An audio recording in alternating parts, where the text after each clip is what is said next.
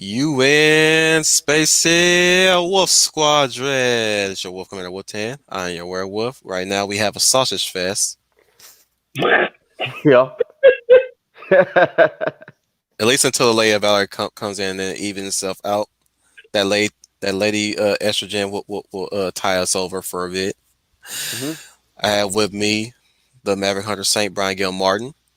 Good evening, everybody. Hope you're having a good day today, and let's get this show on the road without any further ado. Occupied by Mora's champion, the man, the myth, the FN, the Trooper FN 2525. Hey guys, super fantastic time we're gonna have. We're gonna go ahead and talk about a whole bunch of topics, especially with all this stuff coming around with the Marvel stuff and how tokenism plays into that. So it's gonna be super fantastic. Not the last, but certainly not the least, is the Schooner of the Tuna underneath underground Schooner Tuna.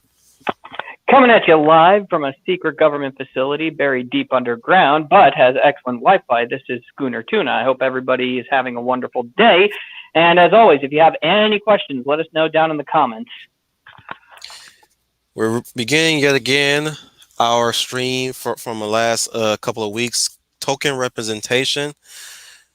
Pretty soon we'll have more people. We'll have one of our women in here, and we'll be talking about again what's a token and what's not a token. But specifically, we'll be talking about what's been pushing in Hollywood these days now.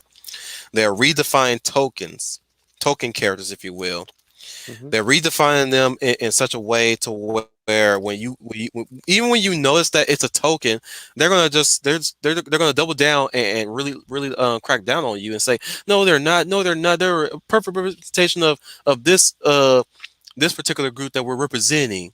They're calling it representation, but what they're really selling us is token representation. Technically, they're selling us stereotypes and caricatures, not characters or non-stereotypes. I don't know what's the opposite of a stereotype at the moment. It'll probably come to me later on.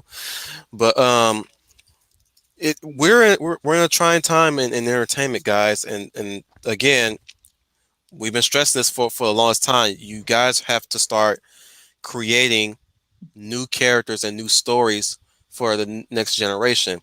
It all falls onto you, whether you are writing your story, whether you're drawing your story. You don't even have to necessarily be a comic book. You can do a picture book if you have to. Sometimes pictures tell all the stories if one looks at them and interprets. You paint it, share it out to the world. You know, you we gotta really crack down on that to really remind people of what's a token and what's really a character or what was really a better representation of a minority group or whatever group that is supposedly quote unquote marginalized. Last time I checked, I don't think we ever been marginalized anymore since the early aughts. At this point, we got black folk. We had a lot of black folk coming into colleges. We still got the same dumbass issues about black people not succeeding in high school. We had a lot of high school dropouts, college dropouts here and there, but we still had college college level black folk leaving the college scene and pursuing their careers or even achieving their careers. Same thing with any other race, like Mexicans, Latinas, and even mostly Asians. Let's not beat around the bush. It's mostly Asians that tend to get those degrees and get into those fields most of all, because we all know the cultural differences there. Am I right or am I right? Even Wolf 10 Media, you're absolutely right.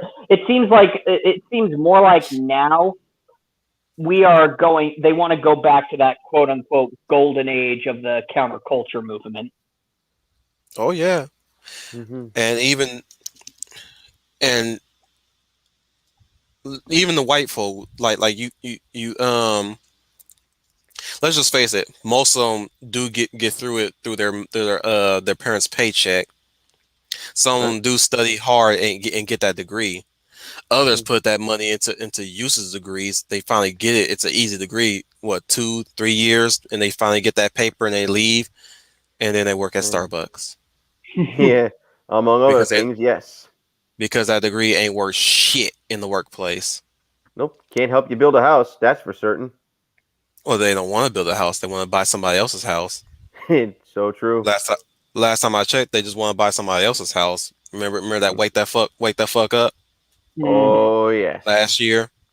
Yep. They, Hmm. they or people going door to door telling someone you got to leave your house so you can, you got a big old house. It'd be nice if you leave your house so all these black folk can walk in and live comfortably in your house. Yeah, right. I'm gonna let some Negroes walk up in my damn big ass house and wreck my shit To that because I say, because I'm supposed to feel sorry for their bad choices and their bad decisions in their lives and the positions that they put themselves in. I'm supposed to do that. I'm the ones responsible for their bullshit.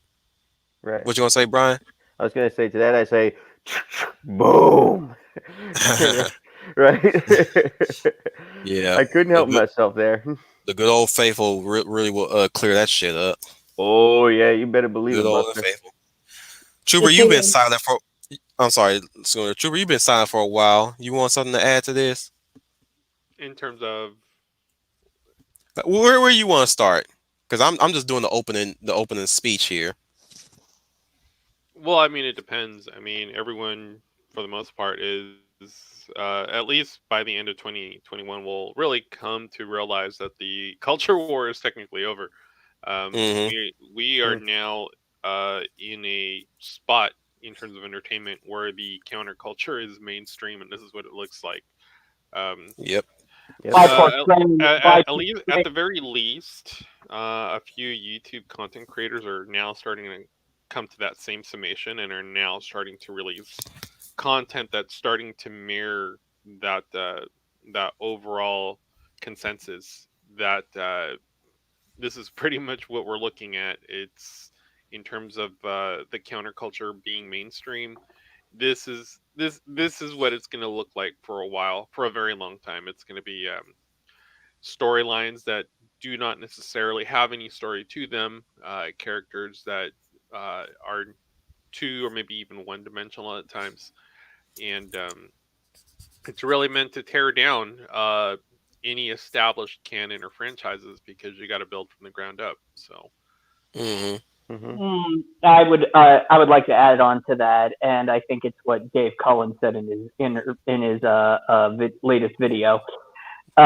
These guys and girls, these counterculture heroes, as they like to call themselves, These um, trucks.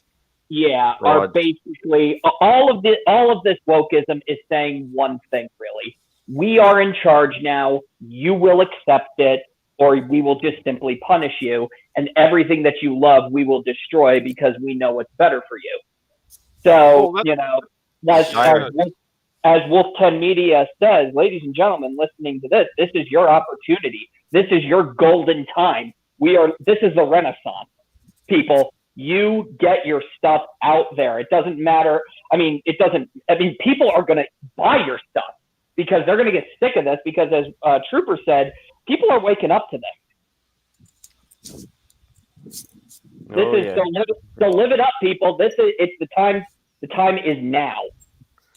You heard it here first, folks. You got something going on? Put it out there. Just Dude, if you got a I'm movie. just saying right now, while all that, with what Schooner is saying about by the whole and what Trooper is saying about the whole culture war being win, I'm still questioning is the gender war still waging, but but the truth of the matter is this is where my mood is at this point.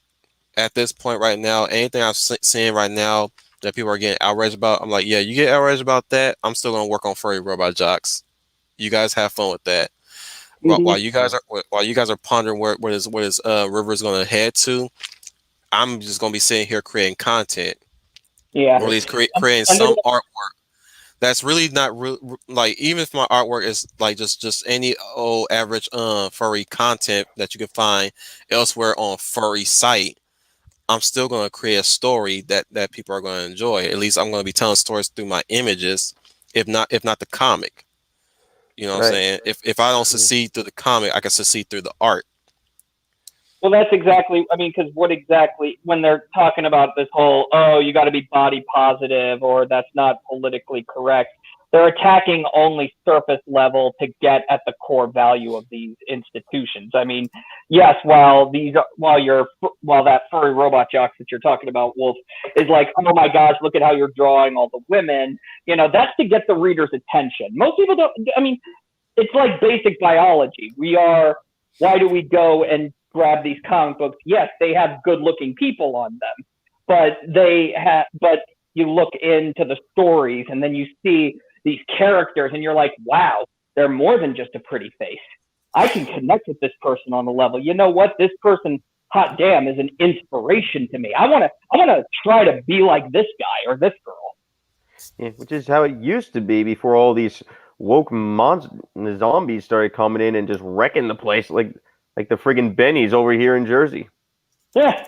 Well, that's also what it is too. See, it's have you guys ever heard of Saul Alinsky? Oh yeah, don't even remind me, man.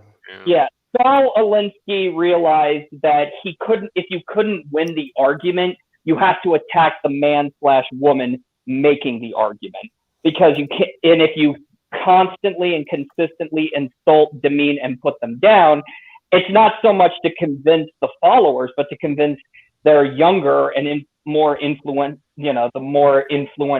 children. They're the one who, so you got to just keep insulting them and belittling them, and eventually it becomes normalization to just insult That's why somebody. I go after children. Yeah, exactly. Yeah. That's why they go after the children.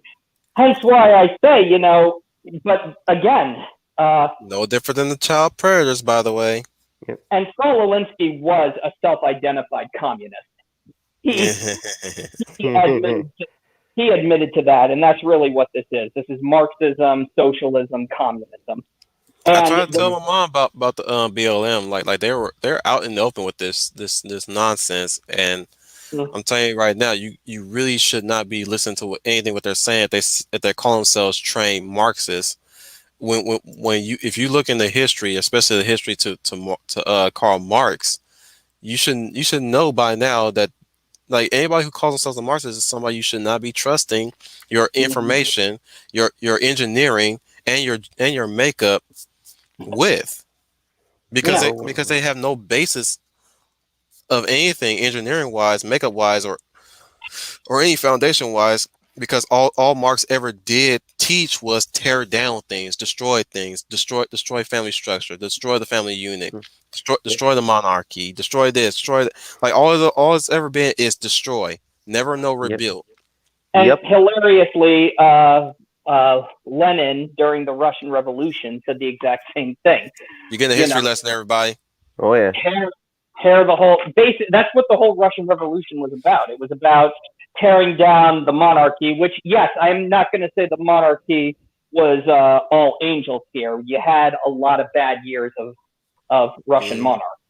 I mean, the last family. Holy smokes, he was.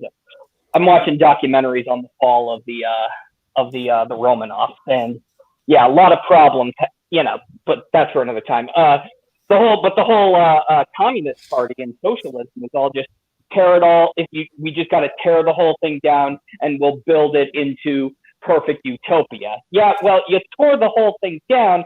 The problem is that the structures you put in place are very corrupt establishments that just simply repeat the same phrase. We are living in utopia. This is paradise. You are living in the best time of your life. Yada yada. Yep. And even if you did tear it down, who's gonna build it? You ain't got no engineers. No. You won't have no engineers because you think everybody should be an engineer. Right. You won't have no builders, no carpenters, because you think everybody should be carpenters. Not everybody should be a carpenter. You're supposed to be hiring carpenters specifically.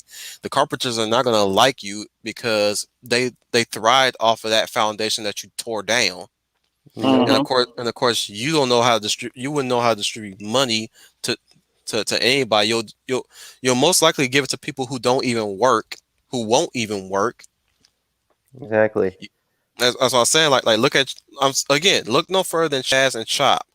Look no further than Chaz and Chop. All that looked like was a homeless encampment. That's all Yep. it ever. It was. It was never a utopia like they wanted to build it off of. There was no crops growing because they had no idea how to grow crops, and they sure as hell didn't have no farmers. And even if they did have farmers that knew what the fuck they were doing, they wouldn't even allow the farmers to do what they need to do. For, second of all, the ground that they were living off of was not habitable for crop growing unless you put soil into it. And I don't Exactly. even have a green fucking thumb to know that. Yeah, these Well, people and don't know anything about anything because they're such morons. it's creating, what it does is socialism creates an at-risk culture. An at-risk culture basically leaves itself open, and it's just an absence of common sense. A horrific event is going to occur, and the best example I have is Chernobyl. That's at-risk culture, and the reason what I mean, let's face it, Chernobyl got, if you ever watched the series, no matter how historically inaccurate it might be, the one thing they got right from that show is Chernobyl got as bad as it did because those individuals in power wanted to be good communists. A good communist does not say we have a problem. A good communist does not admit the situation is bad as it is. And while that happens, it gets worse and worse. And they use Totally bullet fine. tactics. It's totally fine. They use, totally fine. It's like the Naked Gun. Frank Drebin is like going, nothing to see here. It's all fine. Nothing is wrong. Nothing is wrong. And if you want more information on this, just look up Russian literature and the stories being released at the time, because they had to, there was a censorship on what you could say, but still the word got out on how bad it was in Russia. Oh yeah. Yeah, even what they were doing. And we're moving towards this. They call it American socialism, but it's just socialism. Mm-hmm. I sometimes no matter what you go ahead, Brian. Sorry. I used to call it the Great American Socialist Experiment at one point. Mm-hmm. And that's basically what's happening right now. We got this, and it's happening in pop culture. They are taking everything that we love and just basically destroying it because they're daring us to say something. And and then they say you have to make a movie. I'm circling back to this because this is important. When you make a movie that they basically say it requires all of these various check marks, they put those check marks there because they know it's going to fail, or they know it's going to cause a debate, and this is what they're going to do because this is, they want this controversy, they want this anger. Oh, and if it gets violent or people get killed, perfect. We want more people to die, so our budget keeps up. This is basically nothing more than the human trafficking. We want you to confirm what we say about you. It's basically nothing more than human trafficking of misery. But every once in a while, what I think is hilarious, you get movies and TV shows that, hey, we followed your rules, we did everything right. For example, the Tomorrow War, it followed every single check mark and ticked every little box and actually was able. So it is possible. It does tell a good, cohesive story. And what do these guys and girls in the woke culture do? Well, you just cheated. You know what it actually reminds me of? The old socialist realism movement over in the old Soviet Union way back when everything had to fit the Soviet Union narrative, and a lot of people found out it was all crap. Mm-hmm. And people are waking, and it's as Trooper said. I mean, people are waking up to it, and which is what I love about Trooper, is that money talks and the finances don't lie. That's right. Money talks, bullshit walks, as they say. Mm-hmm. Now, though, they will say numbers don't lie, and that is true, but you also have to know it's important. A golden rule here, too. Numbers don't lie, but they also don't tell the whole story. No, they do not. But it also, depends on who's doing the counting. You're seeing that right now in Lifetime with Black Widow as they're tossing in the D+ numbers. Exactly. The numbers don't have anything to do with box office sales. Those are, Hang on, telling you guys before, those are home viewing shares, which is a completely different model. So it's called cooking the book, like they did with Captain Marvel. Yep. Yeah, but I think they learned their lesson on that film because they ended up with, for lack of what's the best way to put it? For lack of a better phrase, they basically bought up their own tickets in terms of promotions and uh, giveaways and stuff like that. So I think they learned this go around not to buy up so many, seats, so they could go ahead and report numbers of quote unquote successful seats sold. Because I even mentioned it in a post on MeWe. Black Widow, at the very least, with its worldwide number, has to surpass Captain Marvel, or rather, Captain Marvel's domestic number. And Captain Marvel's domestic number is somewhere in the 400 millions. I think I want to keep saying it was like 465 million, but it's definitely in the 400 millions. It's on the higher end, because worldwide that this particular film would not be able to cross the $1 billion mark like Black Widow did. And like I said, that it's still questionable how it did that. So, and what's sad is that this movie could have crossed the 1 billion mark, and actually probably could have been a great film, hitting on all the check marks that they're trying to. But what they're doing is that it's very in your face, and the clear message of this movie is not so much the actors or actresses, but the studio and the people behind it saying the exact same thing. We are in charge. You must accept this. Because you must obey, basically. Well, it has nothing to do with you must obey or you must accept this. This is what we're going to put out. That's it.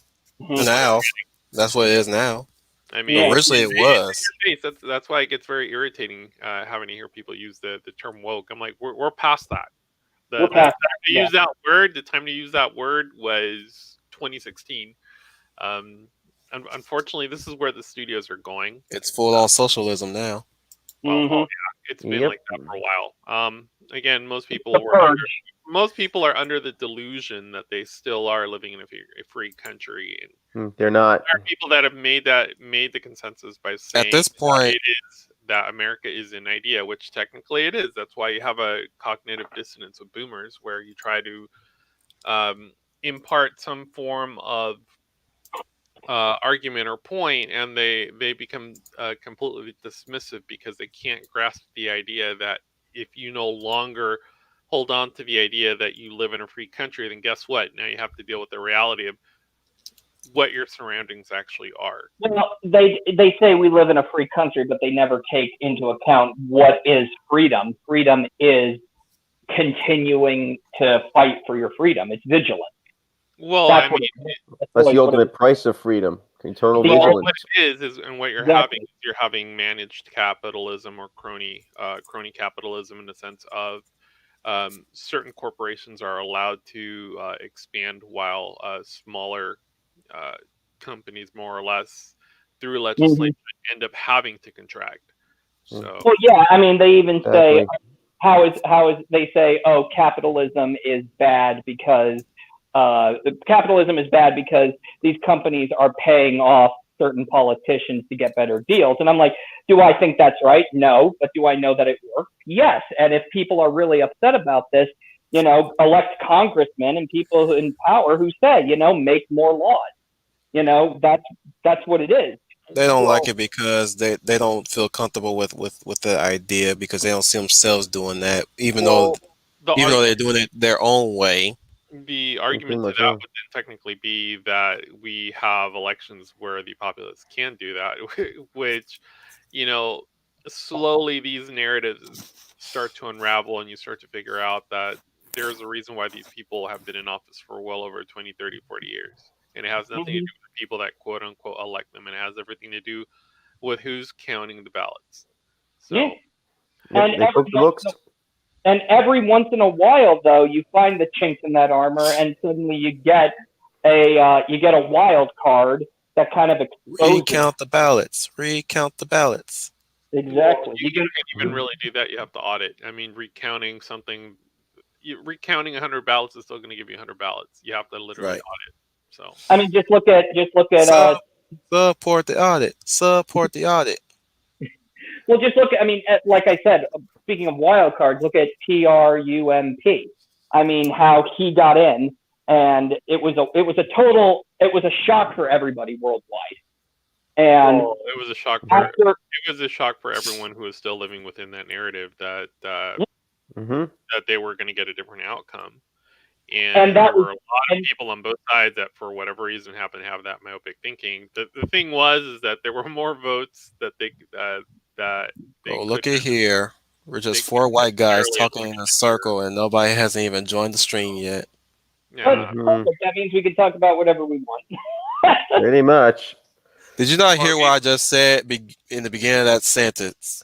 I did. Four white guys. Do you identify as a white guy? Because I'm a fish. At this point, I'm freaking caramel with a little marshmallow on top. I guess. I sexually identify as a maverick hunter. I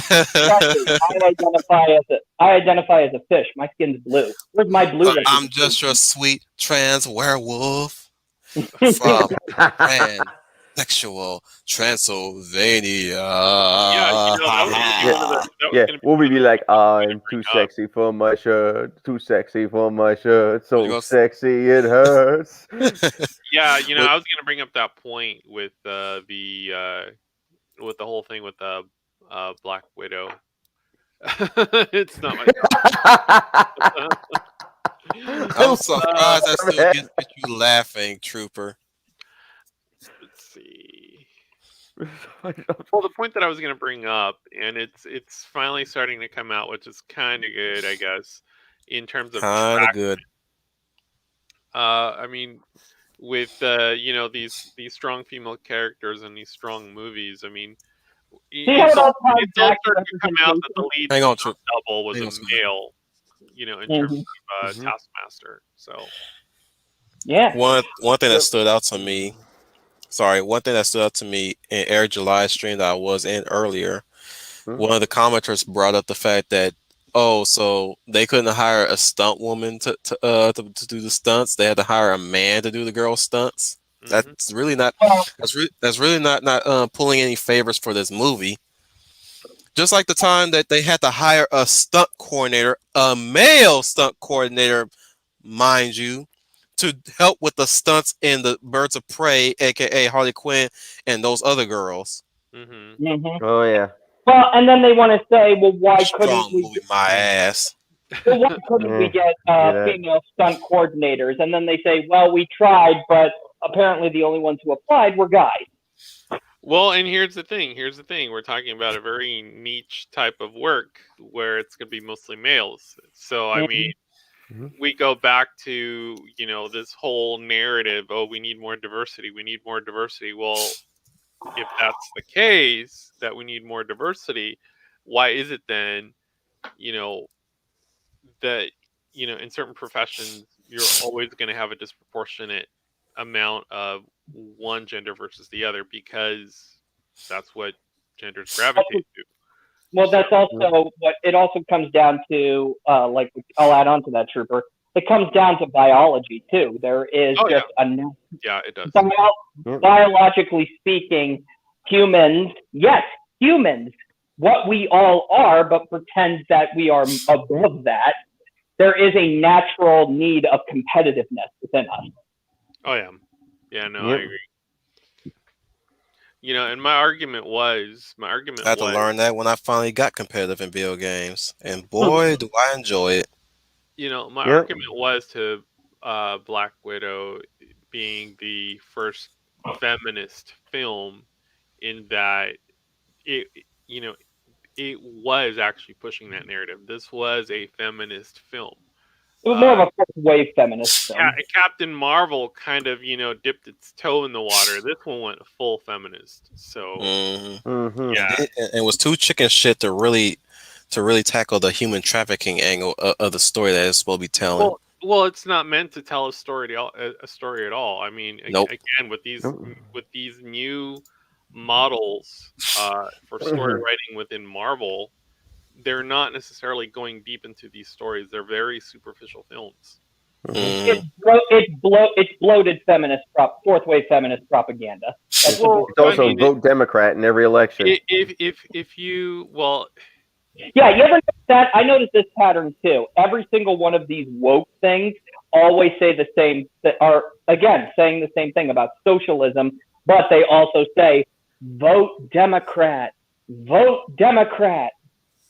Well, I mean, look at the people more or less that run our entertainment and more or less are in high positions in terms of social media platforms and just access to news as well in terms of what we get in terms of information.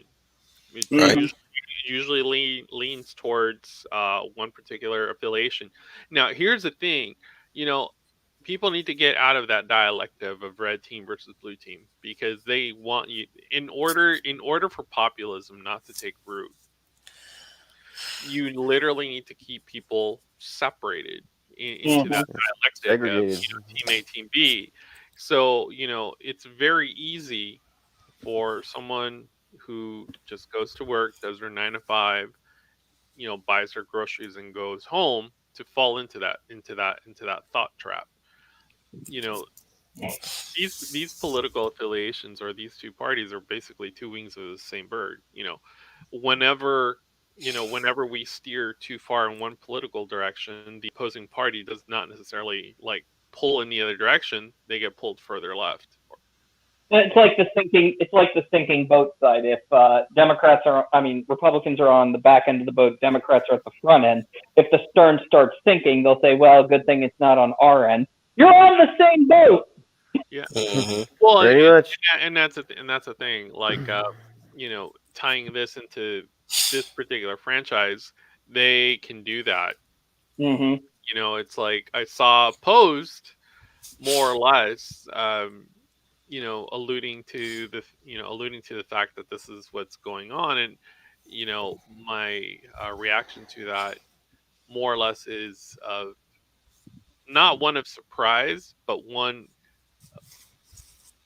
in terms of my opinion is you're just now starting to figure this out, which is a good thing. However, it's a little late in the game to start figuring out these things because in terms of Marvel, they're 100% in. My argument is that the billion-dollar film is over. Uh, Hmm. it's with taking out a lot of the meat, in terms of story and taking out character depth. You really just have a very superficial film, and that technically is our pop culture right now. You doing all right, That's Brian? that's our mainstream Yeah, I'm culture. alright. Just It's very listening to what Trooper has vapid, to say. and it's not even narcissistic like the early 2000s. Um, at least in the early 2000s, it was the type of narcissism that you could still relate to. This is a type of narcissism that only relates to itself, and the only way you actually understand it is if you're wrapped up in it. But you can only be wrapped up in it if you're a certain group, gender, or It's some tribalism, basically. some fringe ideology that you were more or less indoctrinated into uh, Hmm. throughout the school system. Like, it's Mm, like I can understand it fundamentally, but I don't necessarily buy into it because Hmm. I right. wasn't soaked into it, you know. Mm. So, but I hated yeah, school anyway, so talking in terms of, You're supposed to. That's why you're supposed to get out. yeah, like, in terms of Black Widow, I mean, they hired a feminist director, was it Kate Shortland? She's only had like 2 or 3 projects to her name, and they're all like indie films that you would never have heard of. none of them Uh, were action films either. you had two writers from WandaVision reprise their job role on that particular film, and then you had one writer from Ragnarok actually come over, and he was not necessarily the lead story writer. So with bringing in all these people, you get that type of film. Mind you, this feminist film is supposed to drive a feminist message, which Wonder Woman actually did. Black Widow doesn't know what type of feminist film it wants to be. And if, in all honesty, I think Wonder Woman did it a million times better because what did it do? It didn't demean. Well, that again, that's third wave feminism. It's like Hmm. one could argue that it's also a little bit of second wave, feminist theory since we are talking about Patty Jenkins. But in terms of this particular film, this is absolutely fourth wave feminism. Like it absolutely is. It's meant to please and it's not meant to offend. Meaning, you got to have your female character in plot armor. You have to more or less give her an outfit that does not sexualize her. And if you look at the appearance of Scarlett Johansson in all of these promo posters, she almost looks. I hate to put it this way. It's almost like they tried aging her down to make her look more like a young woman in her say early 20s, mid Well, 20s. and that's Let's not I know. forget that they showed her as a child with blue hair, Oh yes, we don't want to forget that one. Oh yeah. wearing 90s clothes. That's one thing that drives me nuts is they say that, hey, we want to show her beautiful, but we can't show her too beautiful. So quick, put her in the potato sack. Well, dude, they did some Seen a lot hard of airbrushing. cosplayers They cosplaying did that some white hard outfit. airbrushing on those posters because, like, you look at Black Widow from Iron Man 2, and then you look at the Black Widow movie posters, and Scarlett Johansson essentially looks a lot younger in the Black Widow film promotions in her white suit. In her black suit, she looks like she hit that wall already, and we know she has. I mean, she's been doing it for 10 years, but going back to this feminist theory, you end up having to have male characters, but they can't interact in the story in a way that's meaningful. So Red Guardian is only there to be a MacGuffin, to more or less, almost Prop like up a the wayfinder. ladies. He's literally a wayfinder, and he's a MacGuffin because he's a wayfinder to Melina, who's the Rachel Weisz character, and then you get you subsequently find out, oh, Rachel Weisz knew where Dreykov was all this time. Okay, so why did we go through all the rigmarole of introducing another character when you could have just, let's go find Melina?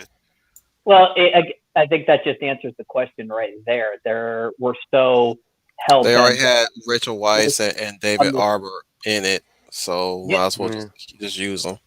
Well, you're trying to push the feminist agenda. What do you need? You just need basic stories. So what do? You got Rise of Skywalker logic here. You got to go to this one place to get to the other place. Somehow we gotta find the Red Guardian. Exactly. Yeah. And he proves that to be useless. You know what's really funny? And that's the problem too. Is like why do movies like The Tomorrow War are doing so well? It's because not only are these representation characters, but there's hidden depths within them. Whereas with Black Widow, it's all just right there. There's nothing really interesting about these characters. What you get. Also add to Tomorrow War, it don't bullshit around. No, it doesn't bullshit around. The movie knows what it wants to be. It wants to be an action sci-fi action adventure. It knows what it wants to be, and it sticks to that. Well, I was going to bring up Tomorrow War. I'll probably talk a little bit about that in a little bit. But the one thing I do want to point out with these projects. So you have Chris Pratt having an executive producer tag on Tomorrow War. Mm-hmm. You also have Scarlett Johansson having a tag on her film, and you also have Tom Hiddleston having an executive producer tag on his project. And I talked about it before in that, having an executive producer tag is one of three things. Either you're being used to sell the project, or you're also putting money into it, some seed money into it. So you more or less have a little bit of say of where you want this to go. Mm-hmm. And then i.e. a safety net. Yeah. And then as in you get to say it was all supervised by you as well, even though you get really it was Agnes. So they feel upward. Well, that's the thing. That's the thing too. These actors and actresses are not stupid. They know what the conditions and aura surrounding Hollywood is, and if you want to survive, fine. I get it. That's why when an actor or an actress is saying something, I'm just like, yeah, I know those words. Those are not your words. You're saying what you got to say in order to survive the quote unquote shark infested waters. Well, it's not even that. It's like it lets you know that they well know it's in the content, and that kind of brings me to the third type of Guys, negative. push pause real quick. Okay. Usually we're at the 40 mark, right? Right. Mm-hmm. Where is everybody? Hmm. Is this a holiday today? I No, don't think so. No, Tuesday's not a holiday. yeah, there's no holidays, bro. Why is All it right, showing zero I have an Hey, views? idea. how's it? Hang on, I have an idea. All right, if you're listening and you're not saying anything, you're going to make me say it. When the moon hits your eyes like a big guacamole. Oh. I guess. I just reshared the stream and nobody's picking up on it. Uh-oh. You think it's I think YouTube? I think Yep. YouTube caught on Hello? to us. Fly. I think we got to them. Uh-oh. But, Well, don't worry, they'll probably No, catch us. we're still streaming, but I'm like I think they really just like probably shadow banned us, Uh-oh. keeping if people it's, from I catching. wouldn't know if I wouldn't know what they do with smaller channels, but I mean, I mean, we can keep going till somebody catches on, but like, dude, I just reshared this stream. I mean, I'm giving it time, but like, wow. That's all right. Maybe they'll catch us on the backwatch. I mean, I'm just saying, everybody should know what my streaming times are, and they would have been here by now. But that's freaking weird that nobody hasn't Yeah. popped up yet. That is weird. I did get one like though. I don't know who's that like, who gave that first like, but whatever. And somebody was waiting originally, but like, what? I shared it at 12:45 my time earlier before I even got you guys in here. Hmm. Interesting. That's strange. But what are you gonna say, Trooper? Or were you done? Oh, what the hell happened to Trooper now? What the hell? Yeah, not hearing him. I miss him. He got black bagged. Oh What man, the that sucks. fuck? Okay, I'm legit paranoid now. Oh, they know. Shut it down. No, don't. We can do this. This is like that shit Paranormal Activity, Dark Net. Yeah. Oh yeah. There's some Twilight Zone shit going on here, man. Yeah, kind of like that. Is this? Oh no, it could be worse. It's either Rod Sterling's Twilight Zone or Jordan Peele's Twilight Zone. I'm telling Leia right now. I'm typing it. We ain't got no audience right now. I think you need to come in here and look pretty. No, I'm kidding. Good one. Wait, I got it. When in doubt, let's pull our token representation. I am the fish. I am the Maverick Hunter. Right now, get over here and look pretty. You didn't do it right. It's get over here. But I'm thinking, just to get us back on point, I think the biggest offender of token representation really is in the animation. Wink. Oh yeah. I'm not afraid to admit it. I still watch cartoons. I like cartoons. I love Looney Tunes. I love Venture Brothers. I still love Rick and Morty. But I'm noticing in all of these newer stuff, like in Netflix She-Ra, Oh Netflix shit, He-Man. dude! Trooper can't speak. What happened? Ooh, There is no sound, Trooper. I can't hear you. me either. Trooper, is your mic on mute? I don't think it's not, so. It's not whether or not it's on mute. Is it connected? Yeah, I would know if it was connected. He's fixing it right now. I'm hearing the feedback. Anyway, Schooner, you were saying? Well, I'm just saying that I'll be right back. in anime, we're seeing a more of a push for not just representation, but as Wolf was saying, caricatures. Like Netflix She-Ra, that is like representation galore. I mean, there is not a story in existence there. I hear that.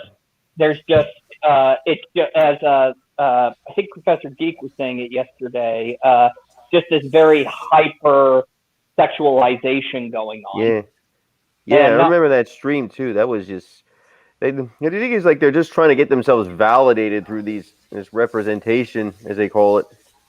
yeah, and that's really what it is that they need this validation in their lives because I don't know, maybe I mean I heard this saying a long time ago is that sometimes in order to appear less of a failure, we try to embrace great causes so that we're a part of something that, you know, is like revolutionary. I mean, do you ever notice that most of the when you start critiquing the representation or the woke ideology, the most common comeback is, yeah, but can't you just let us enjoy this? Come on, we're like a part of something here.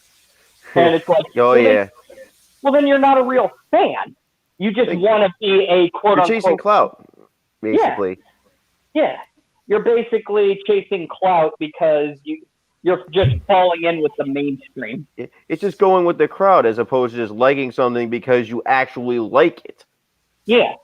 Just because you like something doesn't mean you support everything it does. I mean, I'm a big fan of And I'm Superman. back. Hey, well, Hey, well, I'm a big fan of Right, cool. Trooper, That Superman. you okay? That's cool. cool. Okay, we We got got you somebody back. in here. Oh, you do? Yeah, we got one person in here. Identify yourself, program. Identify. It's let's see, what Samuel Proctor? I don't know. I don't have YouTube up, so She responded. And she responded with a gift saying, "On my way." Is a car zooming over? Oh, I Go guess there. you're gonna make I that was like, poor look, woman look, get in a car look. accident. I'm gonna reread what I said to her. We ain't got no audience right now. Get over here and look pretty. That's hilarious. And we Woman lost our. driver, no Well, no, I survivors. mean, I don't know. Tokenism is just one of those things where it can wear people out, or it could be, you know, just Actually, I have an idea. Let's talk about what is good tokenism. Is there such a thing as good If tokenism, it's there's though? no such parody, thing as good tokenism. Like, if I, it's parody, there's such a good thing as I, a good character, but well, I mean, it's because we always talk about propaganda that it's a bad thing, but actually propaganda is good and bad. well, Propaganda. propaganda is used more or less to shape social consensus. I mean, how can that be good? I mean, Well, think of it. Think of the time during World War II when there was the American propaganda. You know, how would you? Okay, I'm gonna have to. or even civil rights. I mean, there was. I'm gonna have to rights. parse this in a way that comes across very coherent. How would using propaganda to get one of the last superpowers into a world war that more or less we had no business being in be a good thing? Um, now there's two sides to that. Moral of the story is, if we really look at the companies that were participating and funding both sides, that is where really the problem ended up lying, if you will, because you have companies that are playing both sides of the coin to more or less come away with a profit regardless, and at the same time, it's either way, it's a win-win. So I mean, if your dude wins, Yeah, but in yeah, World War II, what was the message? It was democracy good, fascism bad. Democracy is never good. Democracy means that the populace is giving over their rights to state power. You know, when you hear these people talk about, oh, it's a threat to our democracy. When like we like to think of democracy meaning, you know, one man, one vote.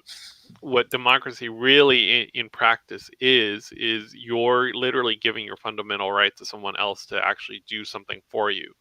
So it's kind of like, the best way to describe it is, you yourself don't go and police the street. You end up having to use taxation to do that, if you will. The police. So are we a constitutional republic? On paper, yes.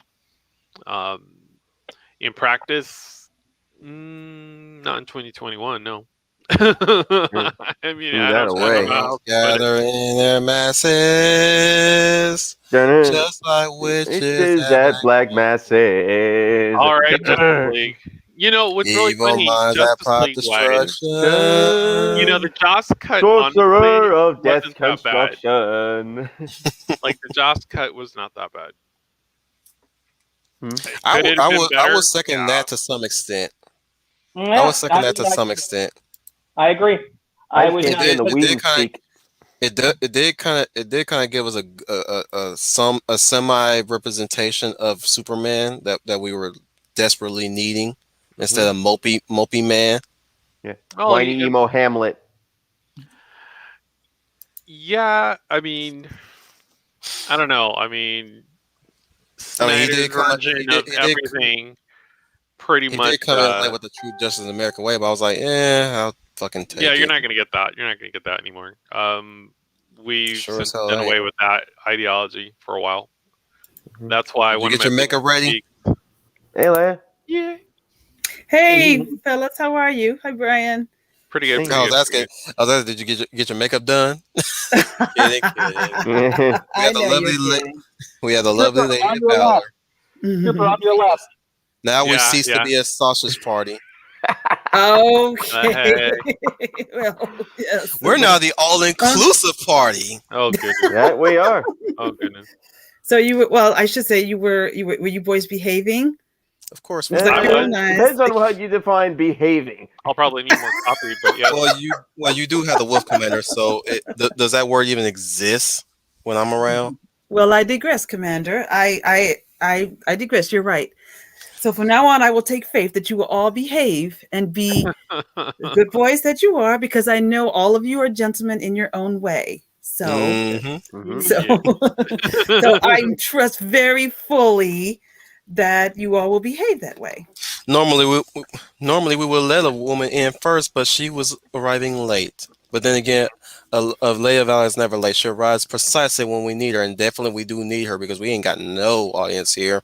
No audience, really? For shame. It's very weird. Very weird. Nobody in the comments. I'm looking at the eye right now. It's 0. We had one, and then it disappeared. Well, and here's I'm like, the this thing. is weird. Here's the thing. Avocado time. Usually, we don't even start till around 2:30. That's always been what I've noticed. Yeah, I mean, I don't see no Victoria. I don't see no Eloise. Nobody's in the chat. Jeez. It's probably what you labeled the video. It probably triggered the algorithm. I was thinking the same thing when I went to the bathroom. I was like, maybe it's because of the title. Yeah. Guys. I just went to the YouTube site. Apparently, we have no chat selection box. Whoa! Wow. We got 2 people watching right now. No. Okay. All right. Well, I can. Hang on. Let me confirm what he's saying. Okay. Oh goodness. Because we got 2 people in here. Okay. We got 2 people in here. Hey, if you're watching, see if you can chat or something. Just say hello. Raise your hand, or not raise your hand, but say hello. The chat is in there. I'll do a chat. Let me see. Let's see. Do it. Yeah, so I say. Did you see my words? Did you start late? No, actually. No, we start on time. Well, I mean, partially on time. Yeah. We started at 12:45 avocado time. So yeah, because I think they're probably coming in at 2:30. Probably they probably expecting us to start at 2:30. Yeah, they're like, oh, you guys are early. Like, yeah, you gotta hit that notification bell, guys. Come on, make sure y'all hit that notification bell just to make sure, because you never know when I decide to start. Yeah, I tend to hold off for a while so we can touch base with each other. But dang, sometimes I'm like, you know what? Let's start right now so that they don't complain about me starting late all the time, and then they're going to complain that I start on time. Got never Well, satisfied. No, I'm maybe kidding. maybe they're coming in later because we always come in a little bit late. Yeah. Yeah. Like they expected that we start late. But usually the notification kicks in and they be shot like, oh, y'all started on time this time. Yeah, we're unpredictable like that. Yeah. Yeah, I agree. A little We chaotic trying, there, like I said, tonight we're getting unpredictable. No, I no, just no, want no. We're simply irresistible. huh? What you gonna say, Leia? no, I was gonna let you guys finish singing. You were such a good mood at it. So, We start out with no War Piece. singers. I was going. Go ahead. Go ahead, Leia. Go ahead, Leia. I was going to say I didn't want to hold you up because I have to work. So I was going to Yeah. say that go ahead and start, and I would join you once I am able to get off. I have to complete my 8 hours. So even though I am working from home, because I'm working, my time takes up all my focus. So I just want to make sure you're not starting too late. I'll be there. It's just Yeah. yeah. I'll tell people that Lady of Valor has her day job, so she has to complete. She has to complete work before she can come in and join you. So I just want to make sure, Wolf, you're not starting late because I'm working. If you all are in, go ahead and get started, and I can just come in and join you like I'm doing now. But maybe This is strange. Oh, that is very weird. This remind me of the good old days when I first started. Like I thought I wasn't never gonna get nobody, and then people start rolling in all of a sudden. Like, oh, okay. And then my confidence started building up. Well, see, and I thought it was what is it, identity validation versus representation. So that's the one that was gonna get hit the most. Well, no, in terms of like actual like viewer numbers. Yeah. Yeah, like I wasn't here for tokenism part 1. Yeah. That's right. That was on a Thursday, and you had things to do that day. Mm-hmm. We had a good little audience that day for that one, did we not? Yeah, we did, and we still we still have viewership. We still continue to get viewership. That's so weird. That's awfully strange. Do you think maybe it's perhaps they didn't get the notification that you were starting, or maybe they'll come in? I reshared it. I shared it the first time. I reshared it the second time. YouTube is weird like that. And it's fluctuating from 1 to 2, so I don't know who these unknowns are. But it's not our usual crew that's usually here. Like even Melissa Harris is not here. Like what? Yeah, Melissa Harris. You can always count on her. She's usually always first in these chats. She's usually always first. Unless people are just busy today, which could be a problem. You think it's the weather? In some places. It could be. Like people might have some faulty internet connection. Oh yeah, don't remind me. So if anybody ever catches in the back watch, if you guys want to be here, definitely put in the chat what happened to you guys on your end. Not saying it's your fault or anything. I'm not trying to point fingers or anything of the like. If you had no way of knowing that this was on air, if you had no way of knowing that we were going on with this, like please let us know in the chat whether you didn't get YouTube did not notify you, or did they notify you late? Was it the title that pushed you back, that held you back, that made you quake in your boots a bit? Or was it the fact that we started a bit early and you weren't aware that we started early? Or what was it that you were having connection problems and just let us know in the chat later on in the backwatch, because this, like I said, this is weird. I'm seeing one person in the chat and they're not saying anything. That's funny. Yeah. You see one person, they're not saying hello or hey, I'm here. Yeah, there's a one by the eye, and I don't know if it's an unknown or a person that's just watching it and just listening in the background while they're doing their usual stuff. But Victoria's here. Hey, Victoria. Victoria, we have one. Thank you. Hello, Victoria. Hello, the Four Musketeers. Oh. There you go. Well, Girl, you are a lifesaver. Yeah, we are getting close to 2 p.m. Avocado time, so I'm reading them. That's probably it. I think they're waiting on 2 p.m. your time. 4 to 5 on my end. Mine too, Brian. Yeah, Mhm. it's Yeah. 340. It's 346 where I'm at. Lesson learned. I guess we should just start waiting for a while before everybody start rolling in. Yeah, Because everybody's expecting me to start around 2:30. yeah, yeah. You missed a Brian, lot there, Vicky. Perhaps it is no coincidence that we finally come to this revelation right when we hit the hour mark. Hmm. Yeah, Which is great. Which is great because it saved myself a little bit of my voice. So sure, I Right, can right. wait till we get more people and then we can do our conflap. Brian, are you from Michigan, Brian? Or are you oh, just on the I'm East from Coast? Jersey. I'm Okay, from we're on the same coast. Okay. All right, that's why our climes are bleh. Our times are similar. Our yeah, yeah, Hmm. yeah, yep. You're in the we're in the same time zone, excuse me. yeah. Like Okay. I'm on the East Coast over here in like the Jersey Shore. Right. Well, I'm in the Great Lakes state. So Nice. no, East I side just, to the I west side. Ta-na-na-na-na. Like East Side. oh goodness, oh goodness. Trooper, you're in Vegas. You're in the I city of sin. Is It's what they Sin City, as they Black call it. Cross, Yes, more like yes. it. Yeah, Oh, okay. am. yeah. It's a Remember, pretty what boring. happens in Oh my Vegas gosh. stays in Vegas. It's such a boring town. Exactly. Literally, that's a romanticized version of what you see. In terms of Vegas. It's a very lackluster town that more or less has no culture Mhm. to it. You literally come here to enjoy $20 cocktails and maybe cop a feel and then go home. Mhm. it's also a place That's where you literally can. what happens. Literally what happens. It's also a place where you can get $5 lobster. Mm. Thank you, Mm. Victoria. Says they might expect you guys to start really late, like around 5. Yeah, it's true. I Do, could see that happening. What was it? What's it? You're always saying, Wolf? They're never late. They arrive precisely when they need to, and that is Yes. Victoria. I'm That is gonna start to Victoria right regret there. saying that. Mhm. I'm gonna, Well, re- I'm, I'm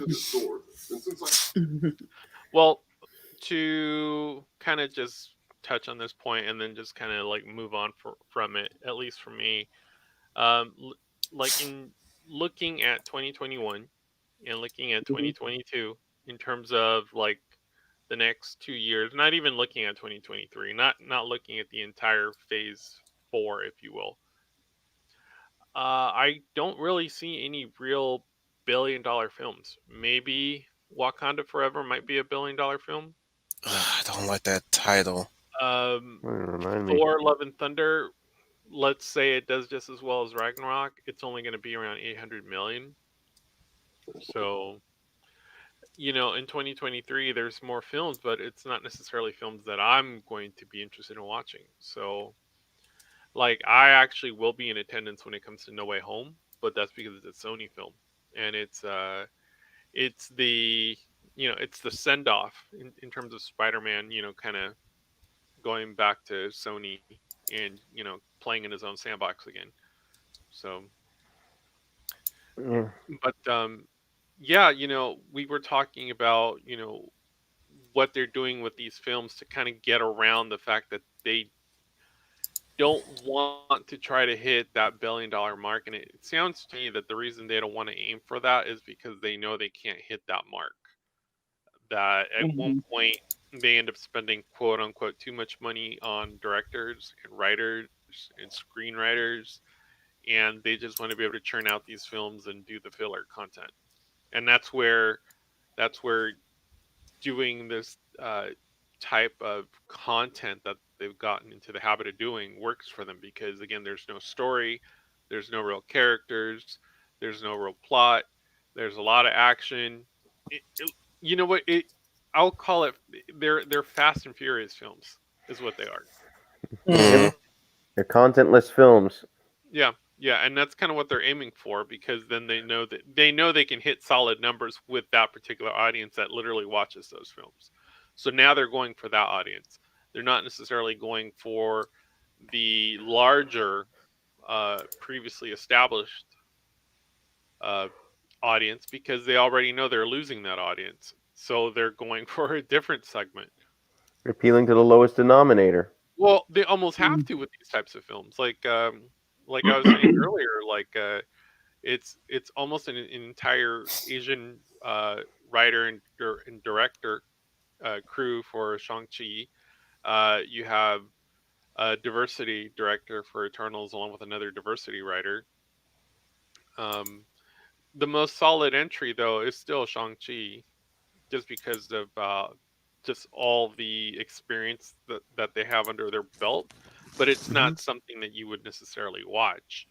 So, It's kind of going back to the Ten Rings. That's why it's kind of building interest there because the Ten Rings hasn't been referenced that much in so many years. Mostly Hydra's took the spotlight. but I'm only projecting Right, it with the to. exception of that short after Iron Man 3, when what's his name, Ben Kingsley's character is in prison getting interviewed by this one guy, and it's revealed that he's actually working for the quote unquote real Mandarin. But I mean, I'm only projecting it to do around 600 million and maybe cap around 700 million, and that's very generous. And I'm using a low number like 622 million, which was the worldwide gross number for Ant-Man and the Wasp. Like that was literally like in terms of phase 3, that was the lowest offering from the Sony side.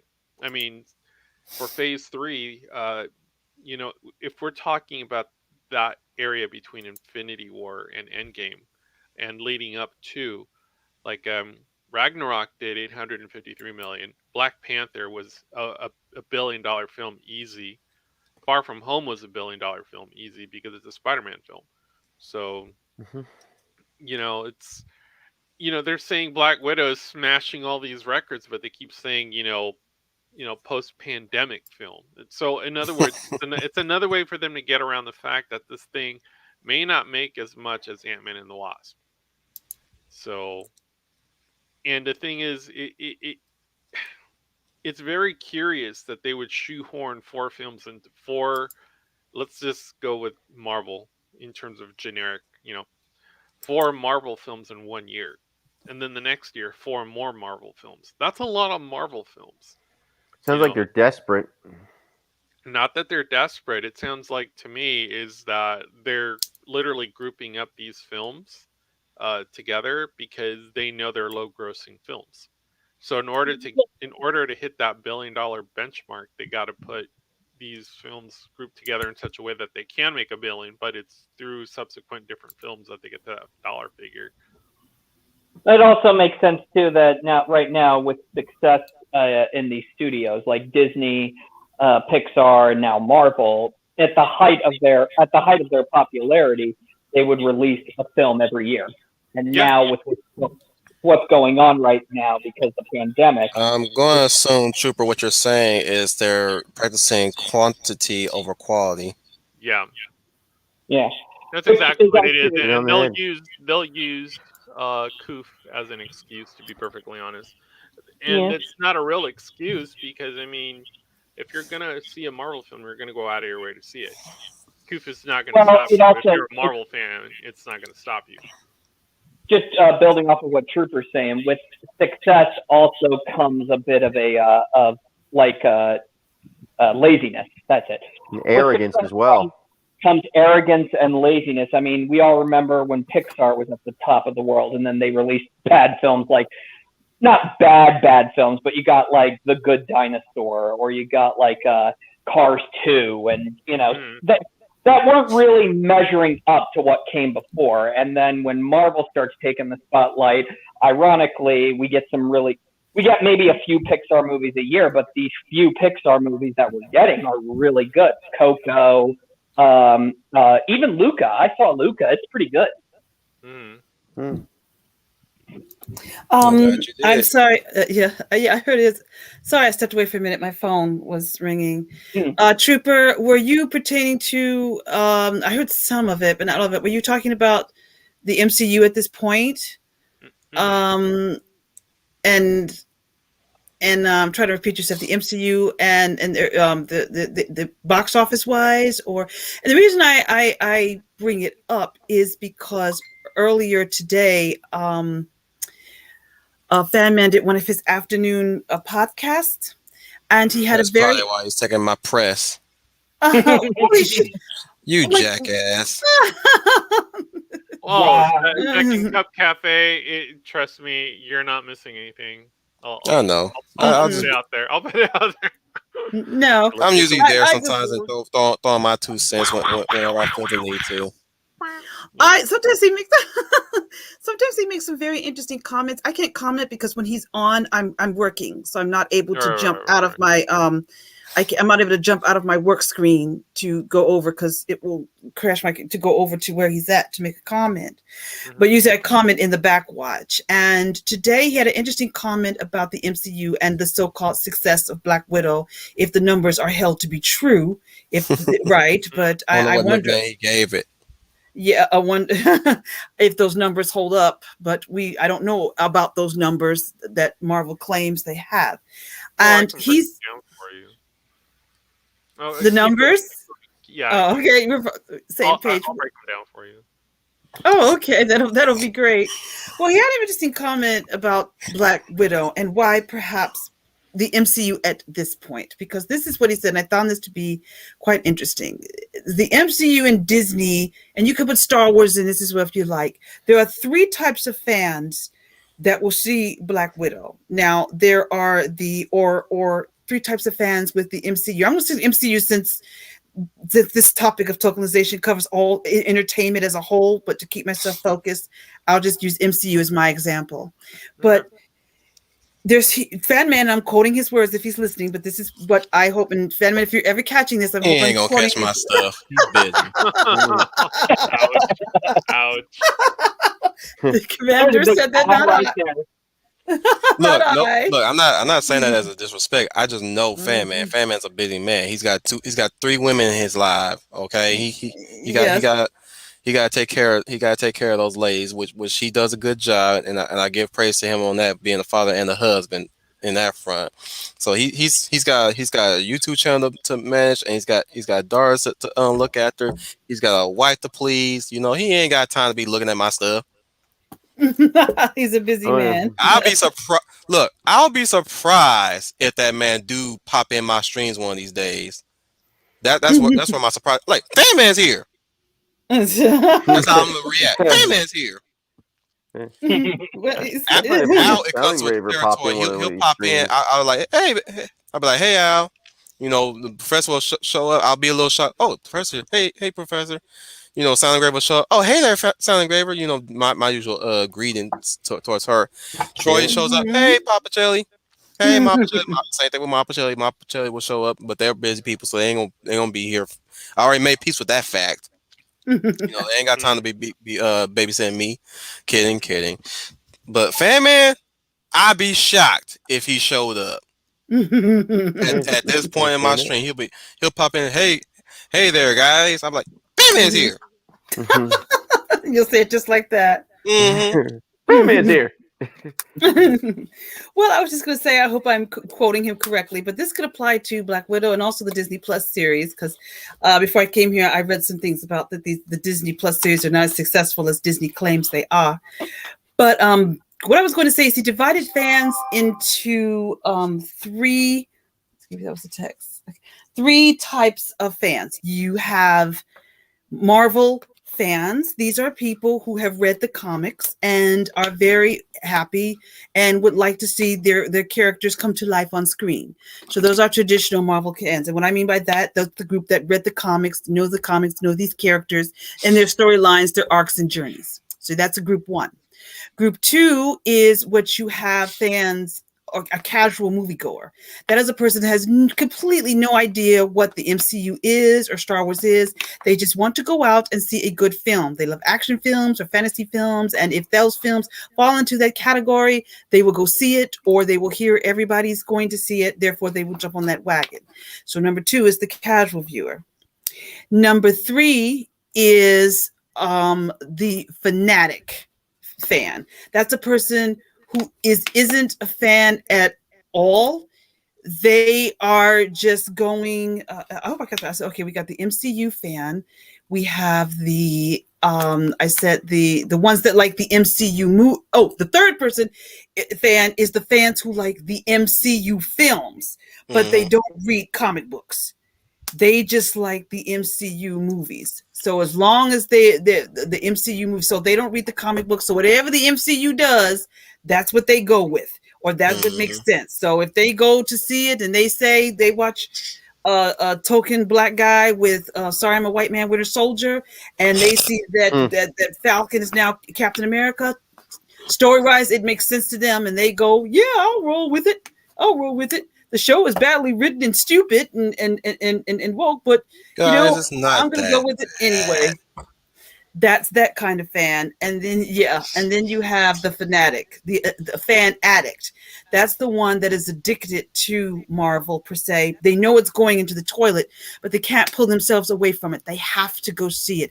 They have to watch the shows, even though they know that the shows are not as good as they used to be. So with those four groups, what will happen is that what Marvel did, let's say in the first two phases, is perhaps they were able to bring all these people together because basically, for the most part, some of the films were entertaining and fun. And everybody from all those groups rather enjoyed them. Even people who didn't read the comics and Googled everything later so they could catch up with everything enjoyed them. Yep. Now, I think what has happened now is group one, which is the Marvel fans that read the comics and knows what these stories are supposed to be and who these characters are.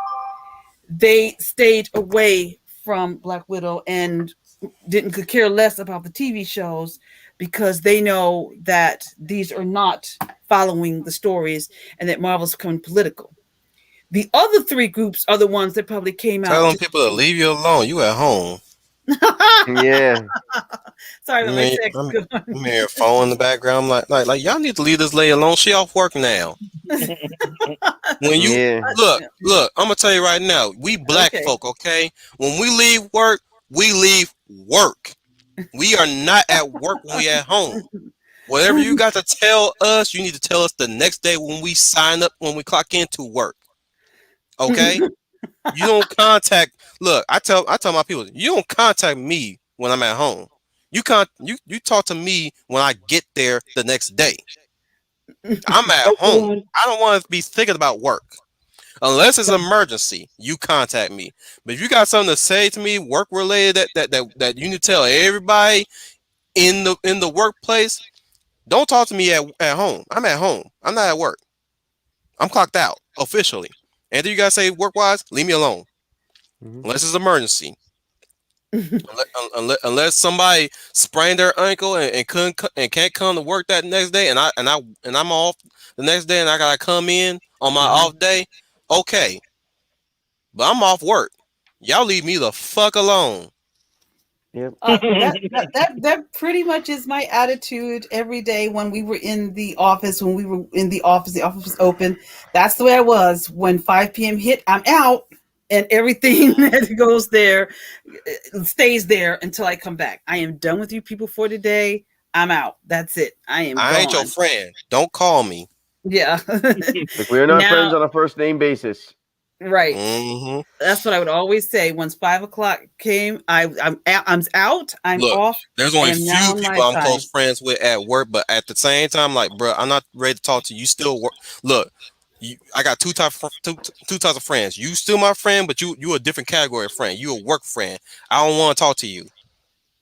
Work friends are work friends. Because you are a work friend. Okay, I don't want to talk to you right now. Now, if you're a close friend, if we move past that, then you can talk to me. But it ain't. But I'm gonna tell you right now, if it's work related, shut you down. Like, I ain't here to talk about work. But back to what I was saying, so true. But back to what I was saying is, I think at this point, you better tell them people this is the same thing with working from home. You don't call me about work. I'm at home. Yeah, that's exactly what it's like, what was it? My Simmons, exactly. It was just like, what was it? This one guy was talking about when he was working with James Cameron. He kept trying to call him on his cell phone. That the fourth or fifth time. Cell phones back then, telephone. Yeah, telephone, sorry. He kept trying to call James Cameron when he's on the set working. after the 5th time of calling, James Cameron, while he's in mid-call, breaks into his office and just says, if that phone doesn't answer, I'm not picking up. And then he closes the door on him and says, now let me get back to work. Same here. Well, I say the same thing. Yes. Well, I was like that when we were in the office and we were working. 5 o'clock was 5 o'clock. Whatever problem situation it was, I would always tell them, I'm out. I'm gone. You are history. I'm leaving you. I'm going off for my life and my time now. And then I would go to my improv. You know what's even sadder? And that was that. You know what's even sadder? If they call you because you're the only one that's capable enough to do the job right and correctly. That has happened. I suppose that was because the other guy is a diversity hire who can't do the work. Right. Yeah, this is before this diversity hires bullshit. I'm talking about like back then, like they call you and they won't even leave you alone because you the one who did the job right. Yeah. They can count like you more than prove yourself that prove to you that you're way capable of doing the job, overly capable. So they just go out of their way to just call you instead and don't rely on anybody else. Don't even train nobody else to meet your standard that you set for the job. Yeah. They just call you instead because they know you're gonna get the job done right. Oh yeah. And I'm just sitting here at home and they call me. I'm like, you just call me because you know I can do the job right? Yep. Okay. I'm gonna let you go because I'm following my own logic here. Not because you told me to. That has happened to me many a times. See, me and Leia are not the black folk that be like, when we break, we on break. We are the black people that get it done and get it done we shall do. But when we leave, we are out. When we on our day off, we on our day off. Don't call us. Right. We the type that we'll call you. We're the type that when we walk in, what shit should we walking in this time? Because we know that once we left, everybody fell apart. Oh yeah. That's like me at my job. I got a comment. She can relate too. Sounds like my job. They actually called me while I was boarding my plane when they knew I was scheduled for vacation time. Oh, damn, man. Yeah, I've had jobs like that before where I specifically request either a day off and the boss makes sure that I'm working that day or I can get into contact that day. It's like, I'm requesting this, it's my vacation day and they call me. It's like, do you wait for me to take a day off just to call me? Because I tell them, look, you guys are not calling me. Look, whatever off days that they give me at the beginning, I start the job. I'm telling you right now, I'm like if these are the specific off days I'm off, I'm keeping these off days. You do not change these. My boss did that to me one time.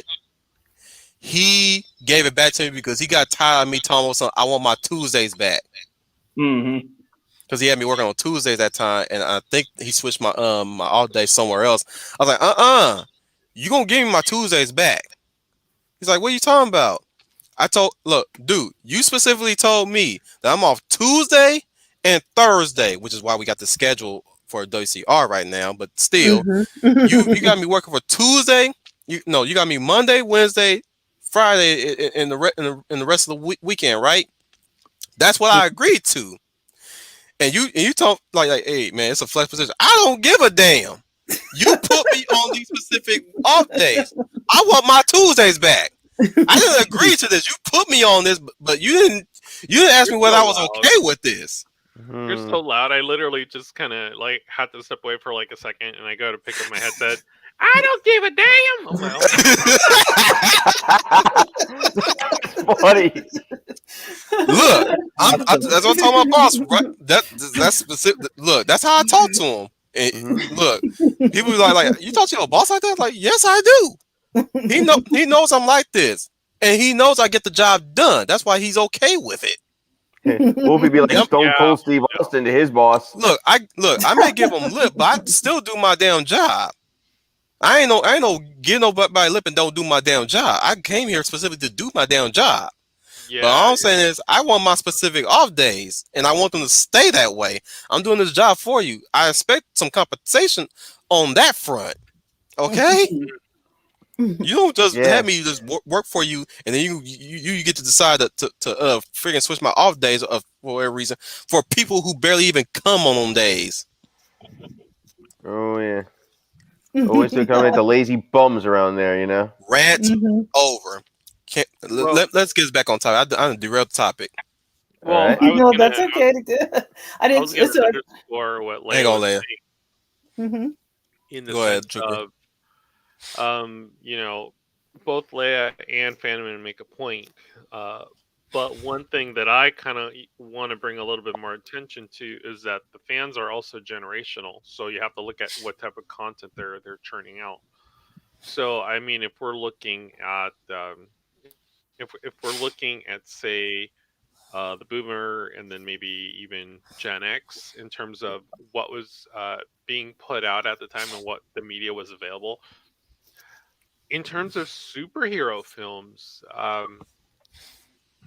very different from what we're seeing right now. Right now, these films are literally catering to Zoomers, so they can get away with them being uh, vacuous, lacking of content. But I mean, if we start going further back in terms of what a superhero film looked like in the 80s or looked like in the 70s, in terms of,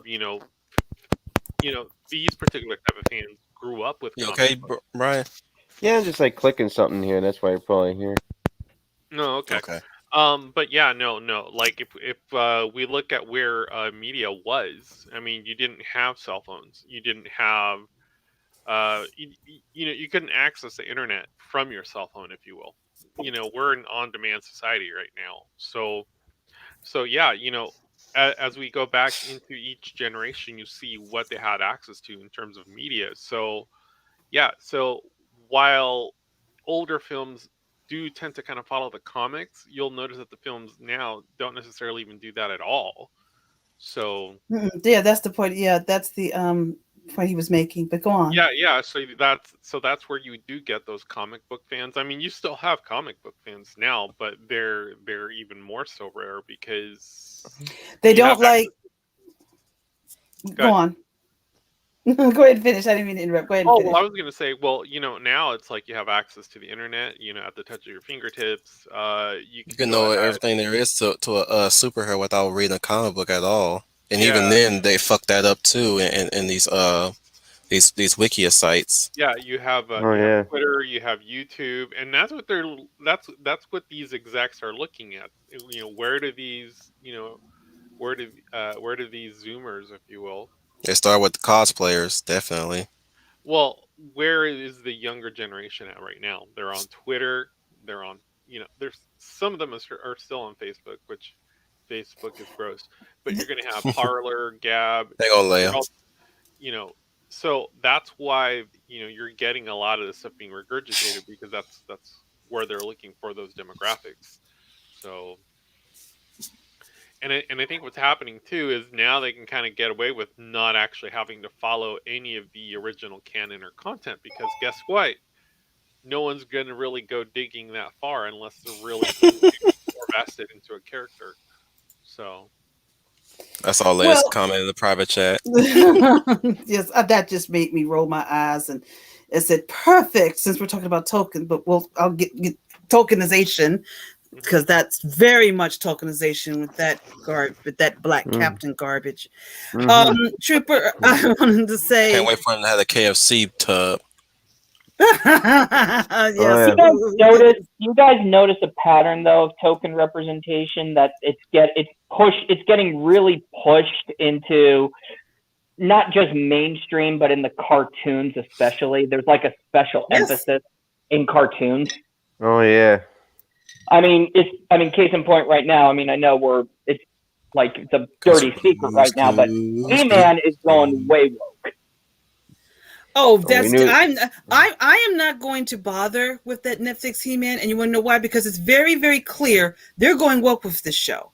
So I am not going to be. I'm not going to sit down and say, well, maybe it won't be woke. The animation. If I happen to see it, it's all because my wife okay. might happen upon it and just put it on. Mm-hmm. Glad I don't have Netflix. But I'm not going to bother with it. It's for Gen Z and Gen Alpha.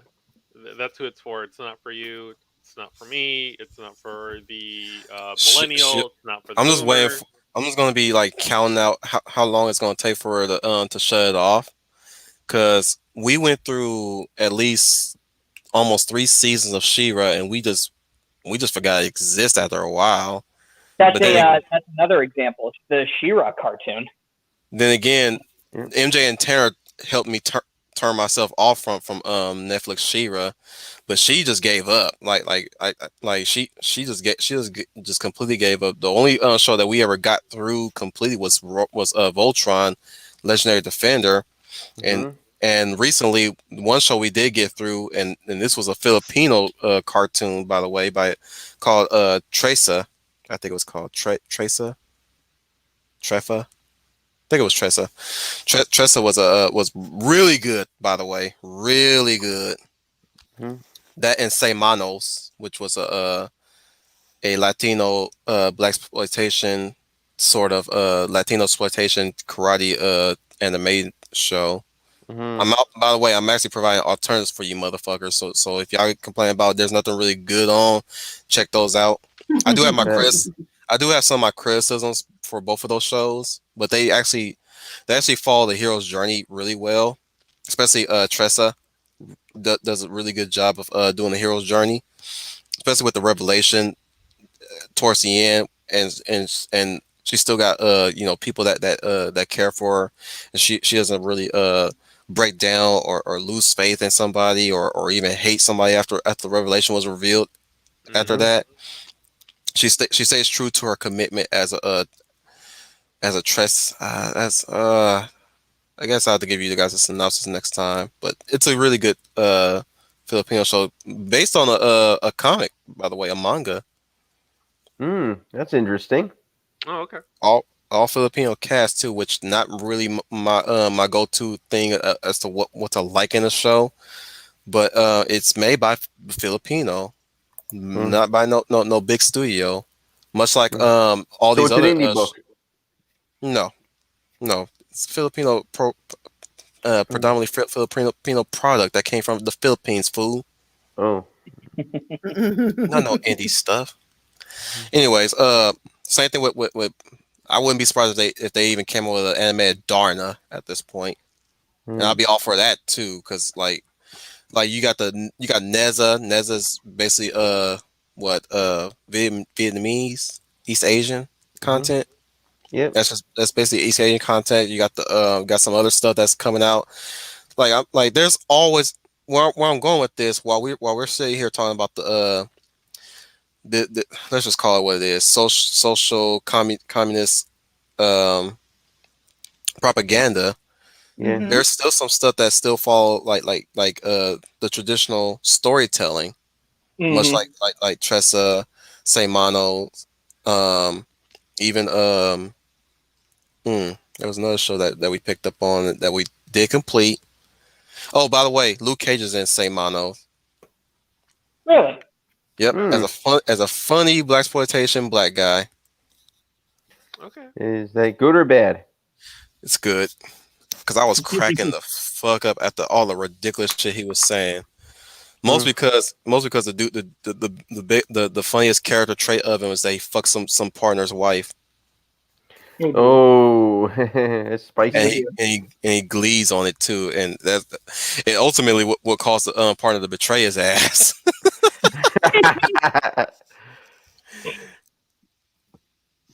Well, back to Scooney. You make a very, very good point, Scooney. I noticed this now. This indoctrination has now gone down to the cartoons, the animated features, the films. It's very heavily being pushed in the cartoons. I've noticed more than really what we're seeing in movies. I mean, don't get me wrong; it is there, but it's heavily being pushed in cartoons. It's definitely and even teen TV shows. Oh, even in these cartoons, well, first of all, they've completely ignored boys. Boys don't have any stories for their own anymore. If boys are brought into these cartoons, they're usually played as stupid or buffoons or have to be told what to do. And I feel like the girl stories, girls are losing their femininity even as girls. They're being taught to act and compete more like boys. Yeah. Rhea, the Last Dragon, I think you saw that, Commander, and you can tell me if I'm wrong, but the ad just made her seem more. Some of the characters in there, I know there was one character that had the half bald headed look. They just Mhm. seemed more like they are trying to be more masculine. It's like someone said they're male characters, but they make them women. And I felt that's Mhm. the way Rhea was. Even the way she's posed in some of the ads. I was looking at the ads for the film, and it's like she's posed like a guy.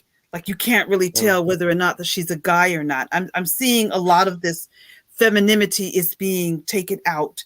It's basically a man They don't character, or want they her cocking her they're hip. yes. Nothing that says that she's Nothing feminine. emphasizing her figure that much.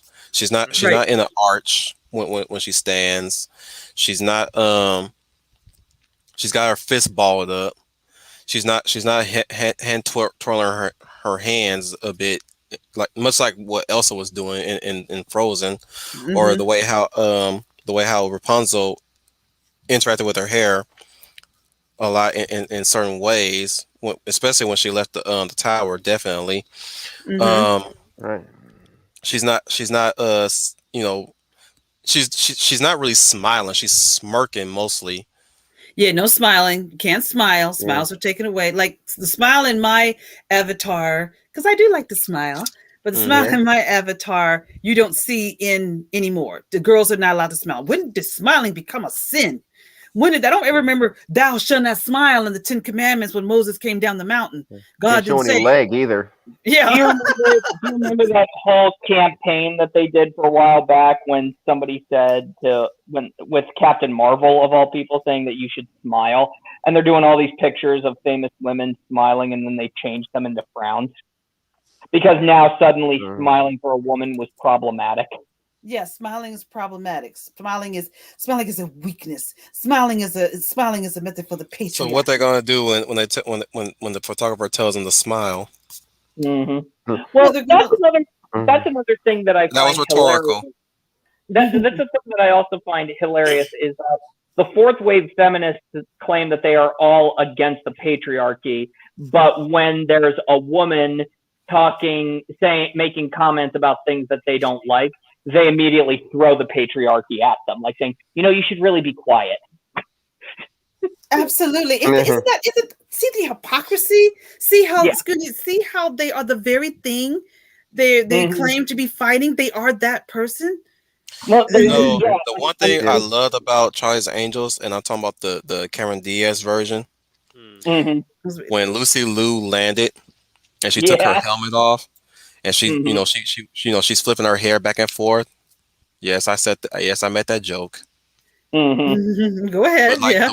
But the one thing I noticed that warmed me to her was when she smiled. And Yeah. Yeah. it's Mhm. not because I'm a dude that wants a woman to smile. Hmm. I saw Mm-hmm. that as a woman that enjoyed what she does for as an angel, or at least not necessarily an angel, but just an agent of Charlie. Right. Right. Well, that. You know when she smile, you hear. I'm sorry, Leia. When she smile, you hear that swirling music. I'm like that's relaxing to see, like to see the women just enjoy what they do as working women. Like basically you got the woman that's doing it, but she's not actually having fun doing it because she's Mhm. got admirers all of a sudden, and she don't like that. Like you don't like people admiring your work. Okay, okay, feel free doing art for you and for you only. But I'm gonna be here, in the background, Just saying, shorty, get down, good lord, baby got 'em open all over town. Strictly bitch, she don't play around, covering much pounds, got game by the pound. Getting paid on forte each day and every day. True play away. I can't get it out of my mind. Wow, I think about the girl all the time. Yeah. East side to the west side, pushing fat rides, it's no surprise.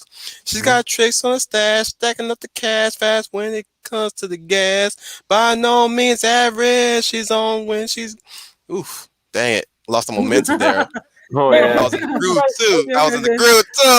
yes, But that's my absolutely. woman right there. That's the woman I'm looking for. Well, that's the Well, thing too, is that that's what's sad about this quote unquote token representation, because they say we want to represent, but then they start coming with all these rules, turning them into basically caricatures. And then suddenly they want this representation to project out into the world and say, this is appropriate behavior. This is how you need to act. I mean, it's pop culture socialism. It's a They're form of projecting- degradation, is what it is. Yeah. Well, it is that too. I mean, I agree, Brian. Well, that's them. That's them. Hang To on, me, that is them forcing. It's everything you said, Scooper and Brian, but it's also they're forcing their own personal self into other people. They want Exactly. these girls to be like them because they're despondent with their own life. So they want this validation by saying, "Well, I'm going to make them all like me in order for me to be satisfied with myself." You Now are that's going to love me. Misery loves company, as they say. Freaking Exactly. Fluttershy. And that's what they're going to do. And those that have seen the Black Widow film say that it does not help this character. It demotes and demeans the Oh my character. goodness. The people that are She going to is. be coming out there asking when we going to get Black Widow. Oh, well, the people that I've seen, like I said, when Fanman split it up into 4 categories, each one, those that are true comic book fans and true lovers of Black Widow are not seeing it because they said that is not Black Widow. That is so far from the comics that it's not even entertainment anymore or fun anymore or enjoyable. Black Widow was the femme fatale. She used her femininity to strike down her prey, whoever she was assigned to assassinate, whoever she had to get close to. She had to use them, her feminine wiles, her sex appeal.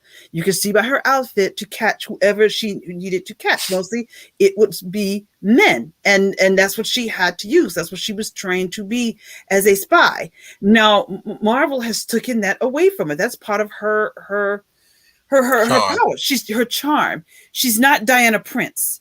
And that's the problem they say in this movie as well. They treat her like she's Diana Prince. She's not Diana Prince. She's not an Amazon. She's not an Amazon because they were saying some of the action scenes they put her in. It's like, well, she should have broke something at this point. They have her, she's like falling out of an airplane from the sky on Earthland like a cat. But on the Falcon and Winter Soldier, who is the top-notch assassin of all, they treated him like Wile E. Coyote in a Bugs Bunny cartoon by falling stupidly out of a plane. This is the Winter Soldier. The Winter Soldier is an assassin. Started off as an assassin. Remember that dismount he did off that car? Exactly. Yeah. Exactly. That is what he does. He is a master killer assassin, and that show just chopped it away from him. Stripped it away from him. Treated him like a cartoon character. That's what I was fussing about. Oh, but maybe it's because of deprogramming. He's not really operating as a Winter Soldier, so he doesn't have those cat-like moves like he used to as a Winter Soldier. Bullshit. He is still a freaking soldier, yes. A highly trained soldier at that. Even if the super soldier serum, brainwashing doesn't give you power; it just drains your thoughts. What I'm saying is, even before Winter Soldier, he was a highly trained soldier. So there should be no reason why he should be landing on his ass rather on his feet. Exactly. Even the same thing with Captain America when he's fumbling around chasing after that Hydra assassin, or at least the Hydra assassin. You know, he's fumbling around, flopping around. He regains his footing. Yes, you could say that's the super soldier syndrome taking effect. But I'm like even if he didn't have that, he's going to get back up. Right. Like you know, he'll tuck and roll, get back on his feet, like he trained in boot camp. You know what I'm saying? He learned that from boot camp. Same thing. Going back Yeah. to Bucky, he's a super soldier too. But even then, he's trained to land on his feet. Exactly. The serum enhances the skills that they have. It enhances it 1,000 times. So whatever skills they have, it will work out even better. So yes, he is trained as a soldier, but the serum is in his body. So there shouldn't be, like you said, he is a fighting machine. That's why he's that's assassin. So there shouldn't be, just like you said, he shouldn't be falling out of a plane on his face splat. He should be either landing on his feet or standing up ready to go into battle. That's what he is, not treated like a cartoon character. In this movie, they treat Natasha and Yelena, I guess the new Black Widow, whatever. They treat them like they're Diana Prince. And what I mean by that is Wonder Woman is an Amazon with powers infested in the gods, so she's able to do the things that she does. But Natasha doesn't have super serum in her body. Yelena, they don't have super serum. They don't have that. It's not in them. But the stupid, ignorant, I don't like to use the word retard, but the stupid, I'm trying to find another word, but the stupid, incompetent women, and I put emphasis on this, who wrote this garbage, have them doing these stunts and not getting hurt or not getting a scratch because they want to prove the women power thing. But it doesn't make sense.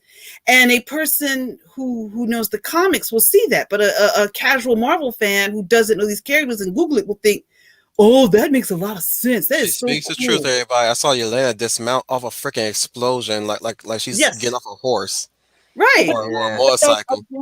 Again, though, it's like what Leia is saying. They tried, like they said, a casual moviegoer wouldn't put that together. But that is where, as Professor Geek says, the responsibility of the storyteller must come in, and where the archetypes of the feminine is not just some rule book, it's a guide for you to find a way to tell new ways of storytelling. If you want to really do a Black Widow movie, don't shy away from her femininity when it is the femininity of Black Widow that she uses to beat the bad guy. She does this because she's not a Captain America, nor is she an Iron Man who runs headlong into the fight. In the Avengers movies, yes. But just like in Winter Soldier, or even in the beginning of the first Avengers movie, she was the covert agent.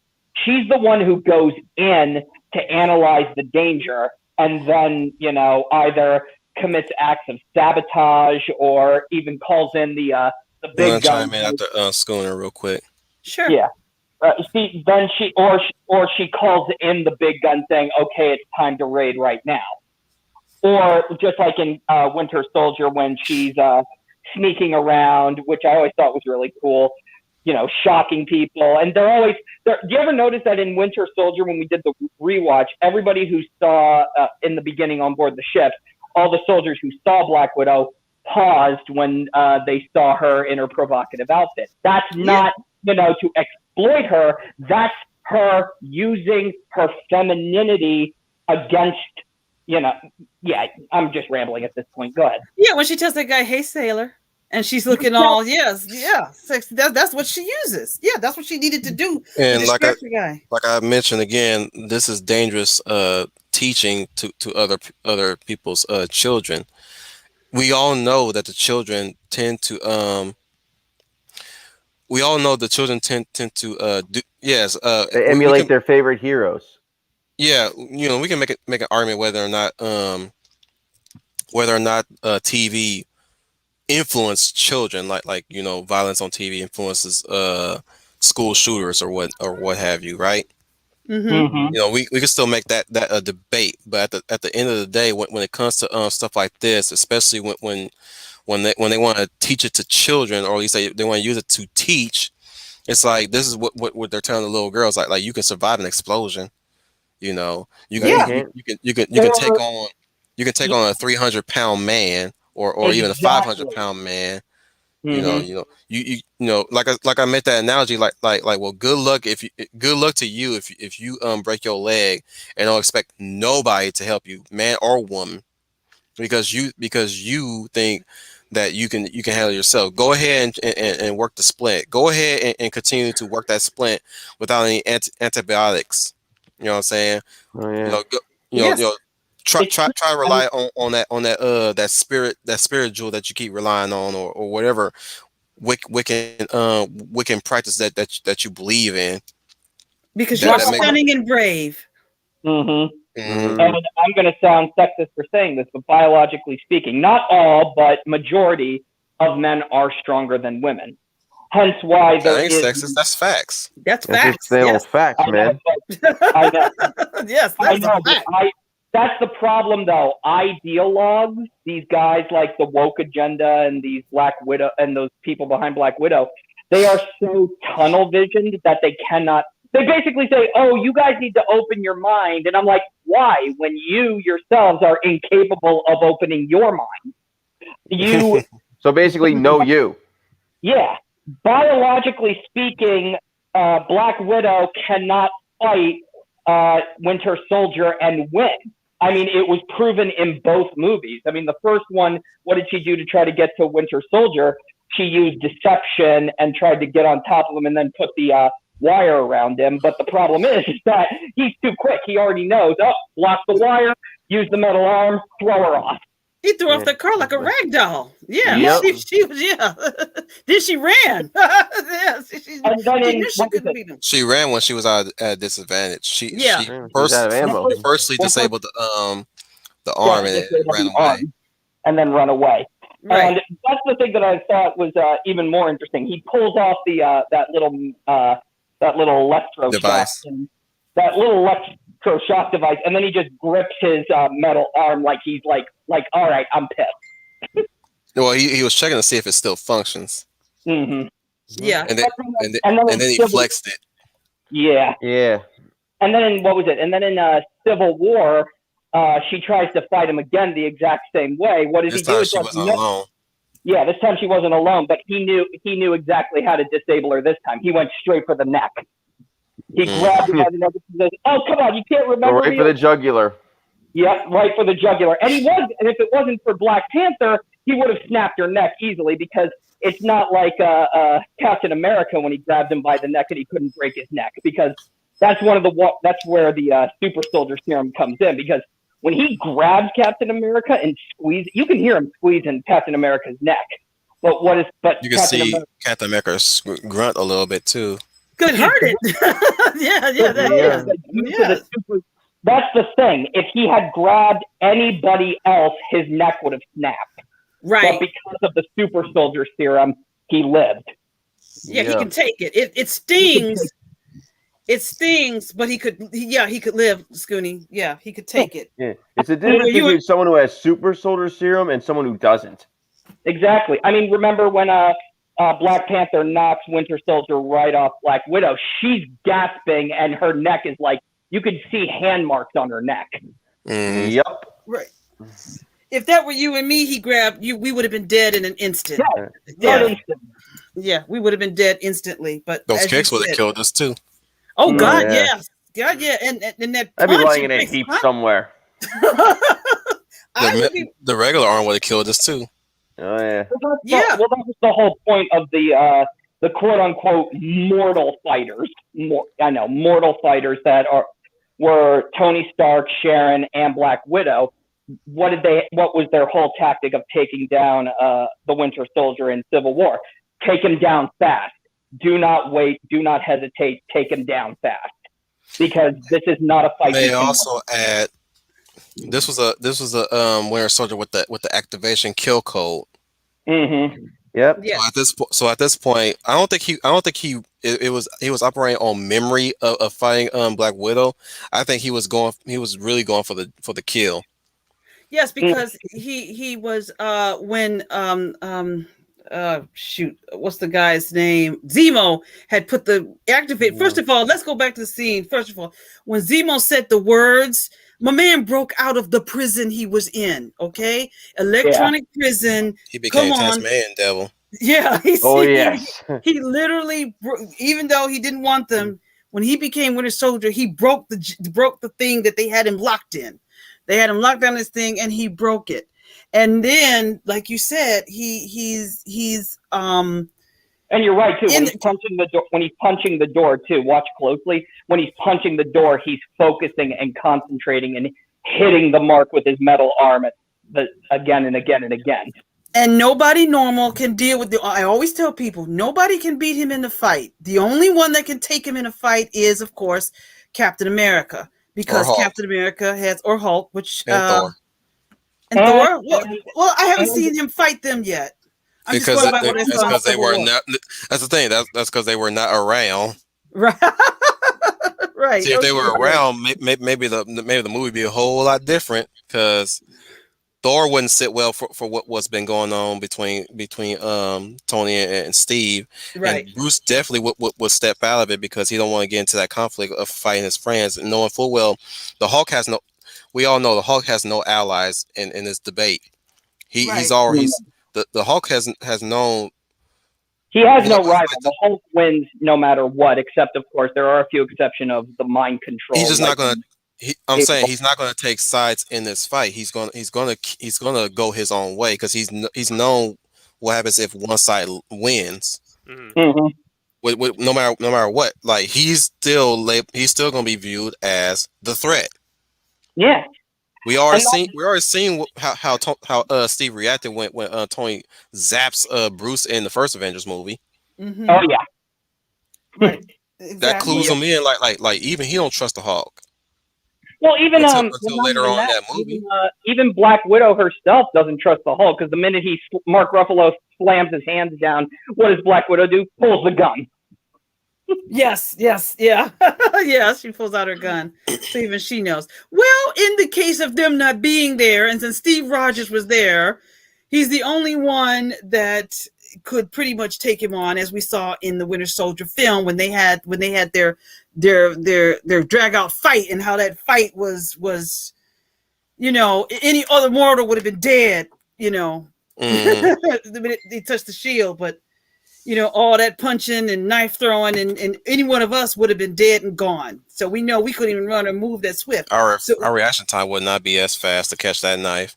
Right, exactly. Right. So what I'm saying is, as far as matchup to matchup, if the Winter Soldier's coming, I would hide behind Steve and say, "Let you go ahead, Steve. You take him down. You take care of him." So he's the Let me watch that ass for a minute. Oh, you had to.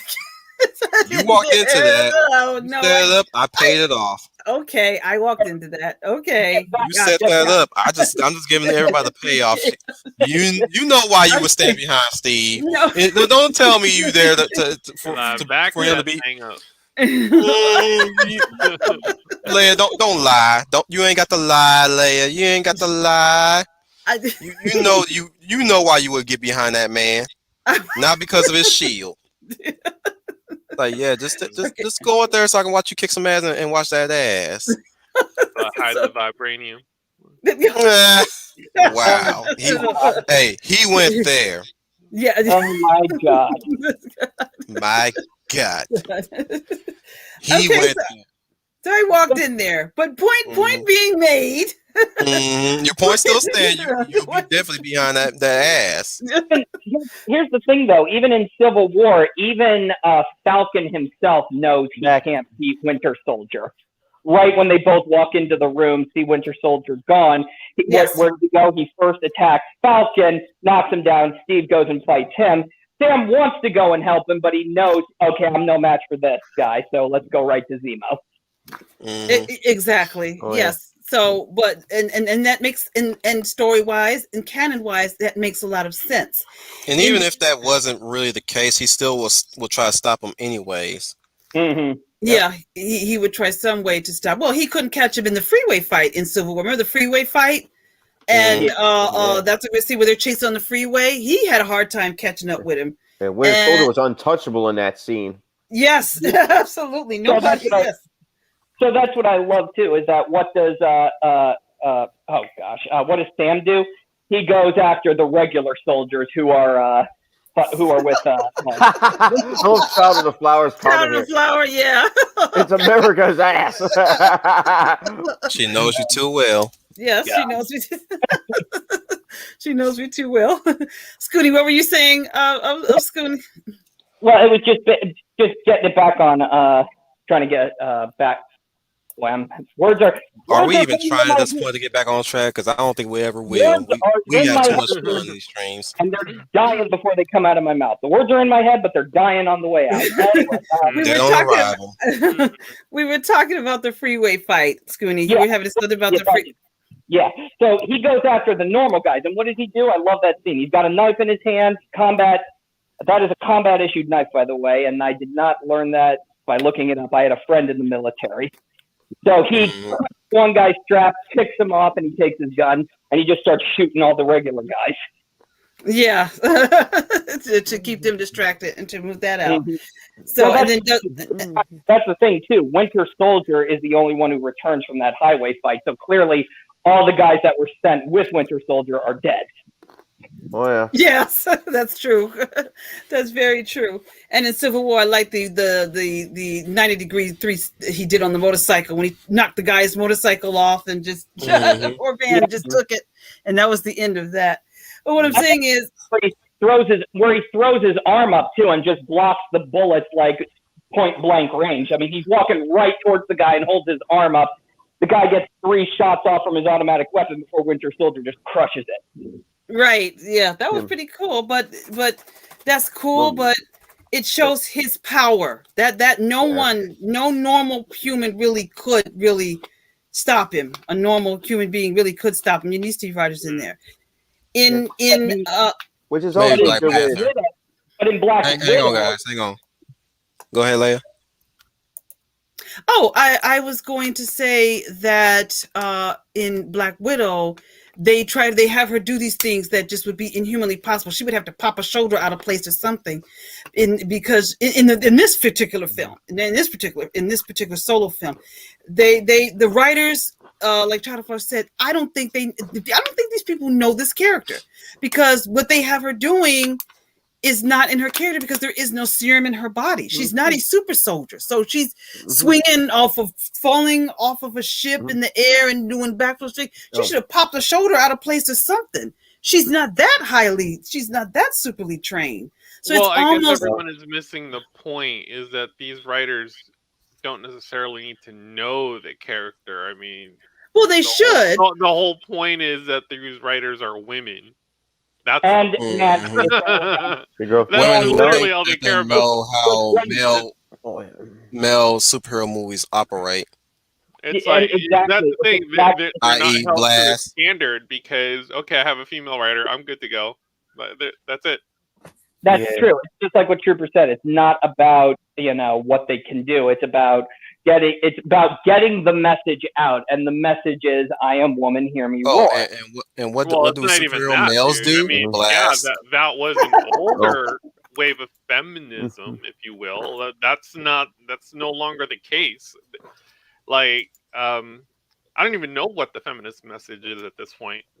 Me neither. What No, does it Hey, even Schooner look like Tuna in just said it. 2021? I am mean, woman, hear me roar. Men but must be that's what I'm saying. destroyed. It is not I am woman, hear me roar. It's Not anymore. Hate men. It's, Hate men. Men are your enemy. no, it's Hey. more of I would say it's more of like submit. That's it. Yeah. That's all I can think of because Trooper, I think Trooper does say it. It's like we are in charge now. Submit to our Well, authority. when you really think about it, yeah. when you really think about it, when Hillary was running, they really wanted to rule the world. They were hoping to rule the world. That's what they were trying to push was women rule the world with that thing between their legs, right? Right. That's what they were hoping for. That's why they lost their shit when she lost. Well, yes. boo-hoo, you didn't pick the right candidate to rule your world.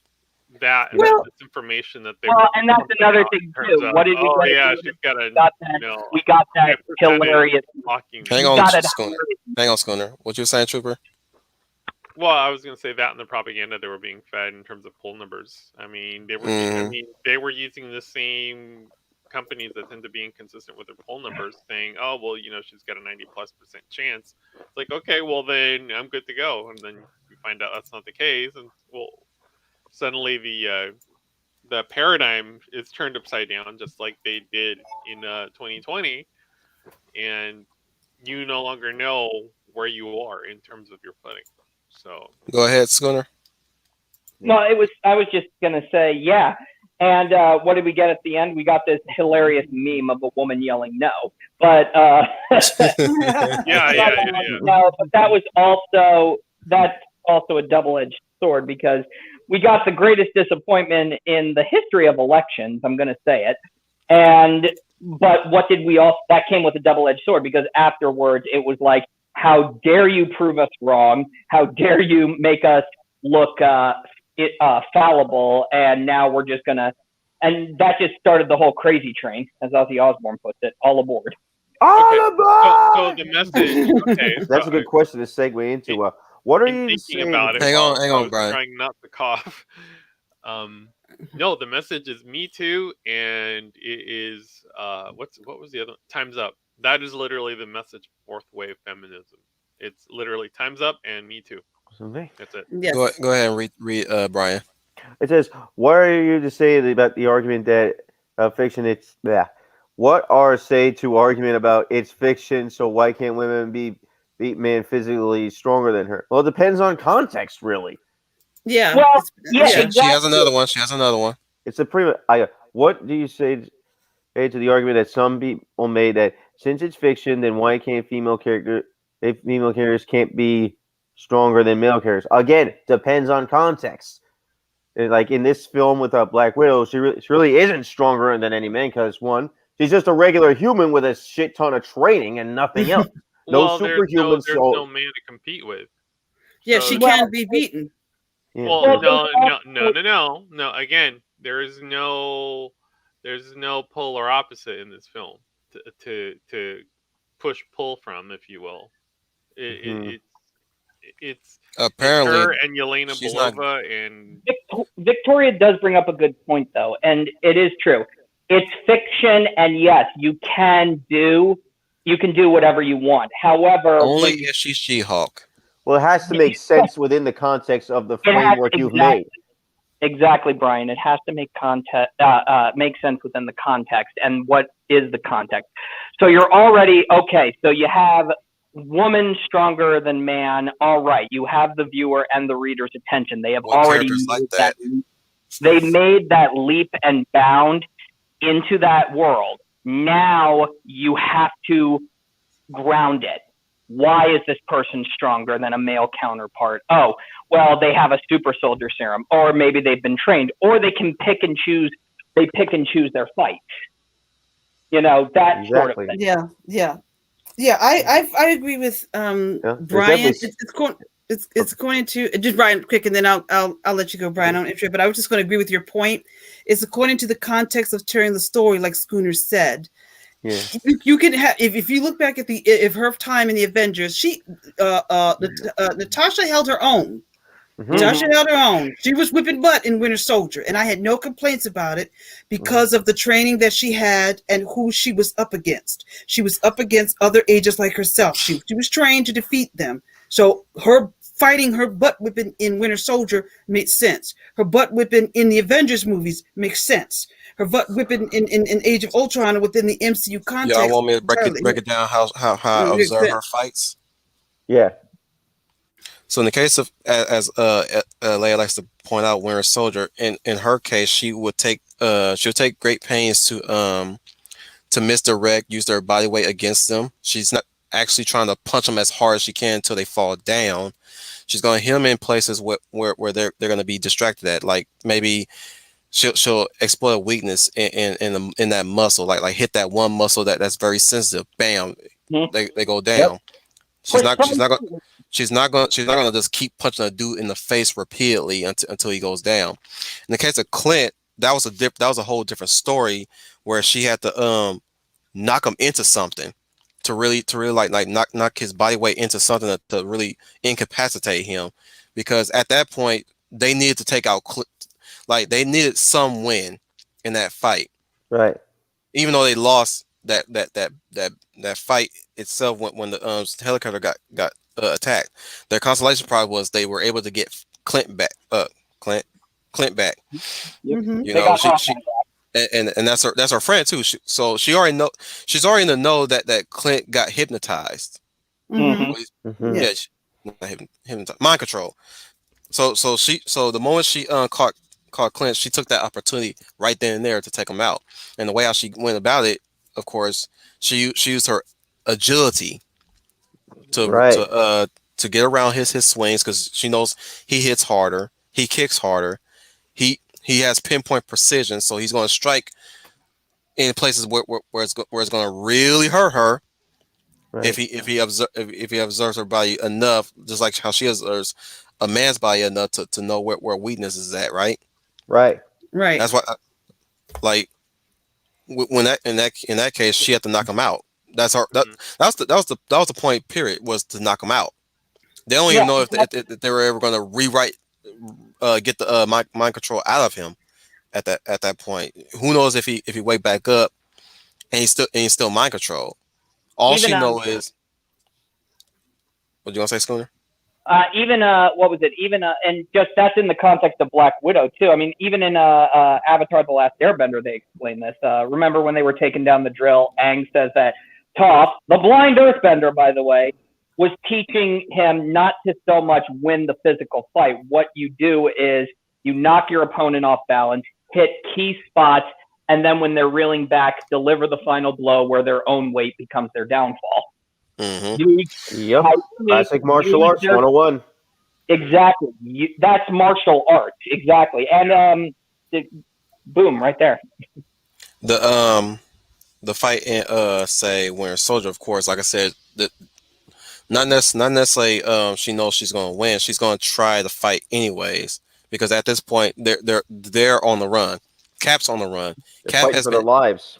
Cap has been outed already as to not conform with the Hydra mandate, wherever that was. Mm-hmm. You know, so her main mission was to get Cap to Fury, to Nick. Mm-hmm. She knows Nick is alive. She's always known Nick was alive, but the whole point was they had was essentially a important person to deliver to Fury to interrogate. That guy was gone because Winter Soldier came in and snatched his ass out of the car. Yep. So once Winter Soldier made his appearance, you know, that's when like, oh shit, we need to get Cap to Fury right now. At this point, because now they're in the know. I don't think she knew Fury was alive because after that fight on the highway, that's when they discovered that he was alive. Or was that? Or do you think? Or did? I don't know. They never really confirmed that because while the doctor's patching her up, she never said. She's kind of passive about that, but it kind of. See, this is more of that show don't tell. That's another thing. Show don't tell. Mm. That is one thing I cannot express enough. And maybe that's the mystery. Oh, go ahead, Scooney. It's because that's the mystery. Exactly, Leia. It's the mystery because he looks right at Black Widow when he says, "I didn't know who to trust." So it's kind of that up in the air. Did she know he was alive? Didn't she know? That kind of thing. I like to speculate that she did. Well, that's the mystery of Natasha. You don't really know what side she plays. Mm-hmm. I think in some aspects of it. Okay. And little moving that comes on from there, we get to Civil War. Like I said, Bucky is on the kill switch right now. Okay. So at this point, she's at a disadvantage already. She's again, he's catching her at a disadvantage. So the moment she engages with him, already she's desperate because they got like once he's in that mode, like there's no stopping him. So she mounts him and attacks his head and hopes to really at least disorient him. You know, she's already got the baton like smacking him here and there. Even Sharon Carter goes for the same tactic too, and she gets slammed into a table for her troubles. Mm-hmm. But that's not the point is that they gotta subdue him in favor of Cap. Yeah. Cap knows that Bucky is good, but she's going to subdue him in favor of Cap. Mm-hmm. And even then she doesn't know where to start. Like, okay, whatever, got to take this guy down. So might as well just use my agility, mount him, bang, bang, bang, bang, bang, bang, go sleep. And any normal person would have been knocked out by that. But Bucky has super soldier serum in him. Yeah. Yep. Yeah. But again, she's all like, go sleep, go sleep, go sleep, go sleep, go sleep. You know what I'm saying? Yeah. She's doing that. She's doing that for a while, and he grabs her now, and even Sharon's trying to get back in there. Bop gets knocked down. Black Panther's on the warpath, so we can't really count him in that fight. You know, he tries to. And that's the thing. Winter Soldier doesn't even take him out. He just knocks him away, and his whole thing is that he's already behind enemy lines. He has to get out of the facility. That's his mission. Get out. Yep. Moving on to Infinity War. Proxima Midnight is her match, despite her being a superpowered alien. Heck, Vision and then, I hate this criticism a lot from Infinity War. A lot of people brings this up, but Vision and Wanda were already struggling with Midnight and Glaive, Corvus Glaive. They try to bring up the fact that Black Widow can go toe with Proxima Midnight. I was like, are we watching the same movie? Because she was struggling against that bitch. Yep. That first thing, the first fight that's another thing. Yeah, the only time it was a team up. It was a team up. The reason why they beat them is because they worked as a team. Because what does Cap do? He grabs the spear, he throws it. He deliberately overshoots Midnight because he's throwing the spear over to Black Widow, who comes up right behind her. Stabs Corvus for his troubles. Yep. What she does, she uses her agility yet again. Agility. She's more agile than most others. That's why she doesn't even wear armor like everybody else. Yeah, because armor weighs you down. I'll say this: she is faster without armor. So she evades, grabs a spear, stabs Corvus. Of course, Falcon jumps in, drop kicks Proxima. You know what I'm saying? She tries to get back in, and of course, Cap's not having that, so they end up retreating because that's her husband. Let's just say that Corvus Glaive is in the comics is her husband, so she's going to take care of her man. You know what I'm saying? She's like, and everybody you need to get up. I can't. He can't because he's been stabbed by a spear, which I'm convinced that spear is laced with some kind of paralysis or something. It would explain why Vision was not much of help in that fight. Right. Yeah, that's what I kind of thought myself. I kind of thought that too. And I agree with everything you all guys are saying in Infinity War in that fight. But also she has her agility, but also she needed Cap as well with his super serum and powers. And by the way, when that train moved and he showed up, I don't care. I screamed in the theater, "That's my man." Everybody did. Y'all can laugh all you want. Yeah. Are you kidding me? Everybody in my theater right afterwards when he walked right into the light, that heroic reveal, everybody in my theater is just whistling, cheering, like, yeah, go Cap. Yep. Everybody was happy to see Cap again. Even after Civil War, everybody was happy to see Cap again. It's like we all cheered when we saw the silhouette. Yeah, I did too. I said it in my seat. Said, "Yeah, I know who that is," and I said, "Everybody was clapping cheering." too. I said, "My man has returned. There's my man," and I was okay because it was so loud. I'm sure nobody heard me, but everybody was like in the same thing. Schooner and go Cap, kick some ass, Cap. And again, he looked like he ready to do argument something. that the Black Order was treated like jokes. I'm like, no, they're not. No. Do y'all guys really want me to break it down for you? They were not a joke. They were great villains. For one, Tony can barely keep up with Obsidian. What was his name? Black Dwarf Obsidian, something like that. Call Obsidian. Yeah. You know, the big guy with the hammer that can turn into all kind of crazy shit. You know, he's the astronaut that has a Inspector Gadget levels of lethality.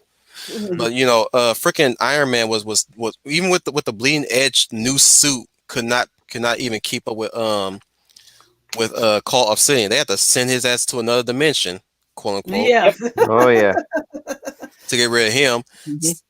Ebony Ma Which also I again. gotta say, Go ahead. just side note here, that's also what got Wong the invitation to the wedding. Yeah. Don't get invited to my wedding. Did we lose Brian? We lost I think Brian. I think we did. I think Yeah. they black. I think they black bagged him. Oh no. Oh. I hope you No, don't. what? Yeah, I hope you do too. What I was gonna say also was, sorry, Leia. Go ahead. Um, in the case of Doctor Strange, he didn't even beat the Ma. No, he No. didn't. He had to really, really. Yeah, he put up a. He worked him. That's the thing I would say. Doctor Strange really had to work his powers there. He Yeah, looked like, and oh, even this. then he didn't beat him. It took a lot of them to That's a lot of take the him screen out. for a second. Yeah. It took, Well, by the way, it took a pop culture reference to beat Ebony Maw. He says, mhm. you honestly think he says, I am I'm superior, yada yada, that speech. And what does Tony Stark say? He says, yeah, but the kids see more movies. Yeah. Blast them out of the air. Like a lot of people hate that. I'm like, no, that's actually viable. Yes, I You Now, thought can, it was. Yeah. you got to use your, if you can't fight them brute forcefully, you got to use your smarts. So Well, even and the then, thing is, the movie knows what it is. I mean, that's another reference to the movie knowing its boundaries. but to keep it back to Black Widow, we get Proxima Midnight, rematch. mhm. It took 3 women to take out Proxima. 3. and the only way they won was because Wanda picks her up and throws her into that She jumped in. Yeah. that Yeah. Buzzsaw thing. But then you think, oh wow, that wasn't. No, that was her. Yeah, that was her. Never mind. Yeah. Wanda Yeah. was the one that. What? But that was, and think of that too. What did she say to Wanda just before she killed her? He will die alone, just like you. Mhm. Why was And she then- up there all this time? Natasha said she's not alone. Now that was a female fight. Since to go back to Victoria, that was a fight scene with ladies that worked Mhm. because that did She had not work. Okoye with her too. Yeah, And that even rock. Okoye couldn't even stop Proxima. Oh yeah, yeah. I said yeah. That's a good. That He couldn't stop her. That sequence alone was better than the Femme Avengers that we got in Endgame. That is Right. over. Oh yeah. Okay, Yeah. Anything was better than Femme Avengers from Endgame. Somebody in trigonometry was pointing that out too one time. He brought the cat fight in Infinity War, and he was like, "Yeah, I was cheering for that." As soon as we got to Endgame, and all of a sudden all these women just popped up. I'm like, "What the fuck was that?" exactly. Why did it work in Women that had never Infinity been worked War? together before at all, and suddenly they're banding together as one. Give me a Mhm. break. Well, Yes, but that- why it worked in Infinity War and not in Endgame is because in Infinity War, it's earned. That is Mhm. earned. Yes. Yes. I Exactly. absolutely agree with you, Scooney. In Endgame, it was shoehorned and forced in by Madam Mistress Brie Larson. Brie Larson. I guess she whispered in her lover's ear at night. I'm sorry, I could be wrong, but I'm hypothetically speaking. You don't get every. Oh, come on, it's Hollywood. You got to figure You're right. there's something going on there. Absolutely, Brian. A lot of Absolutely. degeneracy going on behind the scenes, and that. Oh, you better believe it, Buster. Whisper in her ear. What really it was is when she was whispering, she just a bug crawls out and just goes into his ear. Exactly. Yes. Well, Oh, like you been watching aliens the Dragon or Prince. something, huh? Mm-hmm. Whatever you want, whatever Brie wants, Brie gets. That's pretty Not much. anymore. This time she ain't getting no No. sequel. Yeah. The princess has been dethroned. That pussy must not have been that good then. That's what I said too, Wolf. As I was going to say, you don't get, and this goes back to Little because this movie out now, this movie should have came. This should have been really in the after Civil War. It either had to be placed after Winter Soldier or after Civil War, not after the fact. So I find that a disrespect to ScarJo, and I find that a disrespect to the Black Widow character. Well, you just made her a token woman, Well, I mean, anyways. even the actress is disrespecting the character. So I mean, it's one and the same. I mean, this Oh, okay. film would I not have been made agree. earlier with this Mhm. script. Like I could Come see, on. I could see doing a Black Widow film, but it would be a completely different script had it been done during the time that this film says that it takes place. So some say if the Russos had got a hold of it, it might have this movie might have been better because they That's would not an if have. or a maybe. I think that is a definite because of the fact the Russos are competent. well, again, if anyone They has knew the watched characters that too. Rotten Tomatoes Yeah, they interview with Feige, he has said it himself. He's getting away from the multi-million-dollar movie model. So, i.e., Russos. So, I mean, the days of that are gone. And I said that before. I think I just hope that so stupid, the villain. incompetent filmmakers come on in, dummy filmmakers come on in, and yeah, who they agree hired with them their out of I film call politics. them. school. I call Yeah. them. Mixing them I in. call them useful They're idiots. mixing them in because you're going to get maybe 2 decent films this year, and by decent I mean low bar, and then you're Melissa's going to get here. really bad films. We were just talking about you. And Who? then it's going to be the Melissa same Harris. thing for Okay. 2022. So Yeah, because like Child of Flower just made an earlier comment and said the person that wrote this also wrote WandaVision and I think Captain Marvel. So like, well, that explains everything. It's So like that yeah. scene in Starship Troopers. it's something that had brought up that they're mixing in these Disney Plus writers with or what they're doing. Well, best way to put it is they're taking the weak writers, having them churn out a film, and then they take a semi low bar decent because it's film, only fair. and then putting that out, and then going back to the weak writers, having them put out another film. That's how this is all kind of like being I'm laid gonna out for borrow next year. RJ's words real quick, saying that they're trying to use these movies as a template to push their agenda too. Yes, I think that's a big part of it. I think yes. Credit to the never fourth been a age question. on that one.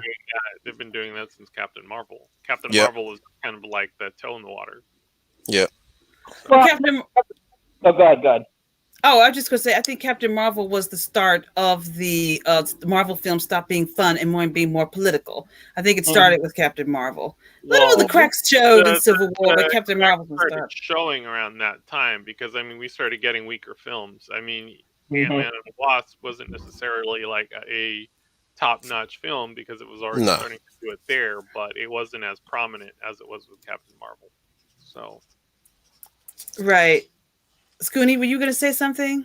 Well, yeah, because I was just going to remark how Captain Marvel was really when they were in your face with the token representation, not just because of personality, but also how they were trying to, let's try more body positivity. Don't make a suit that accentuates her, let's say, assets. And I'm like, and let's start, and that's also what I'm seeing in these. I don't come to a female superhero to look at her tits.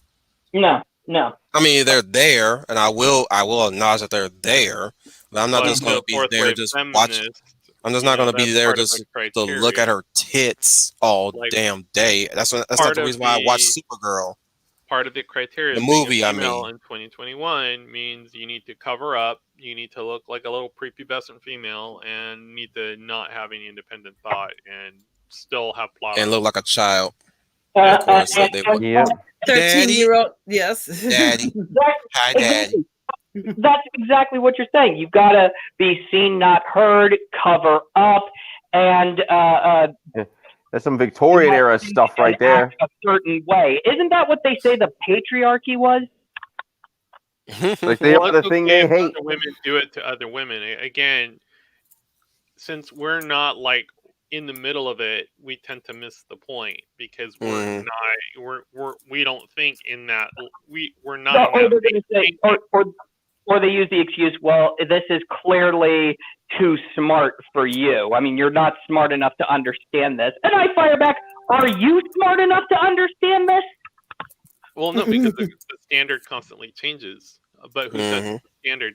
I mean, they're already... Who wants standards? They're trying to say that you need to look, in order to be a strong female woman, you have to look like a butch lesbian. Which, by the way, look at female soldiers. Look at female soldiers. Not all of them are Ronda Rousey, okay? Like the professor's doing. Just look at, fighters or those who are in, and women who are in those quote-unquote traditional masculine roles. They are, that's biology. Okay? It's biology. Yep. I agree with you, Scooney. And it's a terrible message to send to these young girls and to young women especially. It's a horrible message to send because it's basically what you're saying. In order to be a strong woman, you have to look like basically a man, and you It's have to basically abandon. sexist. It is, Brian. You have to abandon everything about you that is feminine, that is God-given nature. I don't care what anyone says. God is not stupid, and He created and formed the woman to accentuate the curves and the feminine feature. And they want you to abandon that because of their own insecurities themselves, their own insecurities. Like I said, they are insecure themselves, so they want everybody else to drop down to their level in order to feel good about themselves. Well, that's what a bully does. They bring you down to their level so that they can feel good about themselves. Exactly, Brian, and that's what they are. They are bullies. These fembots are nothing but bullies, and they want to drop down to their level because their self-esteem is low. They didn't get the dance with the high school football player at the prom, and they never forgot it, and they held it for the rest of their life. Daddy didn't love So her. now, yes, so now they want to punish. They want to The punish little all. things, little things. They want to punish all of the girls. And I just want to say really quickly, and I'm going to drop back to that. I hate to get off subject, and this is just me personally. When it goes back to Hillary Clinton, I just want to say I personally felt she didn't run a very good campaign. I think she felt she was riding the coattails of Obama, and she thought that the Obama magic would rub off on her. She didn't get out and jungle fever. Yeah. She basically said, "I'm running as a woman," and that was all her campaign was. Yeah, that was it. Yeah. Vote for me because I'm a woman, right? Yeah, this song was dedicated to every kid whoever got picked last in gym class. To every kid never had a date at no school dance. If you're a mindless, to everyone who's ever been called a freak, this is for you. Here we go. Here we go. It applies. I mean, again, those are all mainstream talking points. In terms of what the incoming administration might have looked like. Mm-hmm. So, I mean, well, that's another thing that I find interesting is that, like you were saying, that they need to basically make women look ugly, or it's basically the new standard of strong, independent woman is you have to look like trans woman, or you have to look like basically a little boy. Yeah, like Brian said. Yep. Just like Brian said. Oh my God. You have to disassociate yourself from your own gender is the best way to put it.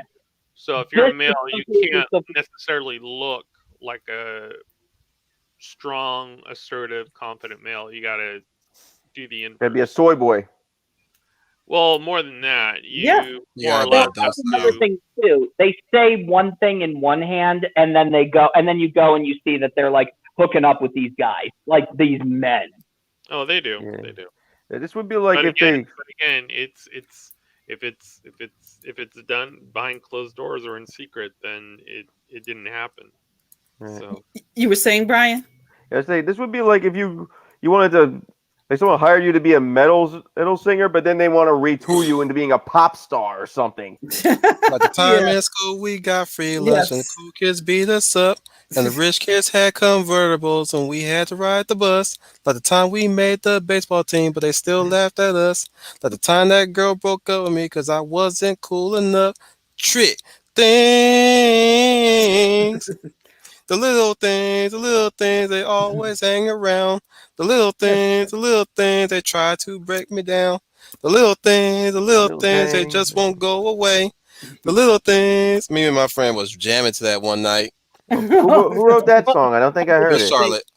It's just like Good Charlotte. Again, that's just what they're doing now, and they're pushing the whole tokenization and agenda-driven stuff. The men need to look more effeminate, and the women need to look more masculine. And they feel that by doing that, that gives them power or good about themselves. You're not. There's nothing empowering about putting down someone else, because that's basically what they're doing with men. They're putting down. They want them to look effeminate so they can seem stronger and feel like they have more power, but it doesn't. Bad behavior is rudeness, disrespect, degrading people. Is a nasty quality in all people, and it's not attractive to anybody, male or female. If a female does it, it's not empowering. If a man does it, it's it's abusive and disgusting. But to them, if a woman does it, it's empowering. No, it's not. No one wants to be treated that way. No one. Yeah, that's another thing too, which is why I have a problem with the cartoons. It's why are you hyper sexualizing cartoons? You know, if a guy looked at as the professor said, you know, if a guy looked at Smurfette and was attracted to her, we would say that man has problems. But if a woman is looking at Smurfette, they say, oh, that's perfectly fine. That's normal. I'm like, that is a cartoon. That is not real. Well, that is a bunch of lines and paint. You know they had a problem with her. They called her the Smurfette principle, which is they get pissed off at the fact that there's only one single female to all male group in the 80s and 90s. Which, by the way, if you actually watch, that's not even a thing anymore. I mean, unless not anymore. Well, if you watch the show, it makes perfect sense in the context of. If you watch the show, it makes perfect sense within the context of fiction. Gargamel creates Smurfette to go and infiltrate the Smurf village so that she can lead them all into a trap to destroy all of the Smurfs. And it's sad that I know this. Why am I talking? Continue, Trooper. Well, it's not sad that you know this. Well, my question was always why the fuck he has beef with the Smurfs in the first place? They just chilling and they're in hippie town, just chilling out and just doing their damn thing, and he just want to fuck up their shit. Well, context of the show, because the Smurfs are supposed to be the representation of that, you know, that counterculture, that free love movement. Let's all just enjoy and be happy and be unified. Free love. And Gargamel is supposed to be the establishment, those mean guys in Washington, the adults who just want to harsh our buzz. Mm-hmm. This is weird. Okay. Somebody's into bestiality these days. They're trying to make that into an okay thing too. Zoophilia. Mm-hmm. Yeah, just technically bestiality. That's around the. Well, yeah, that's the cutesy term for it. Well, what's they're trying to cutesy everything. Robot Chicken made fun of that too. Remember that they were talking about Alvin and the Chipmunks about groupies. It's funny. Dave is like going, wait a minute, are you telling me that woman is attracted to chipmunks? Yeah. And he just slams the door and he just goes, I'm going to go pray for that woman's soul. Truth and honor, faith and pride. All convictions surely died. Honesty's time has passed. Time for lilies here at last. Truth is false on so feather. How did we come to be so fucked? Pain and death, all our country has got left. Taught the children, hear them say, Daddy left again today.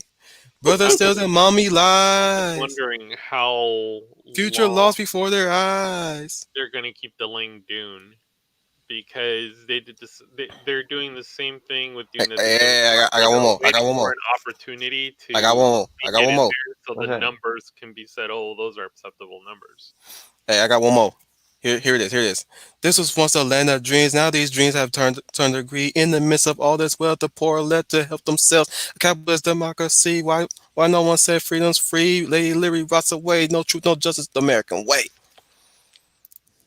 Now I know, Brian. You head bop to that song. You should know this song. Most of us shouldn't know this song. Where the song came from. Where is that one? Encino Man. That music video that they clicked onto. You know what? I never saw Encino Man all the way through. I saw. I kidnap you. I kidnap you and Clockwork Orange your ass to that movie. Only way you'll leave is if you finish this damn movie. Hey, I got nothing wrong with that. Just give me some popcorn and I'll have at it. I can really picture the Malcolm McDowell scream. Stop it, please. Trooper, you were saying something? I'm sorry, I didn't mean to cut into you. I just wanted to get that out of my system real quick. Well, what I was getting at was, I'm wondering if they're doing what they did with Black Widow, just literally waiting for the opportune time to release it, so that the numbers are semi-reputable. But I mean, what they're doing with Black Widow, I mean, they waited almost 2 years, and they kind of like stuck it behind, Shang-Chi so they can say, I "Oh agree with you yeah, there, no, it gamer. did great. It did great." There's so I need to much hang out demand at for your this film stream, gamer. You need to invite me sometime. because as I far don't as know about your hours, dude. If I can't do more, then you have to wait till I get back into my sleep schedule. Go ahead, Trooper. in terms of Dune, it's been postponed. I supposed to be releasing at the end of the year, but my whole thing is this with these quote post-pandemic films. It's like the longer Hmm. they sit, the longer they sit, the more money they lose. So, No, when every time you say that, that sounds funny to me. Because that's you're a dead on the money. That's what they try to rename all these type of movies just to make them sound, interesting, to say well, the that least. and that, and in the sense of what they're more or less trying to do is give you a reason why these movies underperform.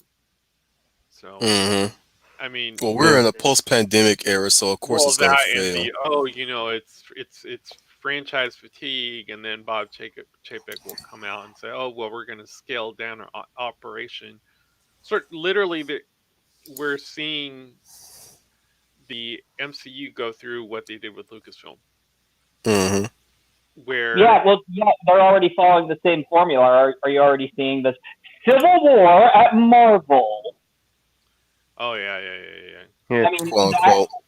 that whole And quote unquote Civil War at Marvel because they're so upset with Black Widow's numbers. I'm like, yeah, they're blowing smoke, which I believe was also I'm like, happening there's no over at Civil Lucas. War. It's There's no Civil War. freaking Kevin Feige is the PT Barnum of that whole operation. It's all starting to come out that he knows nothing about comics. It's starting to come out that there were other people involved that actually made it come together. He was just the guy who freaking put the funding, together to make these films made. So, and that's why you're starting to see a vast decline in content. Um, the fact that they went ahead and they used Disney Plus as a platform was a terrible idea when they could have literally rebranded Hulu. They already had Hulu. Um, look at all the media they own.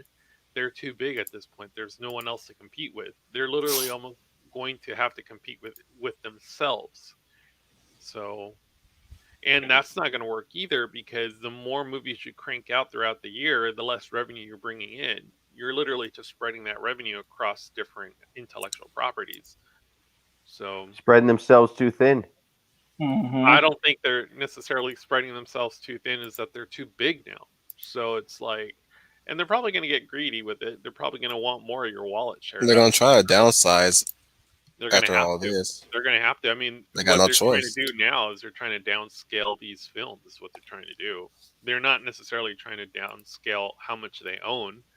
I mean, they'd rather hold on to everything they possibly can and then kind of cheap out on these films. Like the Hmm. only movie I can even see making 600 million again is Shang-Chi this year, and I don't even count the Spider-Man film because that's a Sony film that goes into Sony's Mm-hmm. pocket. They So technically don't own that one. yeah, and that's why they're freaking shoehorning Eternals right before, putting them in just The in tokens. November to try Mhm. to more or less get some of that anticipation money for December. So by the time December rolls around, you're like, oh, you know what? I already saw a Marvel film. I'll pass on this one and just get it on Blu-ray. It's almost kind of like taking money out of Sony's wallet to make their Eternals film seem semi well received. The wife keeps asking what's gonna happen to Captain America and Iron Man. I was like, they're They're not done. coming back. They're done. I They're kept. I, done I was like, I keep telling you, they're done. Why they're done? It's like they're because they're too done. old. They're too They're getting old. old. Their contracts up. You're never Yeah. gonna see them again. And all we got is Black Captain America. I don't want a Black Captain America. Well, unfortunately, Well, that's yeah. what they Again, put in yeah. place. Well, I'm not watching it. Well, that's good because I wasn't gonna see it no way either. That's why I told her like well, good. I wasn't gonna see it either. I was gonna tell you right now, we're not seeing this. I don't remember why we got married. Well, it's one of these things where these fans literally sound like broken records at this point, and They it's Yeah. like, just consume product and then get excited for next product. That's how yeah, they people think. yeah. I mean, what this film could have been titled Yelena Belova: A Marvel Story, and Mhm. We're also getting that out of Doctor Strange too. That's going to be America Chavez, a Marvel story. Like, so, um, I don't. And the thing is with D Plus, it's like, okay, so you already had Netflix. Netflix already had an established model. Since we're talking about representation and all that, it's very clear that that's what Netflix is doing as well. Um, but the thing about Netflix is it doesn't compete on the movie screen. It's strictly direct to stream. And what we have with Disney now, they had to create a whole new platform just for that. And like I was telling you guys on MeWe, like Amazon Prime literally bought Tomorrow War for Brian, get your 200 million. MeWe. Yeah. It's literally a $200 million You're missing all the good stuff that we commercial talk about. for Yeah. Amazon. Crazy conversations we have, Brian. You're missing out. I'll have to It's think not about that it. hard. It's not that hard to make one. And that's the thing. That's It's probably like why you haven't made one, Amazon because can it's not that afford hard to to do make one. that. Mhm. Yeah. And that's why I kind of brought up Paramount Plus, and I brought up Pluto TV, which is an association with Paramount Plus.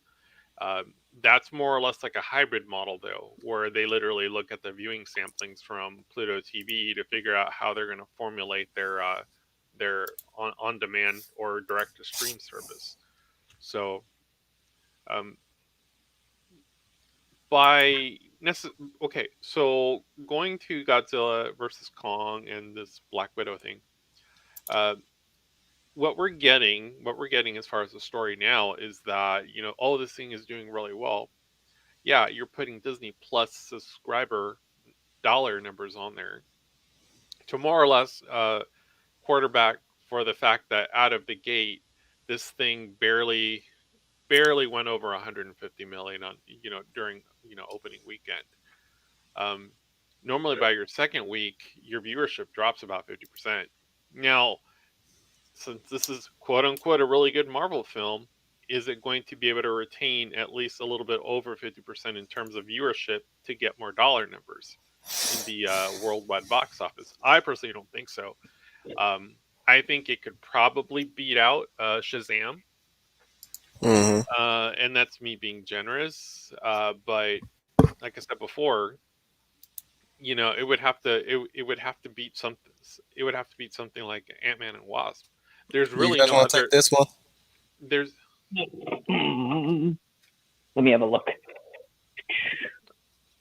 MeWe. What's a MeWe? I think Facebook, but I think he's being either rhetorical or sarcastic. A MeWe is what you're not using to actually keep up with everything we talk about.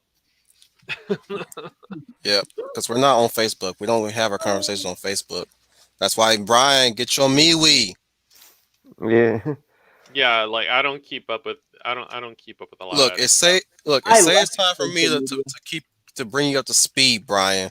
Yeah. That's all I gotta say. And even then, I come in and these motherfuckers are chatting up already. I'm like, I leave you guys alone for what, 24 hours? And already you started. Yeah, something like that. But New Lola Bunny. You talking about Space Jam Legacy? Yeah. Yeah, I'm not at all. We already passed that shit. They gave her boobs again. Yeah, first film was more than enough. Yes. Second film is just. No, I'm saying like they were getting up in arms about her having a lack of boobs or just having boobs, period. But they finally gave her boobs again. Well, also they finally made her look like a girl again. Mm-hmm. Oh, to some well, extent, they were trying to give her the Judy Hopps treatment, which I would have been fine with that too. But I'm like, is this the same Lola Bunny? No, it's not. Like, even if you do give her boobs, she's not the same Lola Bunny as you last remembered her in the '90s film. right. You know what I'm saying? Like even she's separated from Bugs. She's working at right. Oh, that's bullshit. she's working at a bar. Pepe Le Pew's hitting on her, and LeBron like the slave that he is steps in to protect the lady who doesn't like to be called doll. Mm-hmm. When I heard that, I knew I wasn't going to pay against money Pepe Le Pew. Ridiculous. Ridiculous. I heard that synopsis because they pulled that from the movie. They pulled that from the Mhm. movie because they knew audience wasn't gonna like that. Real audience, I mean. But I'm like, Mhm. LeBron has to protect her from Pepe Le Pew. Oh, good grief. From Well, Pepe Le Pew. That's Pepe's another one of those token representations right there. they wanted to please the well, if they were scared of the fembots. They scared the fembots would get upset seeing Pepe Le Pew, who's been doing this in all Bugs Bunny cartoons, chasing after that poor cat for years. At oh this yeah. point, And give me Looney Tunes show Lola any day. yes, and she's being voiced by Zendaya. Oh, good lord! And I heard she had a say in it. She had something about she's going to make Zendaya, basically a woman, showing her feminine strong and strength, and that she can I just threw stand my up to the head boys. back. Zendaya, she's so hot right now. I just threw my head back. I don't know why. I don't know When when why. you, when you, when you heard that she when It was I a heard you weird say laser she's voiced by reference. Zendaya, I threw my head Yes, back. yes. I have no idea who Zendaya is. Maybe I don't Look, want to I know. like Uh, Zendaya. She's cool people to some that's extent. I'm Sony still keeping my MJ. Sony yeah, MJ. Sony NJ. That's Black MJ. Yeah, Oh, Black that MJ. lady. Even Yeah. though that's not her name. Yeah, even though that's not her name. Well, yeah. Again, it came down to licensing issues. So, like, you can use Black MJ, MJ. really, Trooper? Bitch, she's a female Well, bunny. She's got teats. again, licensing issues. You can use the reference MJ, but she can't be named Mary Jane. Um, if you want to go ahead and swap race, that's fine. You like again, Oh yeah, because it's just a redhead. Nobody cares about a redhead. but Yeah. again, because they're trying to Redhead go stole your ahead and soul. retain the originality of the characters they own. That was the stipulation as to why Disney Marvel could go ahead and you know kind of stick this in their little MCU kind of 10 decades of Marvel films thing. So I mean, it was one of those things. If you want Spider-Man, these are the rules, and they worked with them. So I mean, like it or Oh, not, take it or leave it. So, but But if oh, anything, Spider-Man: Homecoming proves that you can, and just like we said, Tomorrow War, it proves that you can check all the boxes and still deliver quality. It's just at the end of the day, this is not just pop culture socialism, but this is just sheer laziness. Let's just Mhm. do yes, what's easy. yes. Oh yes. I didn't mean to interrupt you, Scooney. I was agreeing with you. It's still Oh, no. laziness. I don't care what the rules are. We did not need no Black MJ. I got exactly what that meant. Black. I call her Black MJ. That's what I call her.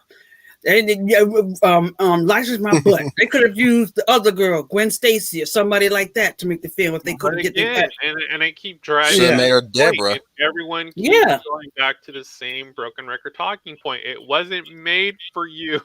It wasn't. Literally made for the freaking 12-year-old who's going in there who is now going to Sure as hell don't associate want it. Black MJ as the real MJ. That's what they want. And when they say this wasn't made for you, this was made for so and so, I would have fired back with, yeah, not even so and so would like this movie. Well, unfortunately, they don't know any better. That's why they're called. They teenagers. trim like that. They trim like children. And they say they don't know what they want. Like they're kids, they don't know what they want. Just throw it in their faces Well, and they'll not that like they it. don't know what they want. It's more of this is what we want them to know. Again, Yes, That too. yeah. It's you still have to look at it. ideology. You have to look at it from that perspective because that is what they're doing. I mean, that is the soft introduction into this Communism. cultural shift. Yes, thank you, that Brian. we've had. That's So- exactly what it is. And call them out on it. Just call it what it is. This is just call them commies. You commie bastard. Well, no, it's socialist pop culture is what it is. Mhm. You can't call it communist because if it was communist, we now get. I mean, once we get to communism, that's where everyone is the same. Well, Yeah. see what it is. Go ahead, Trooper. And that's pretty difficult to do with a multi-ethnic nation. So I mean, we're not mono-ethnic. We're not like Japan. So, When's we gonna be free? How about knowledge? Did you guys you was never free. Like, I hope you you guys- find that out. But you guys remember that thing that I posted on MeWe? It shows Final Fantasy VII woman in her 40s, and they're showing and Space uh, Karen, yeah, yeah. yeah. And then they show, so this is Japan, how they see women in their 40s, Americans, how they see women in their 40s. And yeah, exactly what you said, Trooper. It's Space Karen. Oh yeah, that one. I saw it. I think what's happening right now is these projects are not being done Why they always have to with make this these women scowl a lot? because you can't look pretty, Wolf. That's the patriarchy. Again, like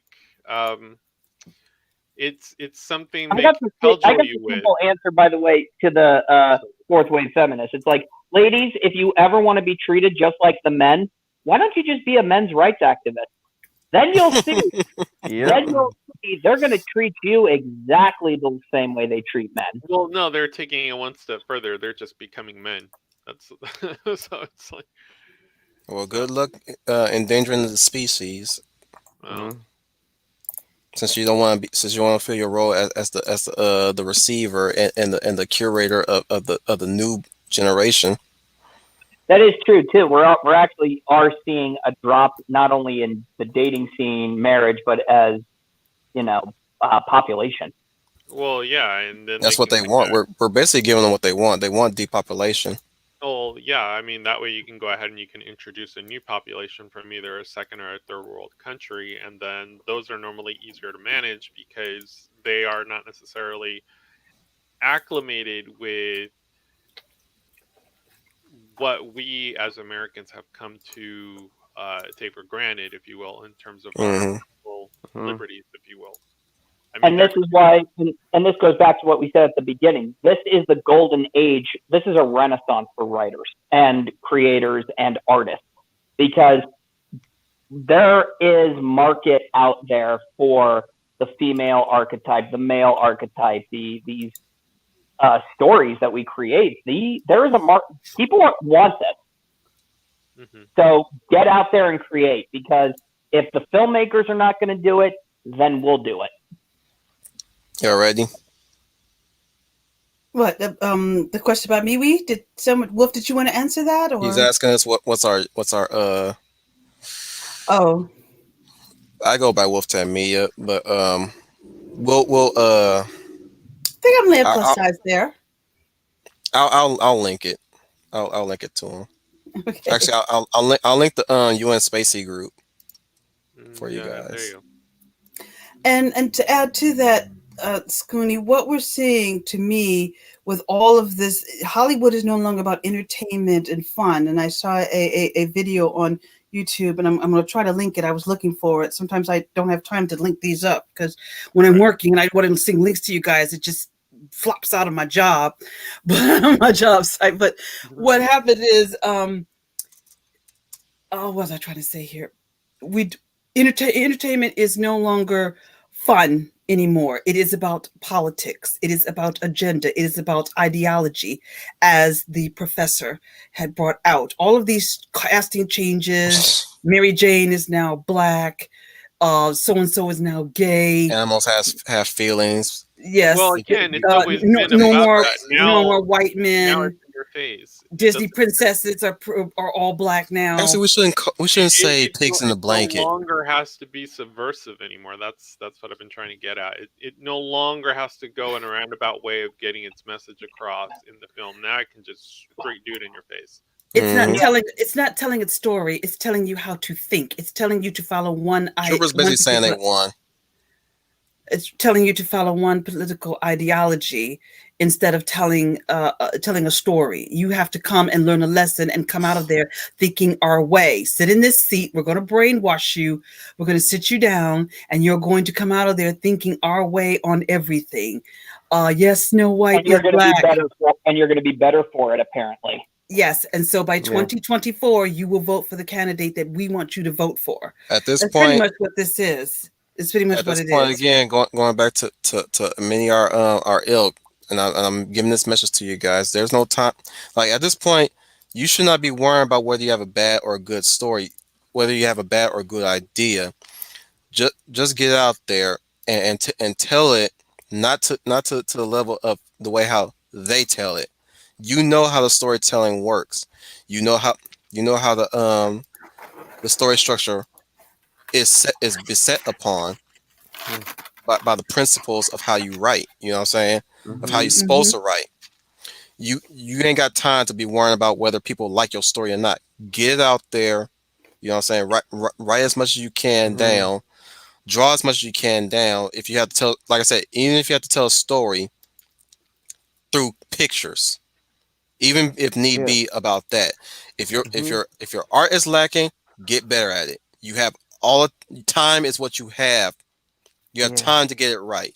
You have time to to get better at it. You have And all even that time in the better, Yeah. world.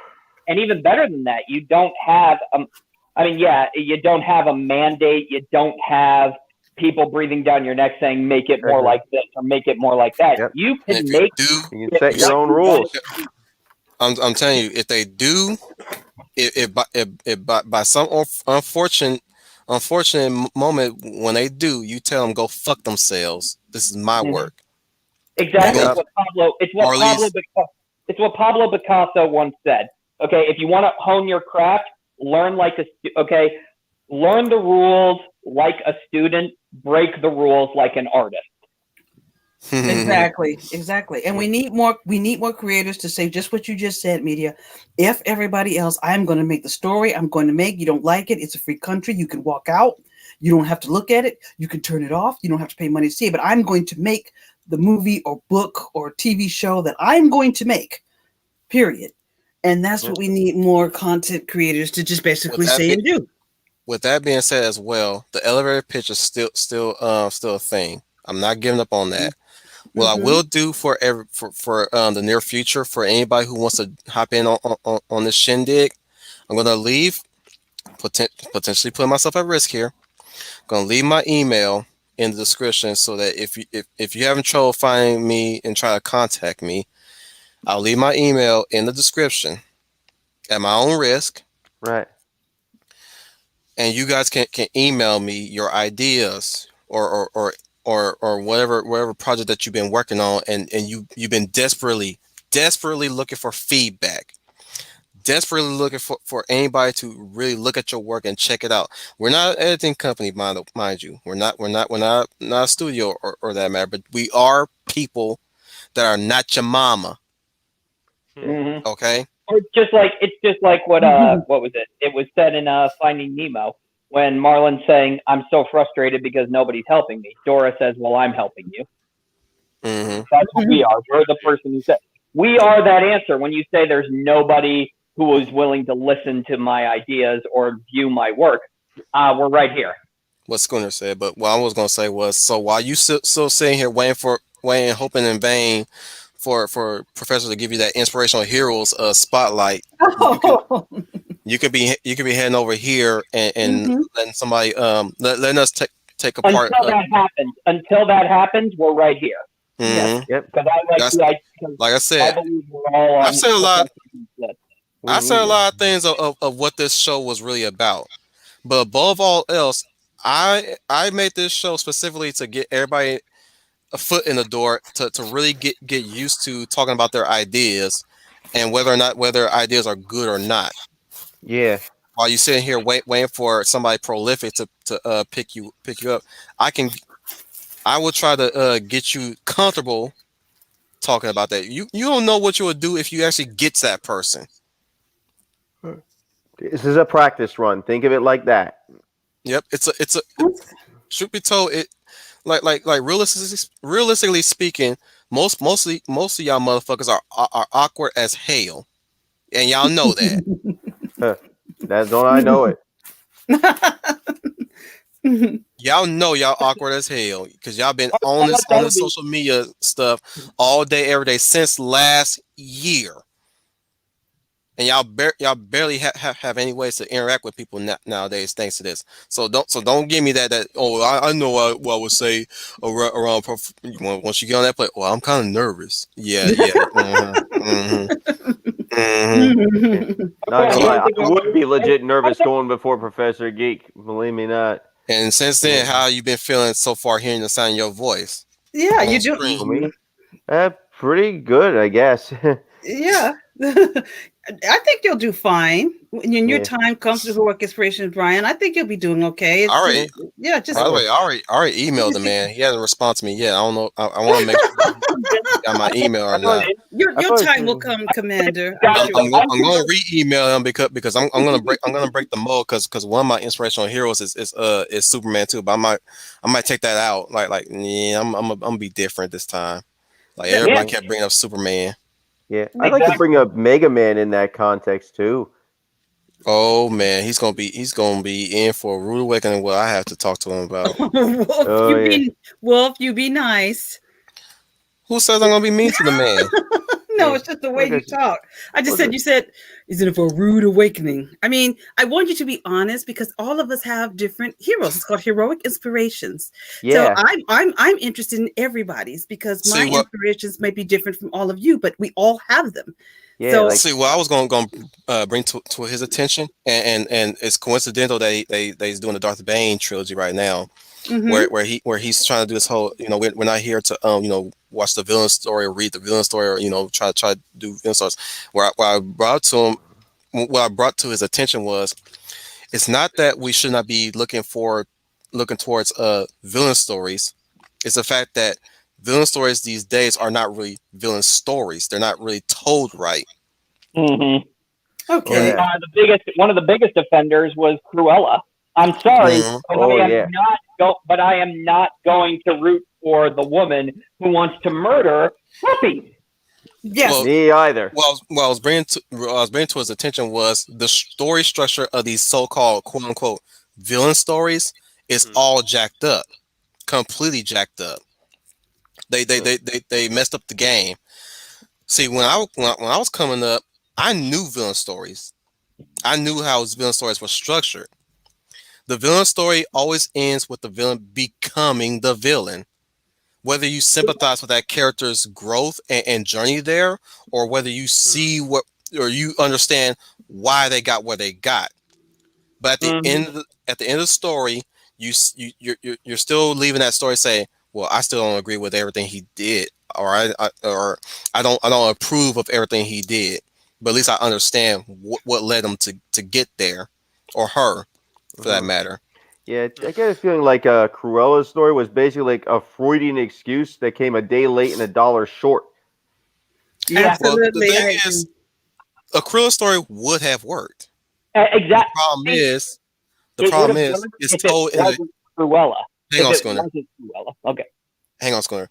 The problem with these villain stories is that they're told with the lens of the hero. That's the same thing with Maleficent. It's Mm-hmm. been it's definitely doing the same thing with Cruella and Well, they any other all villains. body as Greg Maguire. Mhm. Well, what I'm saying is it's told with the lens of the hero because they think the villain is the hero. They're not. Yeah. I'll tell you one of the best villain stories, and it went through what 80 volumes at least. I'm exaggerating there, but I'm talking about Griffith. Oh yeah. Oh yeah. That is one of the best well written villain stories, and of course it comes from manga. But if you really Yeah. want me to take one from say anything from Western, Macbeth. Mm-hmm. Oh yeah. Yeah, I see. Yeah. It's like I would be pulling. And if you look at another angle, Hamlet. Yeah. Yeah. Live long enough to see yourself as a villain. In the case of Shakespeare, live long enough to see yourself as a villain. Same thing with Othello. Well, Othello is technically not a villain story; it's a fallen hero story. But you can attribute to what Harvey Dent said in Dark Knight: live long enough to see yourself as a villain Mm-hmm. or die a hero. But again, and exactly what you're saying, Wolfton. But in order for us to have that sympathetic fallen villain, we must have an elemental villain to compare them to. And in the And terms Griffith of had a lot of those. yeah, and Mm-hmm. the problem with these stories now, they're trying to say that society, specifically America, is the bad guy, is the elemental villain. There you go, right there. I Oh was about yeah. to get into that. They've been saying that for decades. Mm-hmm. And it shows in that ridiculous, stupid, offensive United States of Captain America, which is atrociously offensive. But and Boy, that's I'll that give you Ta-Nehisi Coates book, right? it is Ta-Nehisi absolutely. Coates. You're right. That thing is just an abomination. It absolutely is, because it doesn't celebrate Captain America. It destroys him. It degrades him. And you guys heard this in the news about, it's been commented on about in the opening of that comic is Captain America denouncing or hating the American dream. Steve Rogers is not talking that way. The writer or the activist they hired to write Turn it them is into a talking. mouthpiece. And turned him into a mouthpiece. It's like the snake in the gut. I hate going to Bible references, but you know what it reminds me of? Girl, you holy. Go ahead and go there. it's like the snake in the Garden of Eden. We all know snakes don't talk, but the devil let me pause you there, Leia, real quick. Don't be afraid of what you are. You are a Christian. Own it, girl. Any one of you guys who are of the Christian faith, do not ever apologize for being a Christian. I'll never apologize for being black. I was born black, okay? Yeah. That was out of my control. My soul did not inhabit the baby fetus when my dad shot one into my mama. And I said, TMI there, my friend. I was vague enough to shut up, Trooper. send me a private note. Anyways, I make no apologies for being black, is what I'm saying. So don't none of y'all make any apologies for being Christian. And don't you ever apologize for Christians that do wrong things in the service of their faith. You ain't got no tie to them. Well, that's also something I want to. You ain't got no tie to bad Christians. Neither do I got any ties to bad blacks. So I'm not finna be saying, well, that's just how it is anymore. I'm done doing that shit. I'm done. I'm saying, fuck them motherfuckers if they did that shit to you. Fuck them. If they go to jail, I ain't got no sympathy for them. They'll have my pity to some extent, but fuck them above all else. Bottom line. I just want. That's the way it is. I say, get your head out of the gutter.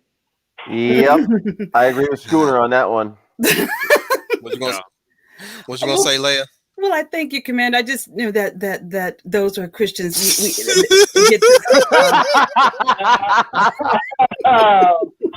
Hey, werewolf. Oh, that's funny. That's funny. I didn't go into the direct details. I said shot one into mama. Y'all the one who imagined it. I was gonna say, oh, you mean he didn't miss?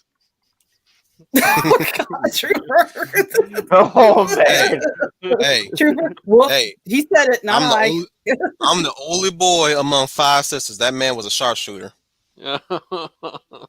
Oh man! Oh my God! I love that. That was like fake. That was such a painful laugh on Trooper's end. Sounds like a 6-barrel Russian roulette right there. Man had a hand cannon, I guess, and only one boy he got when he shot one. Yeah. Well, I was just going to say. No, I thank you for that, Commander. I just want to make sure that people know that all Christians do not browbeat you. Or what's the word that I'm looking for? Fanatical.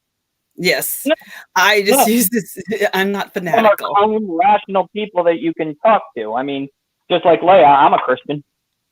Yep. So the only thing I was just basically saying is that when I think of people using a mouthpiece, I think I can't help but to think of the Garden Eden when we had the first deception, which is how the devil used a snake to make a snake talk. We know snakes don't talk, but the devil used this snake to talk to deceive Eve into thinking that the tree or the apple was okay for her to eat from.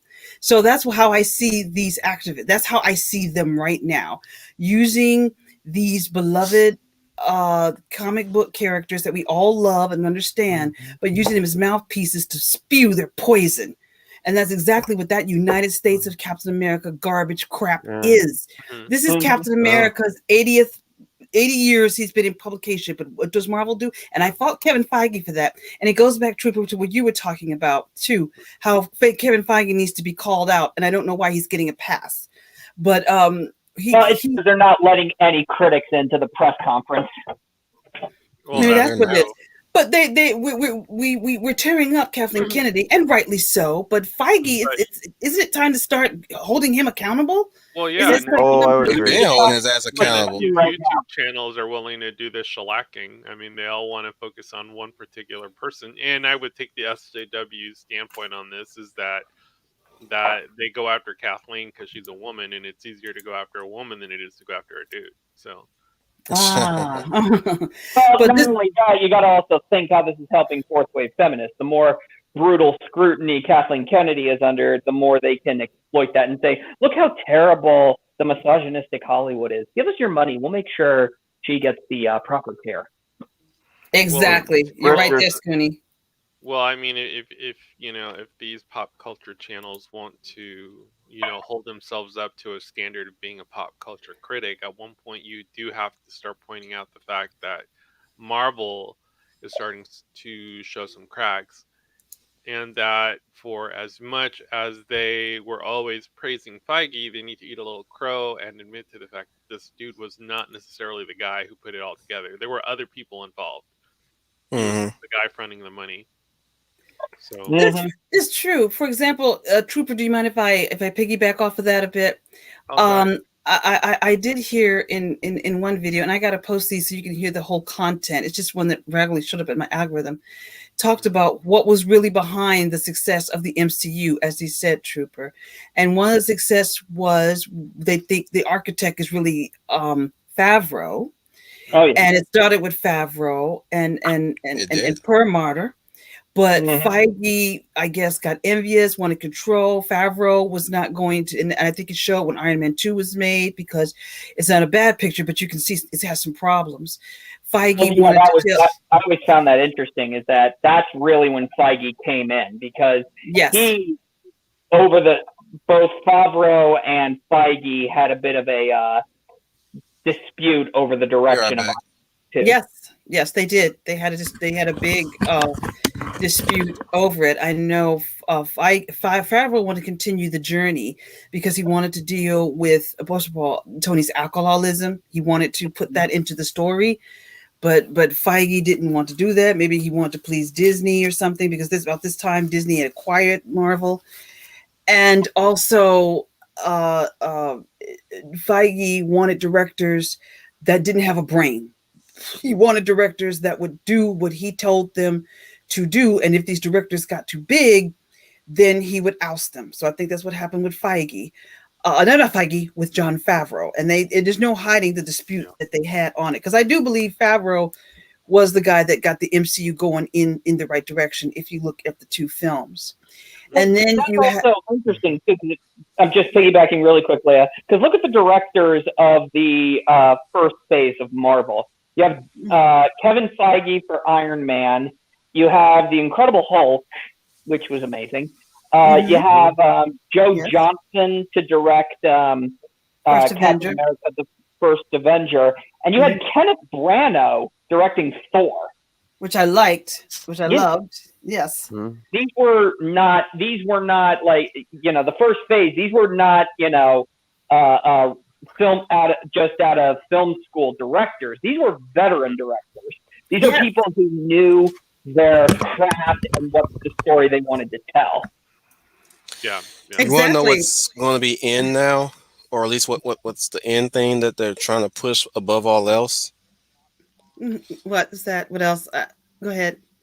Trans identity and trans awareness. Good Lord. They've been starting that since last year, of course. They've been starting that since last year, since the whole hashtag trans rights are human rights. I gleaned that. Hang on. I gleaned on Twitter early this morning, and this Latino trans woman wins an Emmy for being the first trans woman to win something. I don't know what it is, but I'm like, oh boy. I guess this is one of their freaking wins too. Another scrap that they're gonna take. Okay. But what's really calling up now right now is that the LGB is trying to remove the T now. They don't want the trans Oh, anywhere near them anymore Yep. because right. And because, you want to know why? Because I'll explain why. I'll explain why. Okay, go ahead. Go ahead. Because it's easier for you to say that you're trans and not do all the woodwork or the equipment work at all anymore Mm-hmm. because they'll thoroughly believe it because now you identify. Now now you're going now all you gotta say I feel like I feel like a female now. They're not gonna Right. search you anymore. They're not gonna look at your information or they're not gonna question it no more. Yeah. And you're free to go in any women's space. Period. Mm-hmm. Even Man, as a I feel biological like male. a woman. Even as a I biological remember that male, viral video. I remember that yeah, viral that video. viral video explains it all, and that's I not love that new. woman. I love that woman in the viral video. She's great. That's not new though. No. There has been reports of men identified as women going to women prisons, and and of course we got the whole Olympics thing to consider as well. Oh yeah. We're talking about that now. The trans movement is becoming a tokenization onto themselves, but they're the worst case of tokenization, which is what everybody has always portrayed them at times in most media, especially when it comes down to a man who was originally who was originally a woman or a woman who was originally a man. Did I mix my words up a bit? I No, think you no, did you're pretty No, doing we good. good. got you. We got you. No, you're doing good Okay. so far. This goes to the LGBT period though. The whole fact that they're horny bastards that want to ass rape you Yeah. in Mm-hmm. multiple Traps. ways. Mhm. Not necessarily traps, Brian. I'm talking about just in general. That they often negative portrayals was often portrayed as they're horny all the time. They always hit on the straight people, trying to turn them gay. You know what I'm saying? Yeah. They they're acting no By the way, differently. that's what happens when lesbians write gay characters. Oh yeah, that's right. Well, yeah, they figure, Oh, figure figure that if you will, definitely. Especially it's coming from women writing gay characters too. Mm-hmm. They often portray them as these horny bastards that want to fuck everything that moves that's straight too sometimes, or even if they do have a boyfriend, they have glorious sex despite being a same sex relationship, which I'm not doubting that. I'm not questioning that. Like mhm. if you get your jaws off on anything, well, there's some things I'm drawing the line on. Look, Actually, there's a I lot of get things what I'm you're drawing the saying. line on. Like, what we do behind closed doors, that's your business. So long as animals and children and dead bodies are not involved. Yes. Precisely. You know what? I like that. I'm going to add a new one. What you do behind closed doors is your business, save for animals, dead bodies, and especially children. We will shoot you. Yes. Oh Mm-hmm. yes. But yeah, like that. Those are the things I'm drawing the line on. Definitely. So that stuff is not a biological thing. It's a learned thing. It's a trained thing. It's a taught thing. Hmm. You know what I'm saying? Yes. Yes. Mm-hmm. Yes. They'll make excuses for that. But getting back to the trans community, um, most of You're, majority of these quote unquote trans people, women included, women who think that they can be men, think of themselves as men, right? hmm Most of these people are weak people, Oh weak in the yes. mind, weak in the spirit. I agree. I Physically, they get their power from the pain of others. They like to hmm see other people suffer. These are The criminals. sadists. That too. But these are criminals waiting to happen, pretend to be something that's supposed to try to spread positivity and awareness to our country, right? We're supposed to Wolf embrace in these sheep's people clothing. as different Hmm. people. But yeah, there you go, Schooner. Wolf and sheep's hey. I take offense to that nonsense. I'm kidding. I'm kidding. No, you, no, what makes you own the wolf? But what you are In my case, I representing eat wolves and sheep clothing, by the way. exactly, I can protect a little exactly. cannibalism from time to time. Dog eat dog, bitches. Oh yeah. Anyway, well, actually, I eat dogs too. Weak Exactly. dogs, ones I deem are not fit for this world, not the battered ones. No, not the better ones. I'm talking about the ones that bully others because they think they can. I eat those dogs, weak dogs. Right. You're not strong enough to take on a stronger dog, so you're gonna take on a weaker dog just to prove that you're strong. And that's why I see from these And stand on the shoulders of wolves like you, Wolften, and call themselves, stand on the shoulders of greatness and call themselves tall.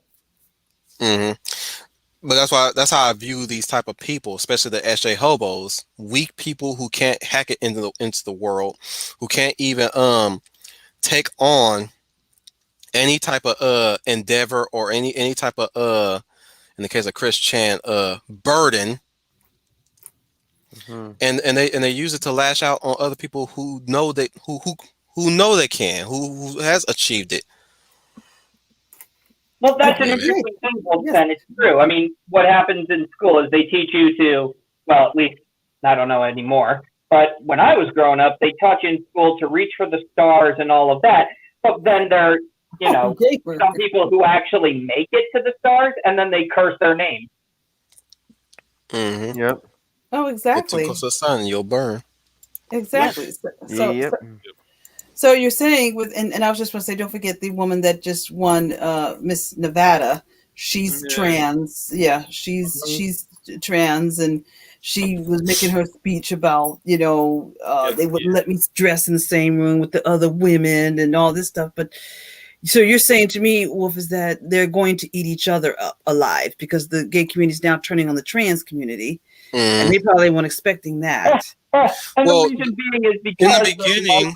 Truth told, in the beginning, they never wanted them to be in that community in the first place because I think I heard something about that. Yeah, I thought they were all one big happy family marching in the parades. They never wanted. No, they give the appearance that they're getting along. They give the appearance. Hang on. Yeah. What'd you say, Trooper? Did you say anything? You were going to say something? Coalition, but like any real coalition, I mean, it's not something that's very cohesive. So. But yeah, that's why you tend to see, and the thing with like what's going on right now, especially in pop culture. I mean, once you put everybody in the firing line, at one point you run out of people to attack, and that's where it's kind of at right now at this point.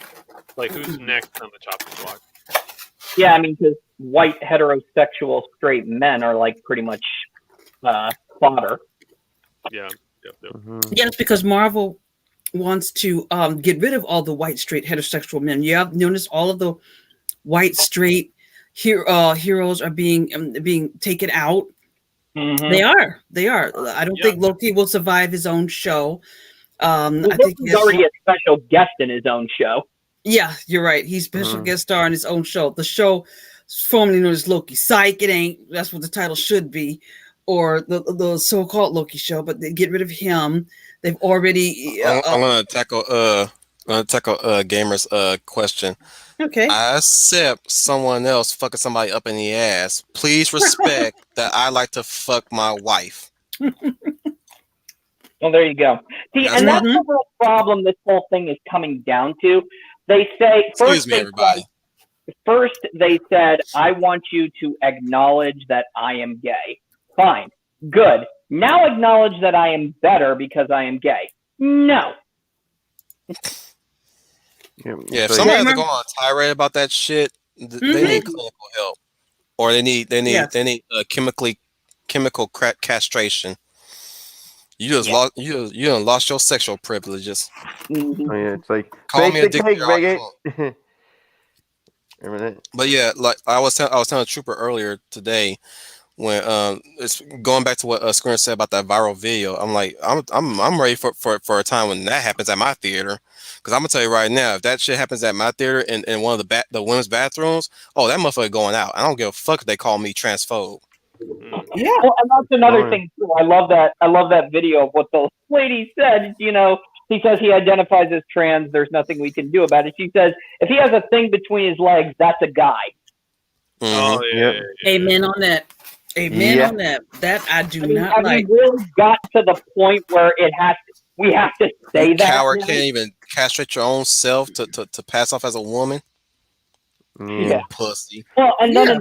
then we have over here, we think, because that's, again, going back to why they're doing this in superhero movies, teen and kid show, they're trying to normalize for children. But the problem, I mean, over in London, we had this guy dressed up in this guy for this, what do they call it? The reading at the live, not the trans. I can't think right now. Parliament or something? No. What were drag queens? That's drag queens reading these library books. Well, this one person, one person in London came walking in dressed in a rainbow monkey suit, and he had a phallic, and he had Gamer just talking about it. Yeah.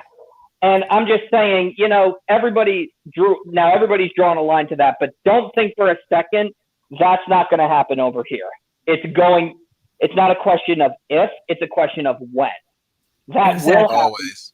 That will happen over here, and that is when finally we are going to have to draw a line in the sand and say, okay, no. And then but then this is going to start a whole... Thing is, we have drawn a line. They're trying to step over it. They can try. Yeah, they over it. And they don't care about any lines. They'll walk right over them. Because they think rules should not exist. Rules should not apply to them. Sourcing RJ's recent video. Rules should not apply to me, but you must follow them. Rules for me, but not for me. You may follow them, but I don't. I'm the cooler kid, so I don't get to follow your rules. Your dinosaur rules, your proletariat rules. And I'm like, oh, you're the most popular kid on the playground? Excellent. Give me your lunch money. They think those that follow rules are the ones that are behind or the villains. That's why that's why they don't have to write villains, because they see good people, good upstanding people as villains. You're the bad guy because you're following rules, but I'm really the hero because I break them. Yeah. It's crazy. It's that whole thing that they think that they are special and somehow the rules do not apply to them. And we have mainstream media enabling this type of behavior.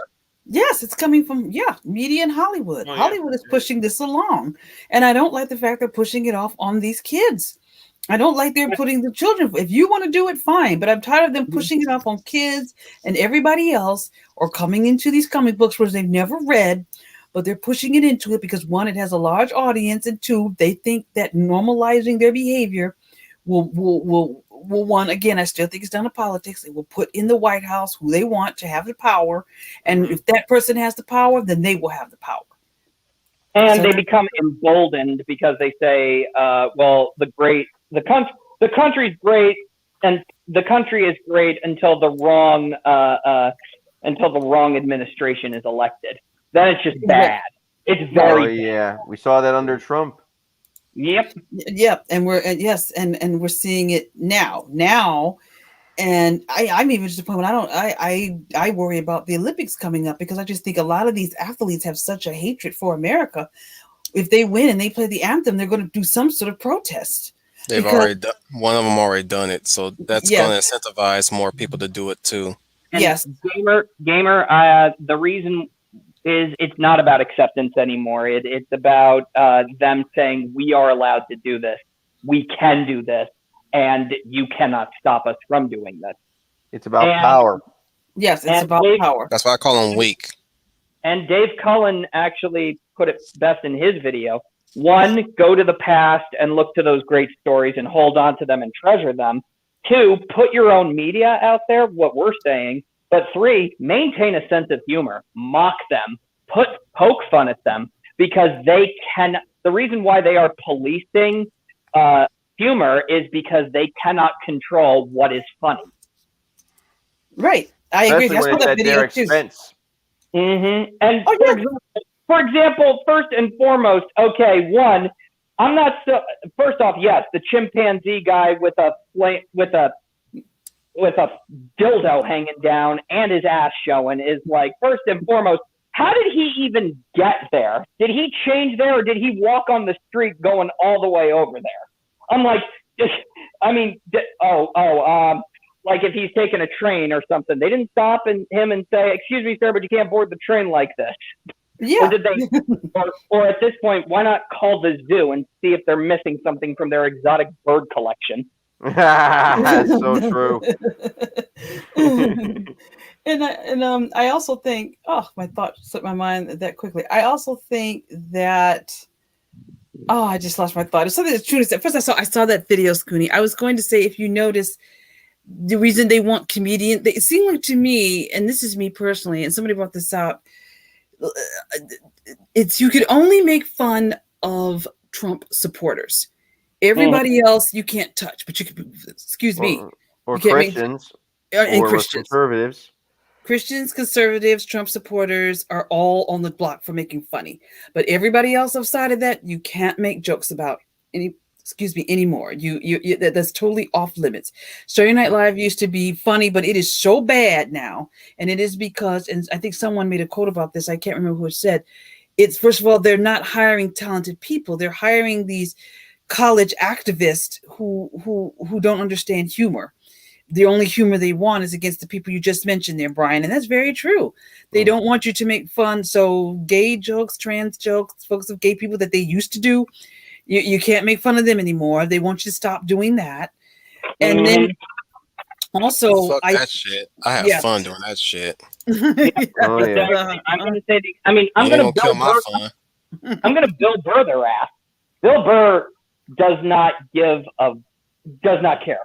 Right, he doesn't. Yeah, he shouldn't. Schooner, you have to censor yourself. You funny. I did censor myself because I'm trying to save my one F word.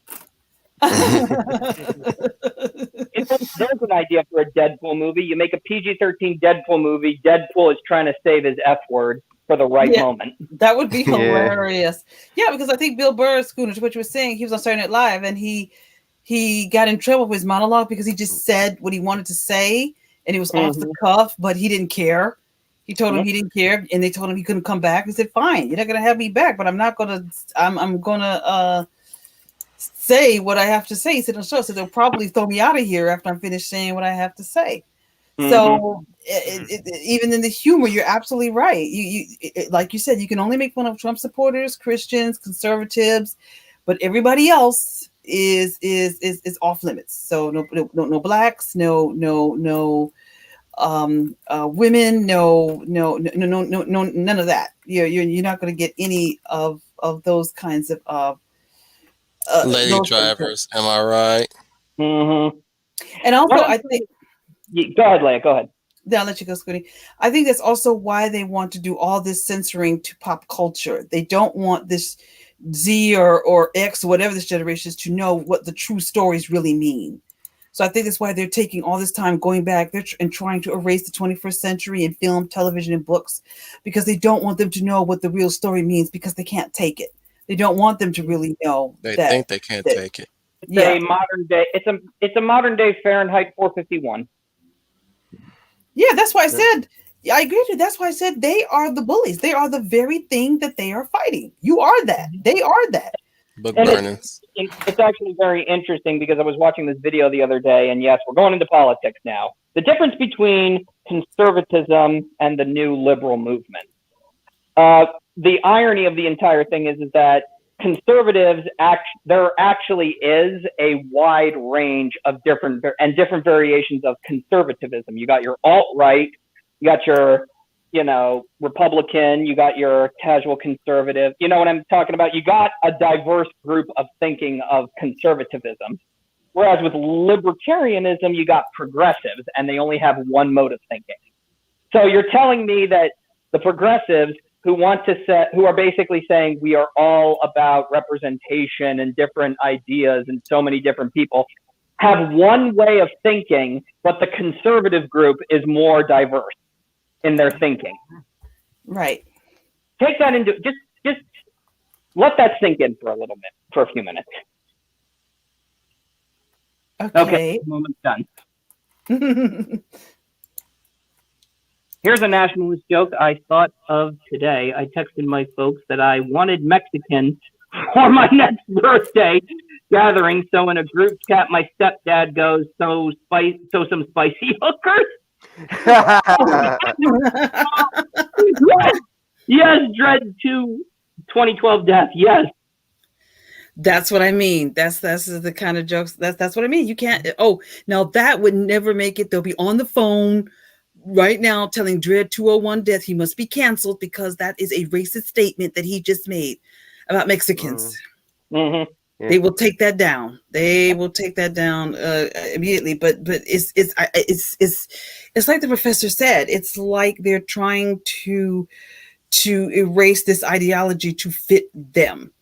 And I think it started, again, I don't want to get into politics, but everybody asks, when did this start? I said, it started with the election of 2016. When 2016 happened, they didn't get what they wanted, so they turned their attention to Hollywood. They didn't win Washington. They were no longer being subtle either. They weren't even being subtle. They were just basically flat out saying, you know, if you don't do this, you're bad. If you don't do this, you're stupid. If you don't do this, you're a racist. You can't fight bigotry with bigotry. No, you cannot. You can't, because nobody comes out a winner. You absolutely cannot. You can't. Cannot defeat evil. Because basically that's what they have become. Because they're using bigotry to fight bigotry. They say they will. The president is sexist and racist. Yeah, they learned nothing from Nietzsche.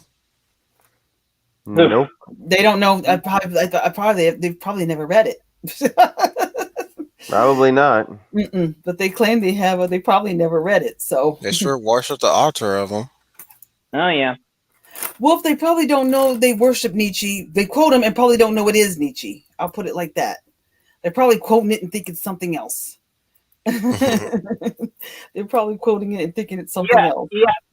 Yeah. And you know, do you ever notice that these guys have suddenly become this way of thinking? The woke ideologue is. I think I told this to Trooper back in the messages. When did they suddenly become the religious Puritans? The moment they ended up replacing them. Yeah.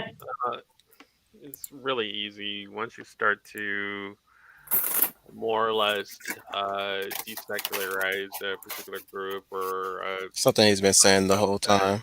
Yeah. You fill it with something.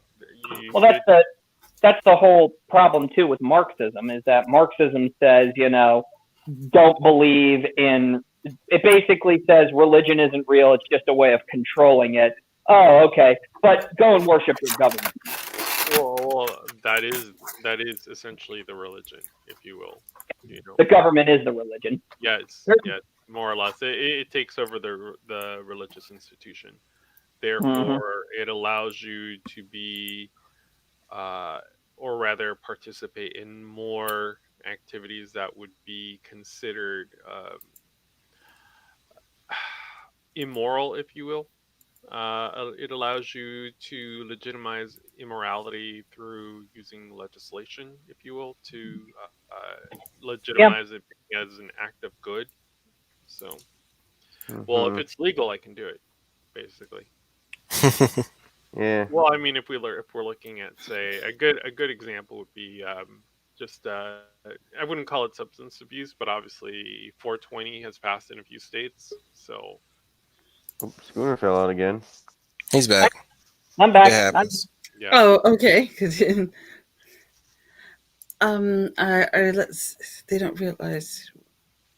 Nietzsche would agree with the nation of giants that they are forming via conflict theory. Autocorrect on you know who kept happening. Exactly, absolutely, exactly, and that's exactly what that's why there is no. It's Hollywood's problem, and I think it will catch up with them. Is that they stopped, and I saw this in another video. I can't think of the video because I think a lot of us have seen it, but I can't think of it right now. But one guy said Hollywood's job, the only box that Hollywood needed to tick was fun. Now, Hollywood is not allowing us. People want to go to the movies to have fun, but fun is a no-no anymore. You can't have fun at the movies anymore. You know, Hollywood doesn't want you to have fun anymore. They now Hollywood wants to tick all the political boxes. Well, it's got to be this. It's got to have so many blacks. It's got to be so many gays. It's got to be so many women. Women have to be men. Yeah, they have to be told. So they're not fun anymore. And this, getting back to the MCU, it's going to catch up with them, because at some point, audiences will wake up from the Matrix and realize that these films are basically telling you how much Hollywood hates you. That's what they're saying. That's basically what Marvel films are saying. You know, at this point now, not in the past when we had our first two phases, but now that we're in this phase woke, it's basically telling you we don't like you. So at some point, they're going to wake up the Matrix and realize what's going on, and they're going to stop giving money, and then the money is going to start slipping away. And at some point, they're going to have to flinch and respond that, hey, Disney, we're not making any money, because people are tired of going to theaters to be preached to in just about everything. I am just absolutely fed up with Marvel just destroying all the favorite characters that I love, simply because of their own, like I said, the best example I can give is the United States of this United States of Captain America garbage is not to celebrate him, it's to destroy this beloved to me, but a character. I agree. I agree with what you're saying, Leia. They are hiring these people who do not like this stuff but hate it and want to tear it down. Yeah, which is funny, because if I could speak to something that Leia was saying about all these boxes, they want to. The idea that everything has to tick a certain amount of boxes is in its own way anti-diversity, because nothing is allowed to stand on its own terms. Like Captain America cannot be Captain America. Superman cannot be the aspirational hero. Everybody's got to tick a certain a certain number of boxes about being gay, trans, whatever. Everything it leads to homogenization. Mm-hmm. Absolutely agree. The only reason Sam Wilson, Hell's Landing, yes, Dread, exactly. I didn't know the Matrix. I didn't know the Matrix was a trans allegory. When the Matrix first came out, that's not what I got. That's what they decide. That's what the Wachowskis decide. That's what the narrative was. They never thought. They never thought it that way when they first came with that concept. Right. At all. No, they never thought of that when they broke their own canon. They're trying to. They're going. For sure, they're going to do it with this next Matrix movie, which I'm not looking forward to. I don't even think this movie franchise needed a sequel. It ended the way it did. Like, a lot of people were kind of unsatisfied with it, but we were accepting of it after a while. Right. Like, the sequels were never that good to begin to put it that way. I agree. I think the first one ended where it should have ended.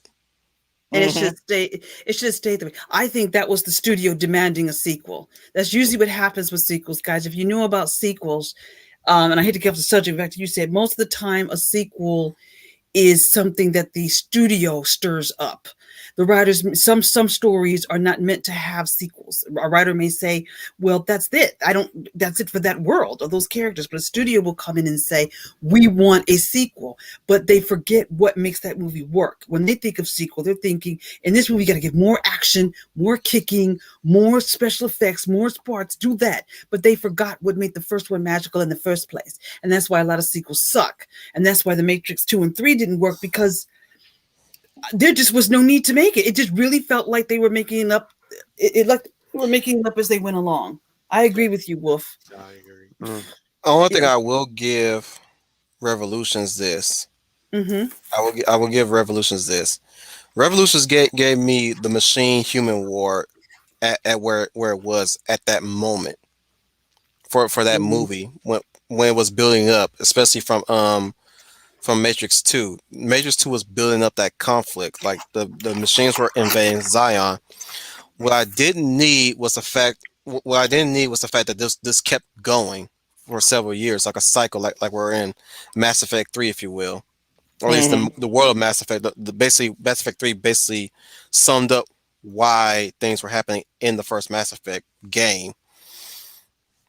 Even before Mass Effect was a thing. But what I was saying was, like, that's what we needed, was just machines versus humans, and Neo coming up with the solution, harmony, right? Mm-hmm. Mm-hmm. Harmony between machines and man, where because already their common enemy was Smith. Smith was now a virus, Mm-hmm. whereas Neo was the anomaly. You know, Smith became a virus to challenge the anomaly, which is Neo, Yeah. and that's all we needed too.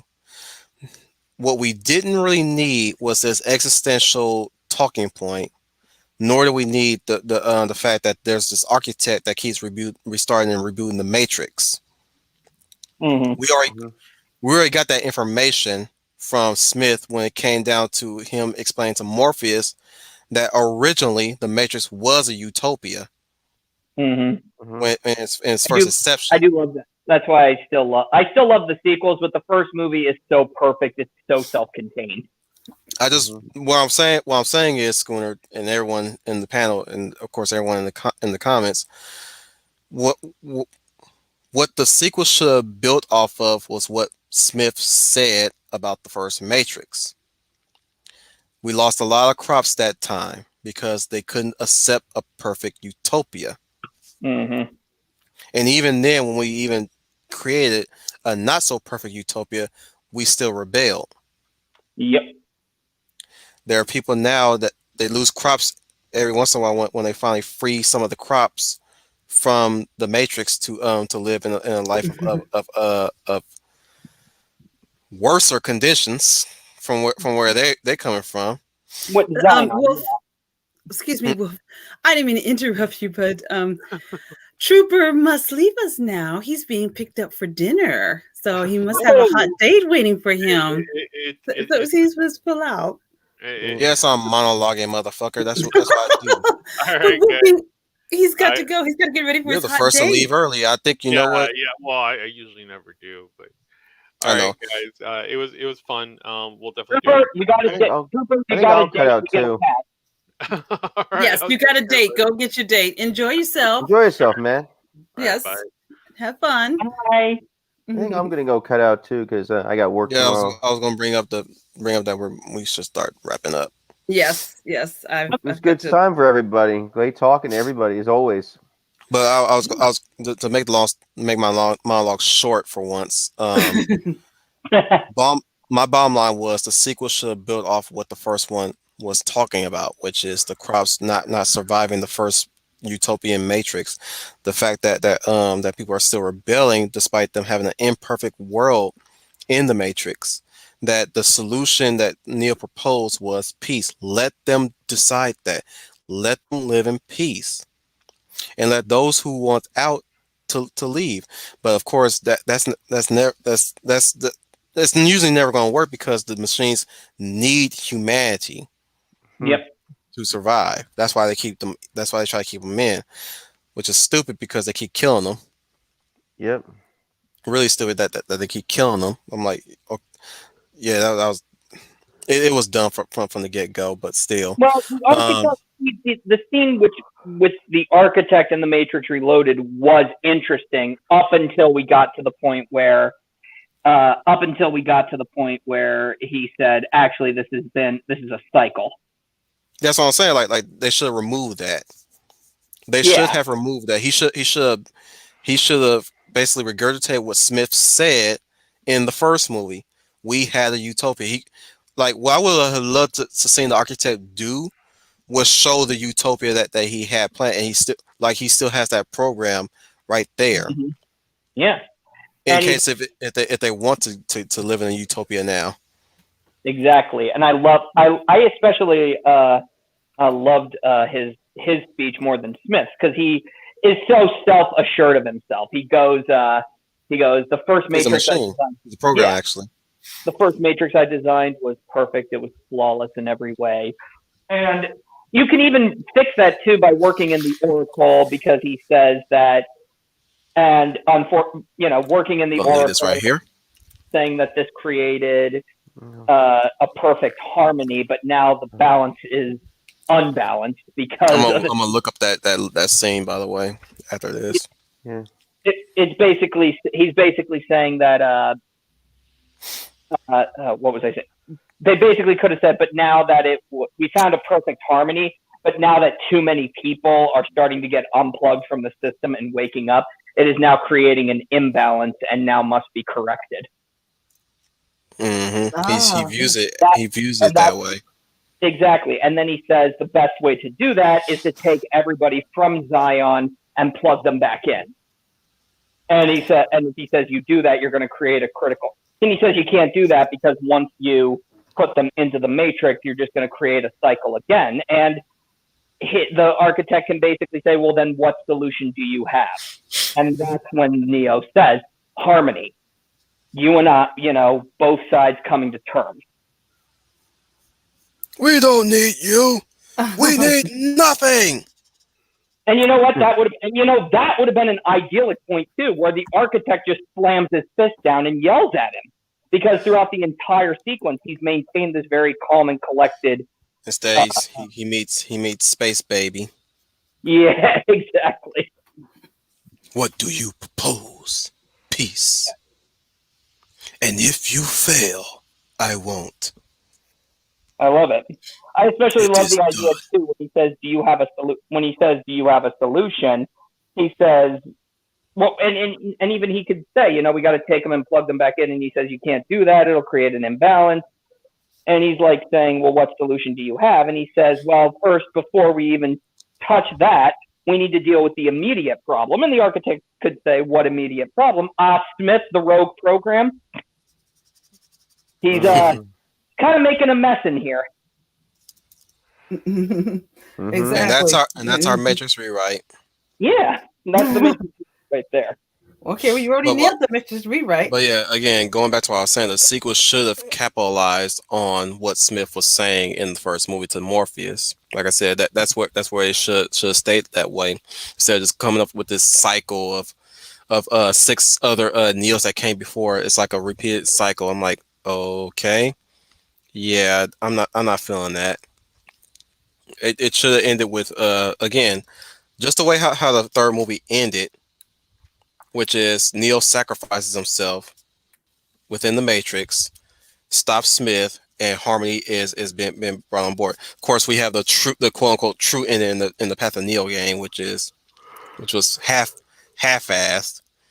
Yeah, he fights a kaiju Smith building thing, and of course he wins, and we don't get to see a new footage. Just the same thing as the kid, just going, Neo saved us. He saved us. I'm like, okay, and you got We Are the Champions playing in the back. I was like, you know what? You guys break the fourth wall, Thomas, and your ending was lame. That thing that you showed. Yeah, Death. Yeah, we talking StreamYard. Yep. But anyways, I'd like to thank everybody for joining us. For next time we meet, I will definitely link my email for you guys to email me. Right. If you guys want email me about your ideas or stories. This goes for anybody who made it this far, basically. Yeah. So if anybody wants to do elevator pitch with us, I will. You email me. You first of all, you either you have an idea or a project that you need feedback on. Those are my terms. You gotta have an idea that you don't know where to start from, or you have a project that you're already working on that you need feedback on, and maybe we have. Let me be honest with you guys. We're armchair editors. We're not professionals. Right. We're going to give you the bare minimum of what we think your story should or project should go. Right. Mm-hmm. And we'll see if your meat has too much fat and too much oil, or if it needs a little more meat. That's who. But I'll link my email not on this stream yet, but the next stream, right. Which not Thursday stream, the next Tuesday stream, because I don't want to be overwhelmed this whole week. Yeah. But I will tell you what we will be doing in the future. I got tongue tied almost there. So this Thursday we'll be doing Parenthood again. Brian, get you Okay. get your facts straight on that Uh, one. okay. I know you ain't no preacher man, but we all know it starts with the family and God. So Oh yeah. we got to take off our tinfoil hats on that one. Right. And next Tuesday we'll be doing something that nobody has been talking about that much: child characters, how they're badly Oh. written, and oh yeah, we're definitely gonna be talking about the child character in Tomorrow War. Mm. Mm-hmm. Yes. Definitely gonna be talking about the child from the daughter from Tomorrow War. Yes. That Right. was really good casting and really Mm-hmm. good directing from that child. I Yep. believed her as a child. She's not no smart person in the body of a child, like Right. most of these child characters are being written as lately. She's not a smart aleck, is what you're saying. Yeah. She's smart Alec, but not like the tee hee snarky smart Alec. All right. She's not smarter than the adults. She's smart aleck as a child, smart aleck, She's not, smart as the adults raised her to be, not right. born Right. smart or born a prodigy smart. Right. And she and they had the moral. They try to make these children think they have the moral authority to talk to adults. Right. And we'll also talk about the poorly written child characters of old too. Definitely. Right. Problem child, definitely. Yeah, I'm But he. gonna bring up I didn't mean to interrupt you, but I'm going to bring up Claudia from Interview with the Vampire. Because Hmm. that particular one shook a lot of people up. But I'll go into that when we get to it. Yeah. So we'll definitely be talking about child characters. I don't know what we're gonna be doing after that. You guys, I have to find my list. I dropped it somewhere.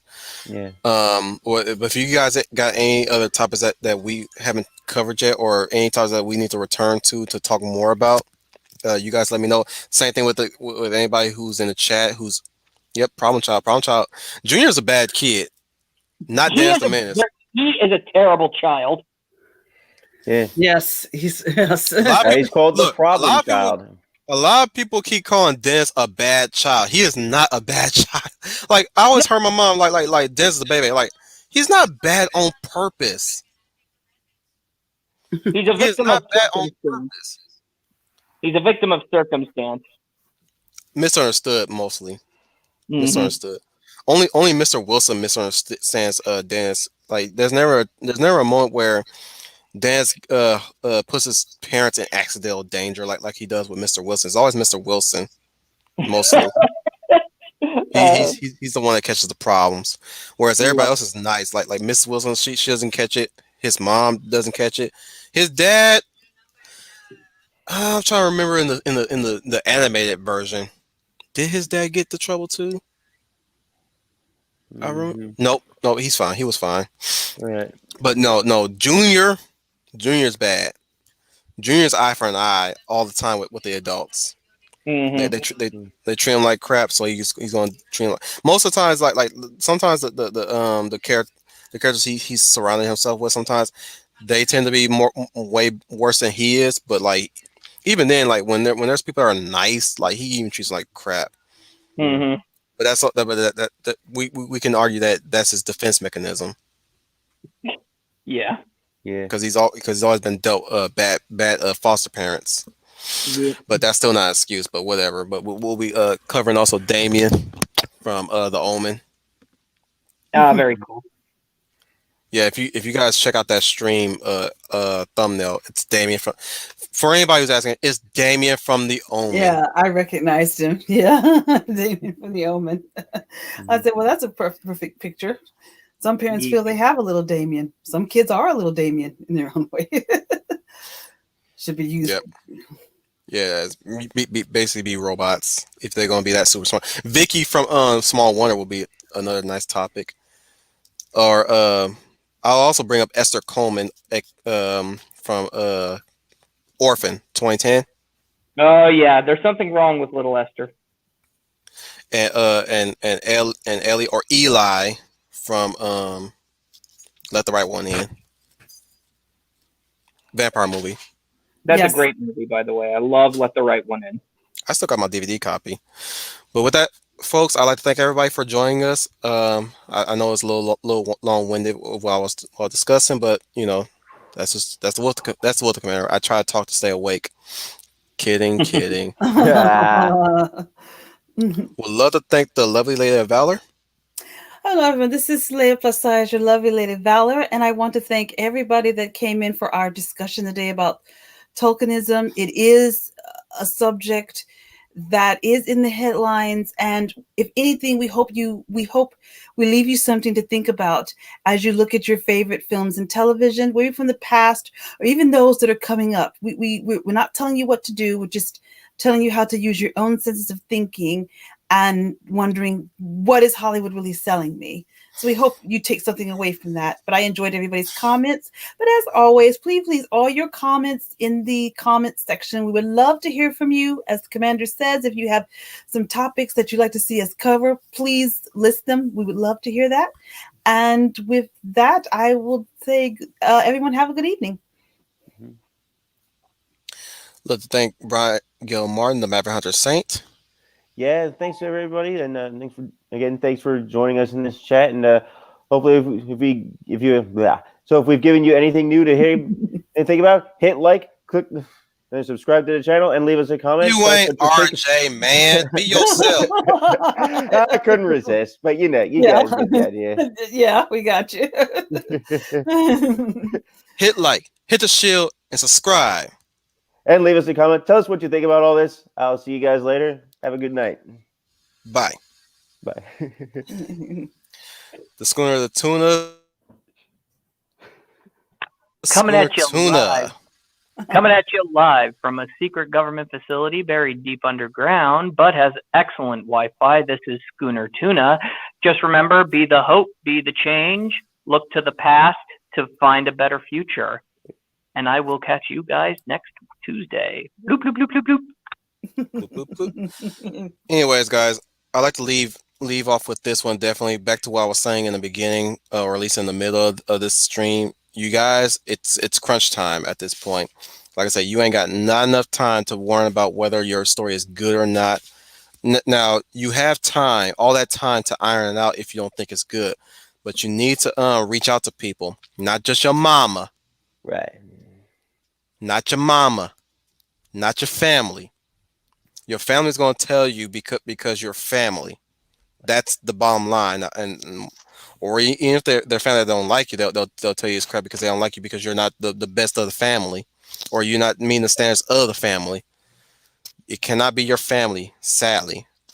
I know it. I know it's sad to say it. I know it's sad to say that, but your family cannot be your audience. Is what I'm saying. You're writing for an audience. You're not writing for your family. Mm-hmm. Now you can do this to support your family, but you are by no means writing for your family. You know what I'm saying? You can give something to your family to check out, but you are not writing for your family. You're writing for several families that are not yours. So again, elevator pitches is still a thing. I've been waiting for people to contact me, but I guess MeWe is beyond people. You know, I know the pressure to switch platforms and switch social media platforms, that can be a little scary and a little bit time wasting and annoyance that you have to go through all that stuff to do all that, right? So again, what I will do is place my email in the description for next time we stream, which is not this Thursday, next Tuesday. Next Tuesday, I'll be putting that in, and you guys can email me an idea or a project, and you can talk and you can hop on stream. I'll give you the StreamYard link, and you hop in and you join us, and we let you talk.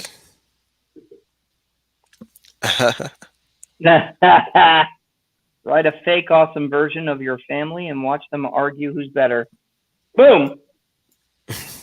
Anyways, but like I said, again, while you're sitting here weighing whether or not you got a good idea or a bad idea, they're basically just flooding the whole media with terrible ideas.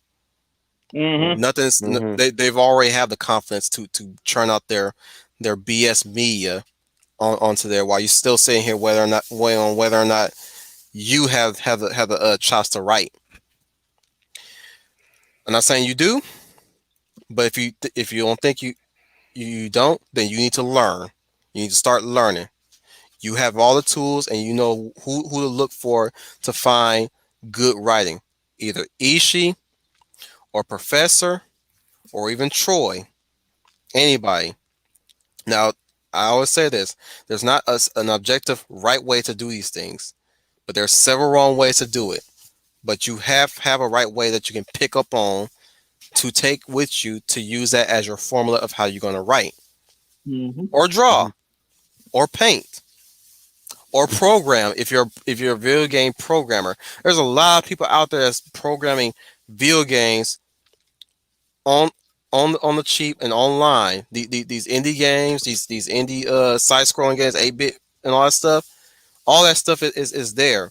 If somebody can make freaking Doom style games, I'm pretty sure you can too. You can put your own spin to it as well. Super Hot, for example, one of these great indie games where you're perpetually in slow mo, or if you move, enemies will move in fast motion. Right? It's a puzzle game, if you will, a first person puzzle game. Mm-hmm. But with that being said, again, you guys, I'm trying to speed myself up too, and I'm at this point. I'm not sitting here wondering whether or not I have a bad idea or a good idea. I got an idea. I want to iron out the kinks and get it out there. Schooner has already talked to me about it. Trooper has talked to me about it on private chat. Already, Schooner likes it, and of Oh, I course, love it. Trooper has funny things to say about it. And I'm pretty sure Leia knows what I'm talking about, and she's so far. Well, it's furry related stuff, so your mileage may vary for everybody. And that's the thing, though, is that yeah, it is furry, but the characters are just you can connect with them. They're so relatable. I haven't even given like concrete personalities, or at least have a narrative with them yet. But you can gauge their personality just by looking at the pictures I upload whenever I do upload, and Schooner can tell the personalities by looking at them, which is interesting. It was a talent, a burden I carry alone. Because Anyway, what they are is that you just look at them and they're like the professor said. They are not. I went in there and he showed me the pictures and I love the pictures. Lots of pictures. I need more of those pictures. pretty soon. That they're not following this subversive woke ideologue, and I'm like, already, yes, I'm hooked. Already, I'm hooked. I'm like, okay. And then they're following archetypes, and I love archetypes. I mean, they're not there just for, oh, this is like the Bible on how. No, they are a jumping off point. And it's magnificent. What he said.